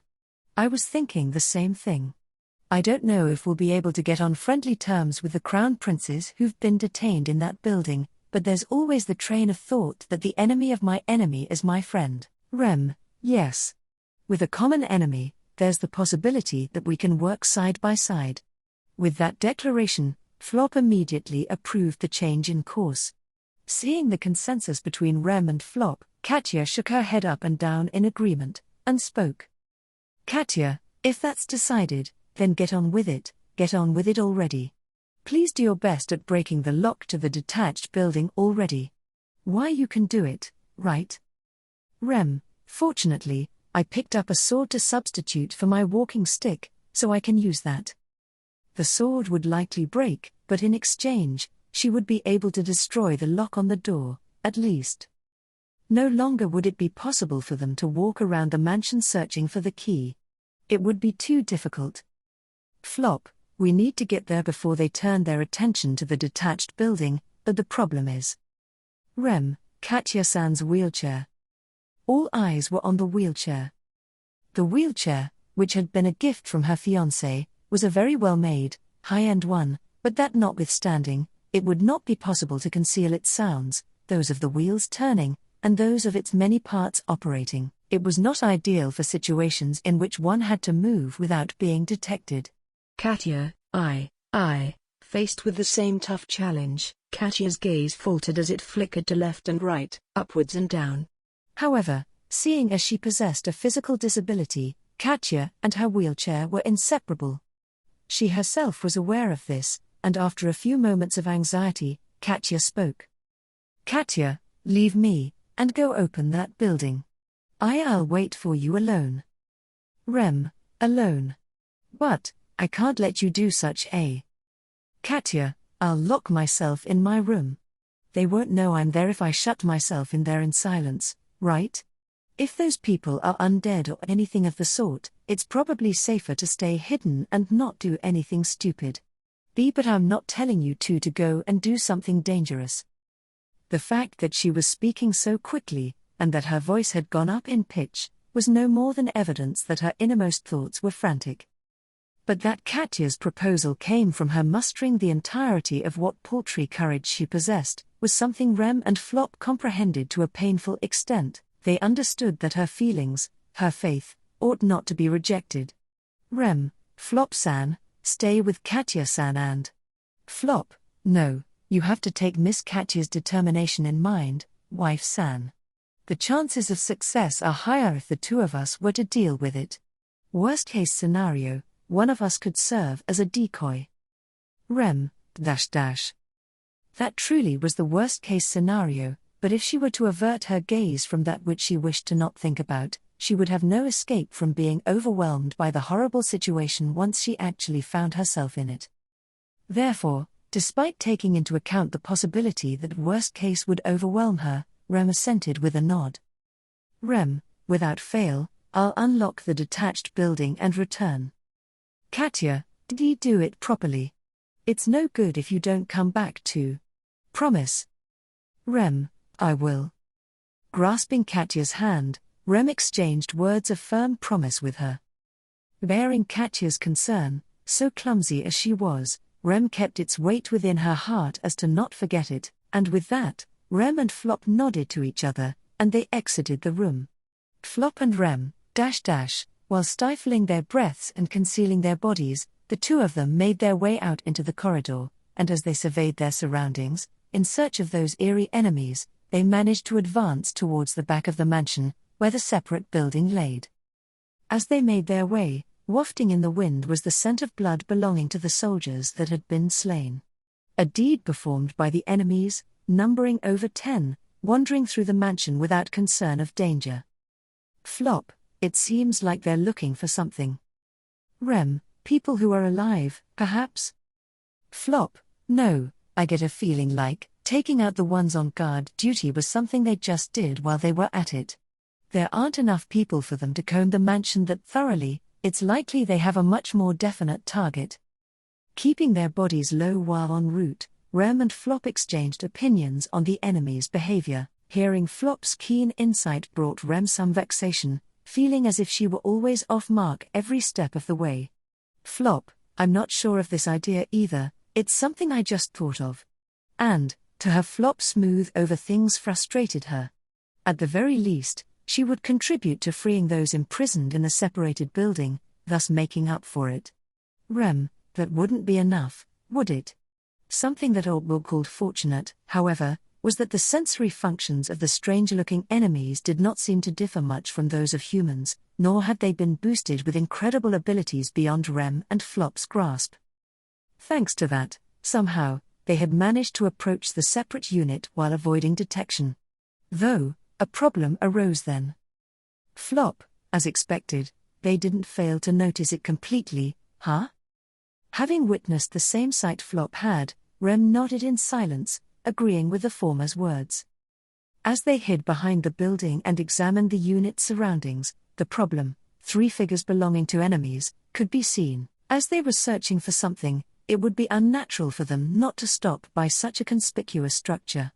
The problem was the building's interior. If the crown princes were truly confined within, the enemies would massacre the former without a word edgewise the moment they broke through the door. There was no time to lose. If they did not act this very instant, their lives would be forfeit. Flop, wife-san, I'll attract their attention. Can you do them in while I keep all 3 occupied? Rem, Flop, I don't mind if we reverse our roles, wife-san, but I think it's more likely that you succeed than me with my lack of nerve. I'd like you to decide now. A forceful declaration, but a decision was necessary. Taking that in, Rem closed her eyes for a second, then quickly opened them. And then, Rem, let's do it. I'll go around the back. Flop-san, it'll take only a second. Flop, yeah, I'll leave it to you. I don't want to boast, but serving as a decoy's one of my strong points. Rem nodded to Flop's answer of reliability, and they then split up. With the 3 enemies right in front of the building's entrance, while they planned to breach the large door, Rem and Flop separated in different directions, as if to sandwich their foes. Rem, Squeezing onto it, Rem ascertained the feel of the steel sword she had carried for the purpose of breaking the lock. Never had she had experience wielding the sword, nor was wounding another her forte. If anything, breaking Subaru's finger was all Rem's battle experience amounted to. It was possible to say that it was far from a solid foundation for her self-confidence. But whether she had confidence in herself or not was irrelevant. She had to do it. Do or die.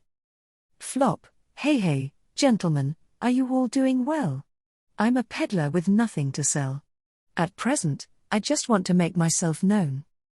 Abruptly, Flop slipped out from behind the building, and started a conversation with the enemies. Although he had to draw their attention on the spur of the moment, and although there had not been any major preparation done in advance, and speaking of Flop's demeanor, it was far too assertive as to slip by them. Enemy, who the hell are ya?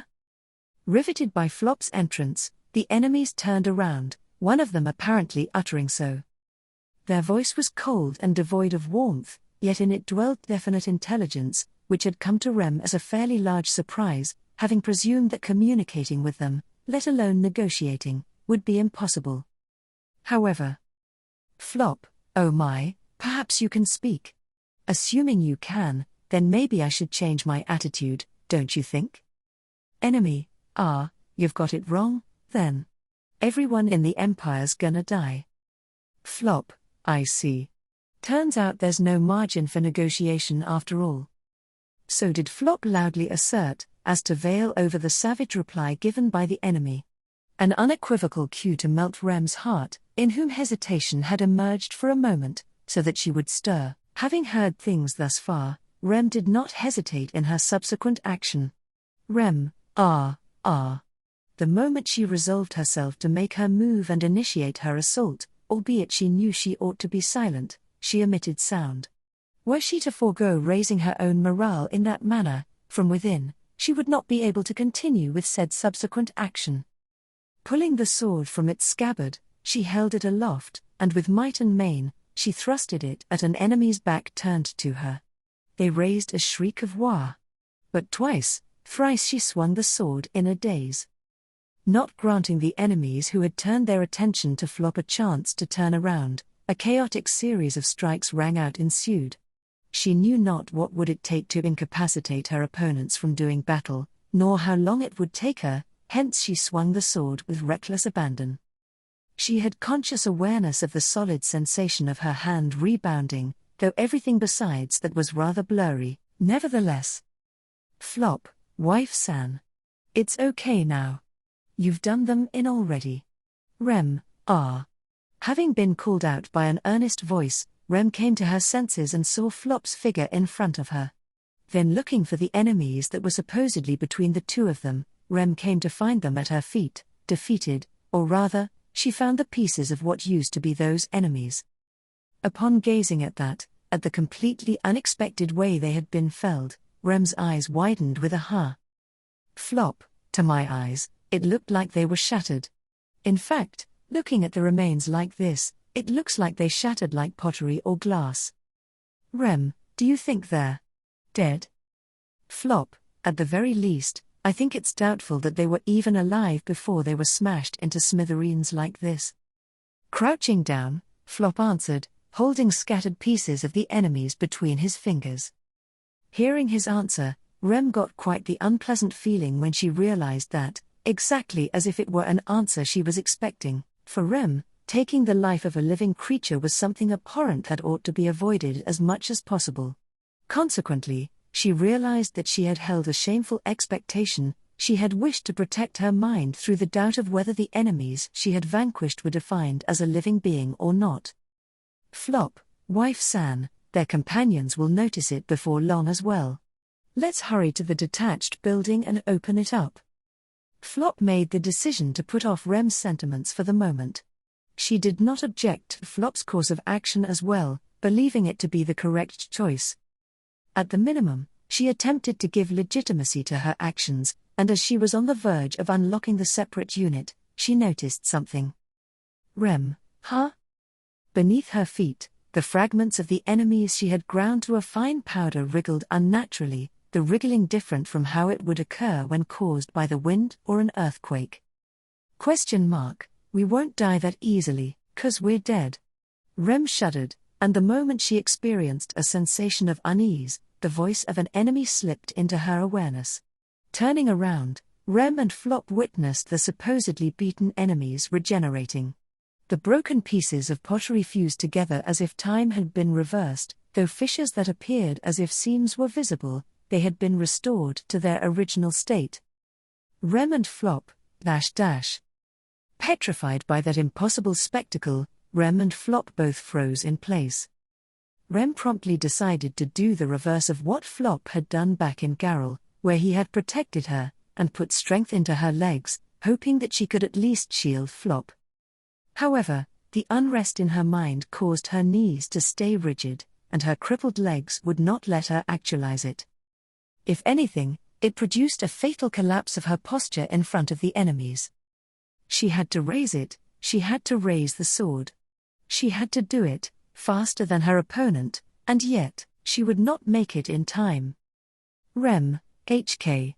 There was a flash of a grey light of dull hue with a swish. An enemy was about to strike Rem and Flop down, devoid of any mercy, with the sword in his hand, and it happened at that exact moment. L. Minya. Two high-pitched voices overlapped, ushering in the extraordinary phenomenon that occurred immediately afterward right in front of Rem's eyes. Before her eyes, purple crystals scored a direct hit on the three sword-wielding enemies from behind, running through their chests. Furthermore, the astonishment did not end at that. Enemy, Gar. And then, in the moment immediately subsequent to a howl of pain from one of the pierced enemies, they had their entire body morph into the same dark purple crystal that had penetrated their chest. And once more, they shattered. If a difference did exist, it was that the enemies, now in purple fragments, displayed no signs of reviving. And the one who had successfully saved Rem and Flop just barely, was. Kept you waiting, Rem. The real star has stepped on the stage. Bravely announcing so, a small silhouette jumped off a large horse that had leapt over the outer wall, infiltrating the grounds of the mansion, and thus, the boy of black hair with nasty-looking eyes, holding up a little girl in a dress in his arms, turned to Rem, closed one eye, and flashed a toothy smile at her. Rem was left speechless due to his flamboyant appearance and announcement, and finally, she spoke. Rem, who are you? The young boy who had so gallantly made his appearance was someone who, to Rem's eyes at least, was unknown. There was a loud, violent knock on the door, which caused Katya to feel a chill run down her spine. Katya, no, don't come in, don't come closer. Pushing her wheelchair to the back of her room, she clutched her curly hair and prayed frantically. she had sent Rem and Flop away and declared that she would wait alone for the time being. Katya was going to stay hidden as long as possible, even breathing as little as she possibly could. And yet, the enemy was aware of her existence, and now she was scared to death. Katya, I'm unlucky. I've always been so unlucky. The fact that the enemy had stumbled upon this room was purely the result of random chance in an attempt to find survivors. However, her luck was terrible, seeing as they had found her so easily. Maybe Rem and Flop would not make it back in time. Such a convenient thing would never happen to her. Katya, brother. Obviously, she was unable to see the other party outside the door. However, according to Rem and Flop, the third party wandering around outside, who were neither Imperial soldiers nor rebels, had the appearance of the dead. Speaking of the dead, the first person that came to Katya's mind was her own big brother, Jamal or Ali. The unexpected death of the brother whom she had thought unkillable. Even as a hollow, she could not help but think that she would like to see him at least one more time. However, when it came to the inexplicable situation of the dead actually walking around, what came to mind was not an obsession with her brother, but rather self-pity. It was wholly unsightly. She could not even have such lofty compassion as to pray for Rem and Flop's safety and hope that they would survive in her stead. All she had was a sense of self-preservation which she could not help. I am just an imperfect and helpless person, one who doesn't deserve to be loved by anyone. Katya, I'm kind of like. Anticipating, hoping, and wishing to be saved was a mistake in and of itself. By thinking such impudent thoughts, Rem and Flop may end up as collateral damage. Was this not the result of Katya's bad luck and ineptitude, which had ended up getting Rem and Flop caught up in this? Katya's throat froze as those endlessly desperate thoughts were interrupted by the sound of the creaking door, which finally began to show signs of having been smashed open. In the face of such a hopeless situation, she cursed her body, seemingly incapable of even screaming satisfactorily. However, Katya, huh? Just when she thought that the door was about to be breached, it happened. On the other side of the door, the enemy that had been trying to break in ceased moving, or, more precisely, they had been forced to stop their destruction. The entire body of the enemy burst into flames, enveloped in vermilion. And then? That micro-spirit I scared into doing that was my last one. A new voice, one different from that of the burning enemy, reached Katya from the other side of the door. Katya looked up as if she had been startled by the sound of the cursing voice. Katya then turned the wheel of her wheelchair and voluntarily took hold of the door herself. With a trembling hand, she unlocked the door that she had been so afraid to open, and opened it. Behind the door stood a man, kicking the burnt and charred corpse of the enemy. Kept you waiting, Katya. Let's get out of here. He had lost his familiar bandana, and his normally upswept hair was down. Katya's eyes widened at the man, his forehead and cheeks covered in dried blood, who was reaching toward her. Then, as she wheeled toward the man. Katya, late. You are so late, you idiot. I would have died, if you hadn't killed them. And then, she tearfully dove into her fiancé, who had ruthlessly made his appearance, at the Crystal Palace of the Imperial capital, at the star-shaped ramparts, and at the rebel stronghold. Various situations were unfolding. There were some who were aware of the circumstances, and others who knew absolutely nothing at all. Those people were all jumbled together on a battlefield transformed into a crucible of chaos. No, the Wallachian Empire was what had been transformed. Where bloodshed was rife, where the loss of life, akin to leaves falling from a tree, was revered, where taking action for the sake of blossoming ambition was considered the right thing. Its vast lands pulsated, and those engraved into the history of the empire arose one after the other. What could it be called, if not a nightmare? The Great Disaster. Indeed, if not to be designated as a nightmare, then it could only be designated as the Great Disaster. The stargazers, who infested the Wallachian Empire, had loudly proclaimed this to be one of the mass-scale disasters that would drive the world to ruination, as declared by the commandment they had been bestowed with. That in itself was a matter inconsequential to the crux that had brought about the circumstances known as the Great Disaster. The important thing was that this disaster induced the ruin of the empire's soil, and at its terminus, the wish would be fulfilled. For that purpose, the moves to be made, the measures to be exhausted, absolutely everything would be expended. Dying and bringing death, killing and being killed, through those means, amassed on the vast lands of Wallachia, were mountains of corpses. If the entirety of Wallachia's spilled blood was the foundation of the plan, all that remained was all that remains is to carry the plan out to the end. Deliberation, required. With that, the bearer of the great disaster, the symbol of ruin, congratulated herself very, very quietly.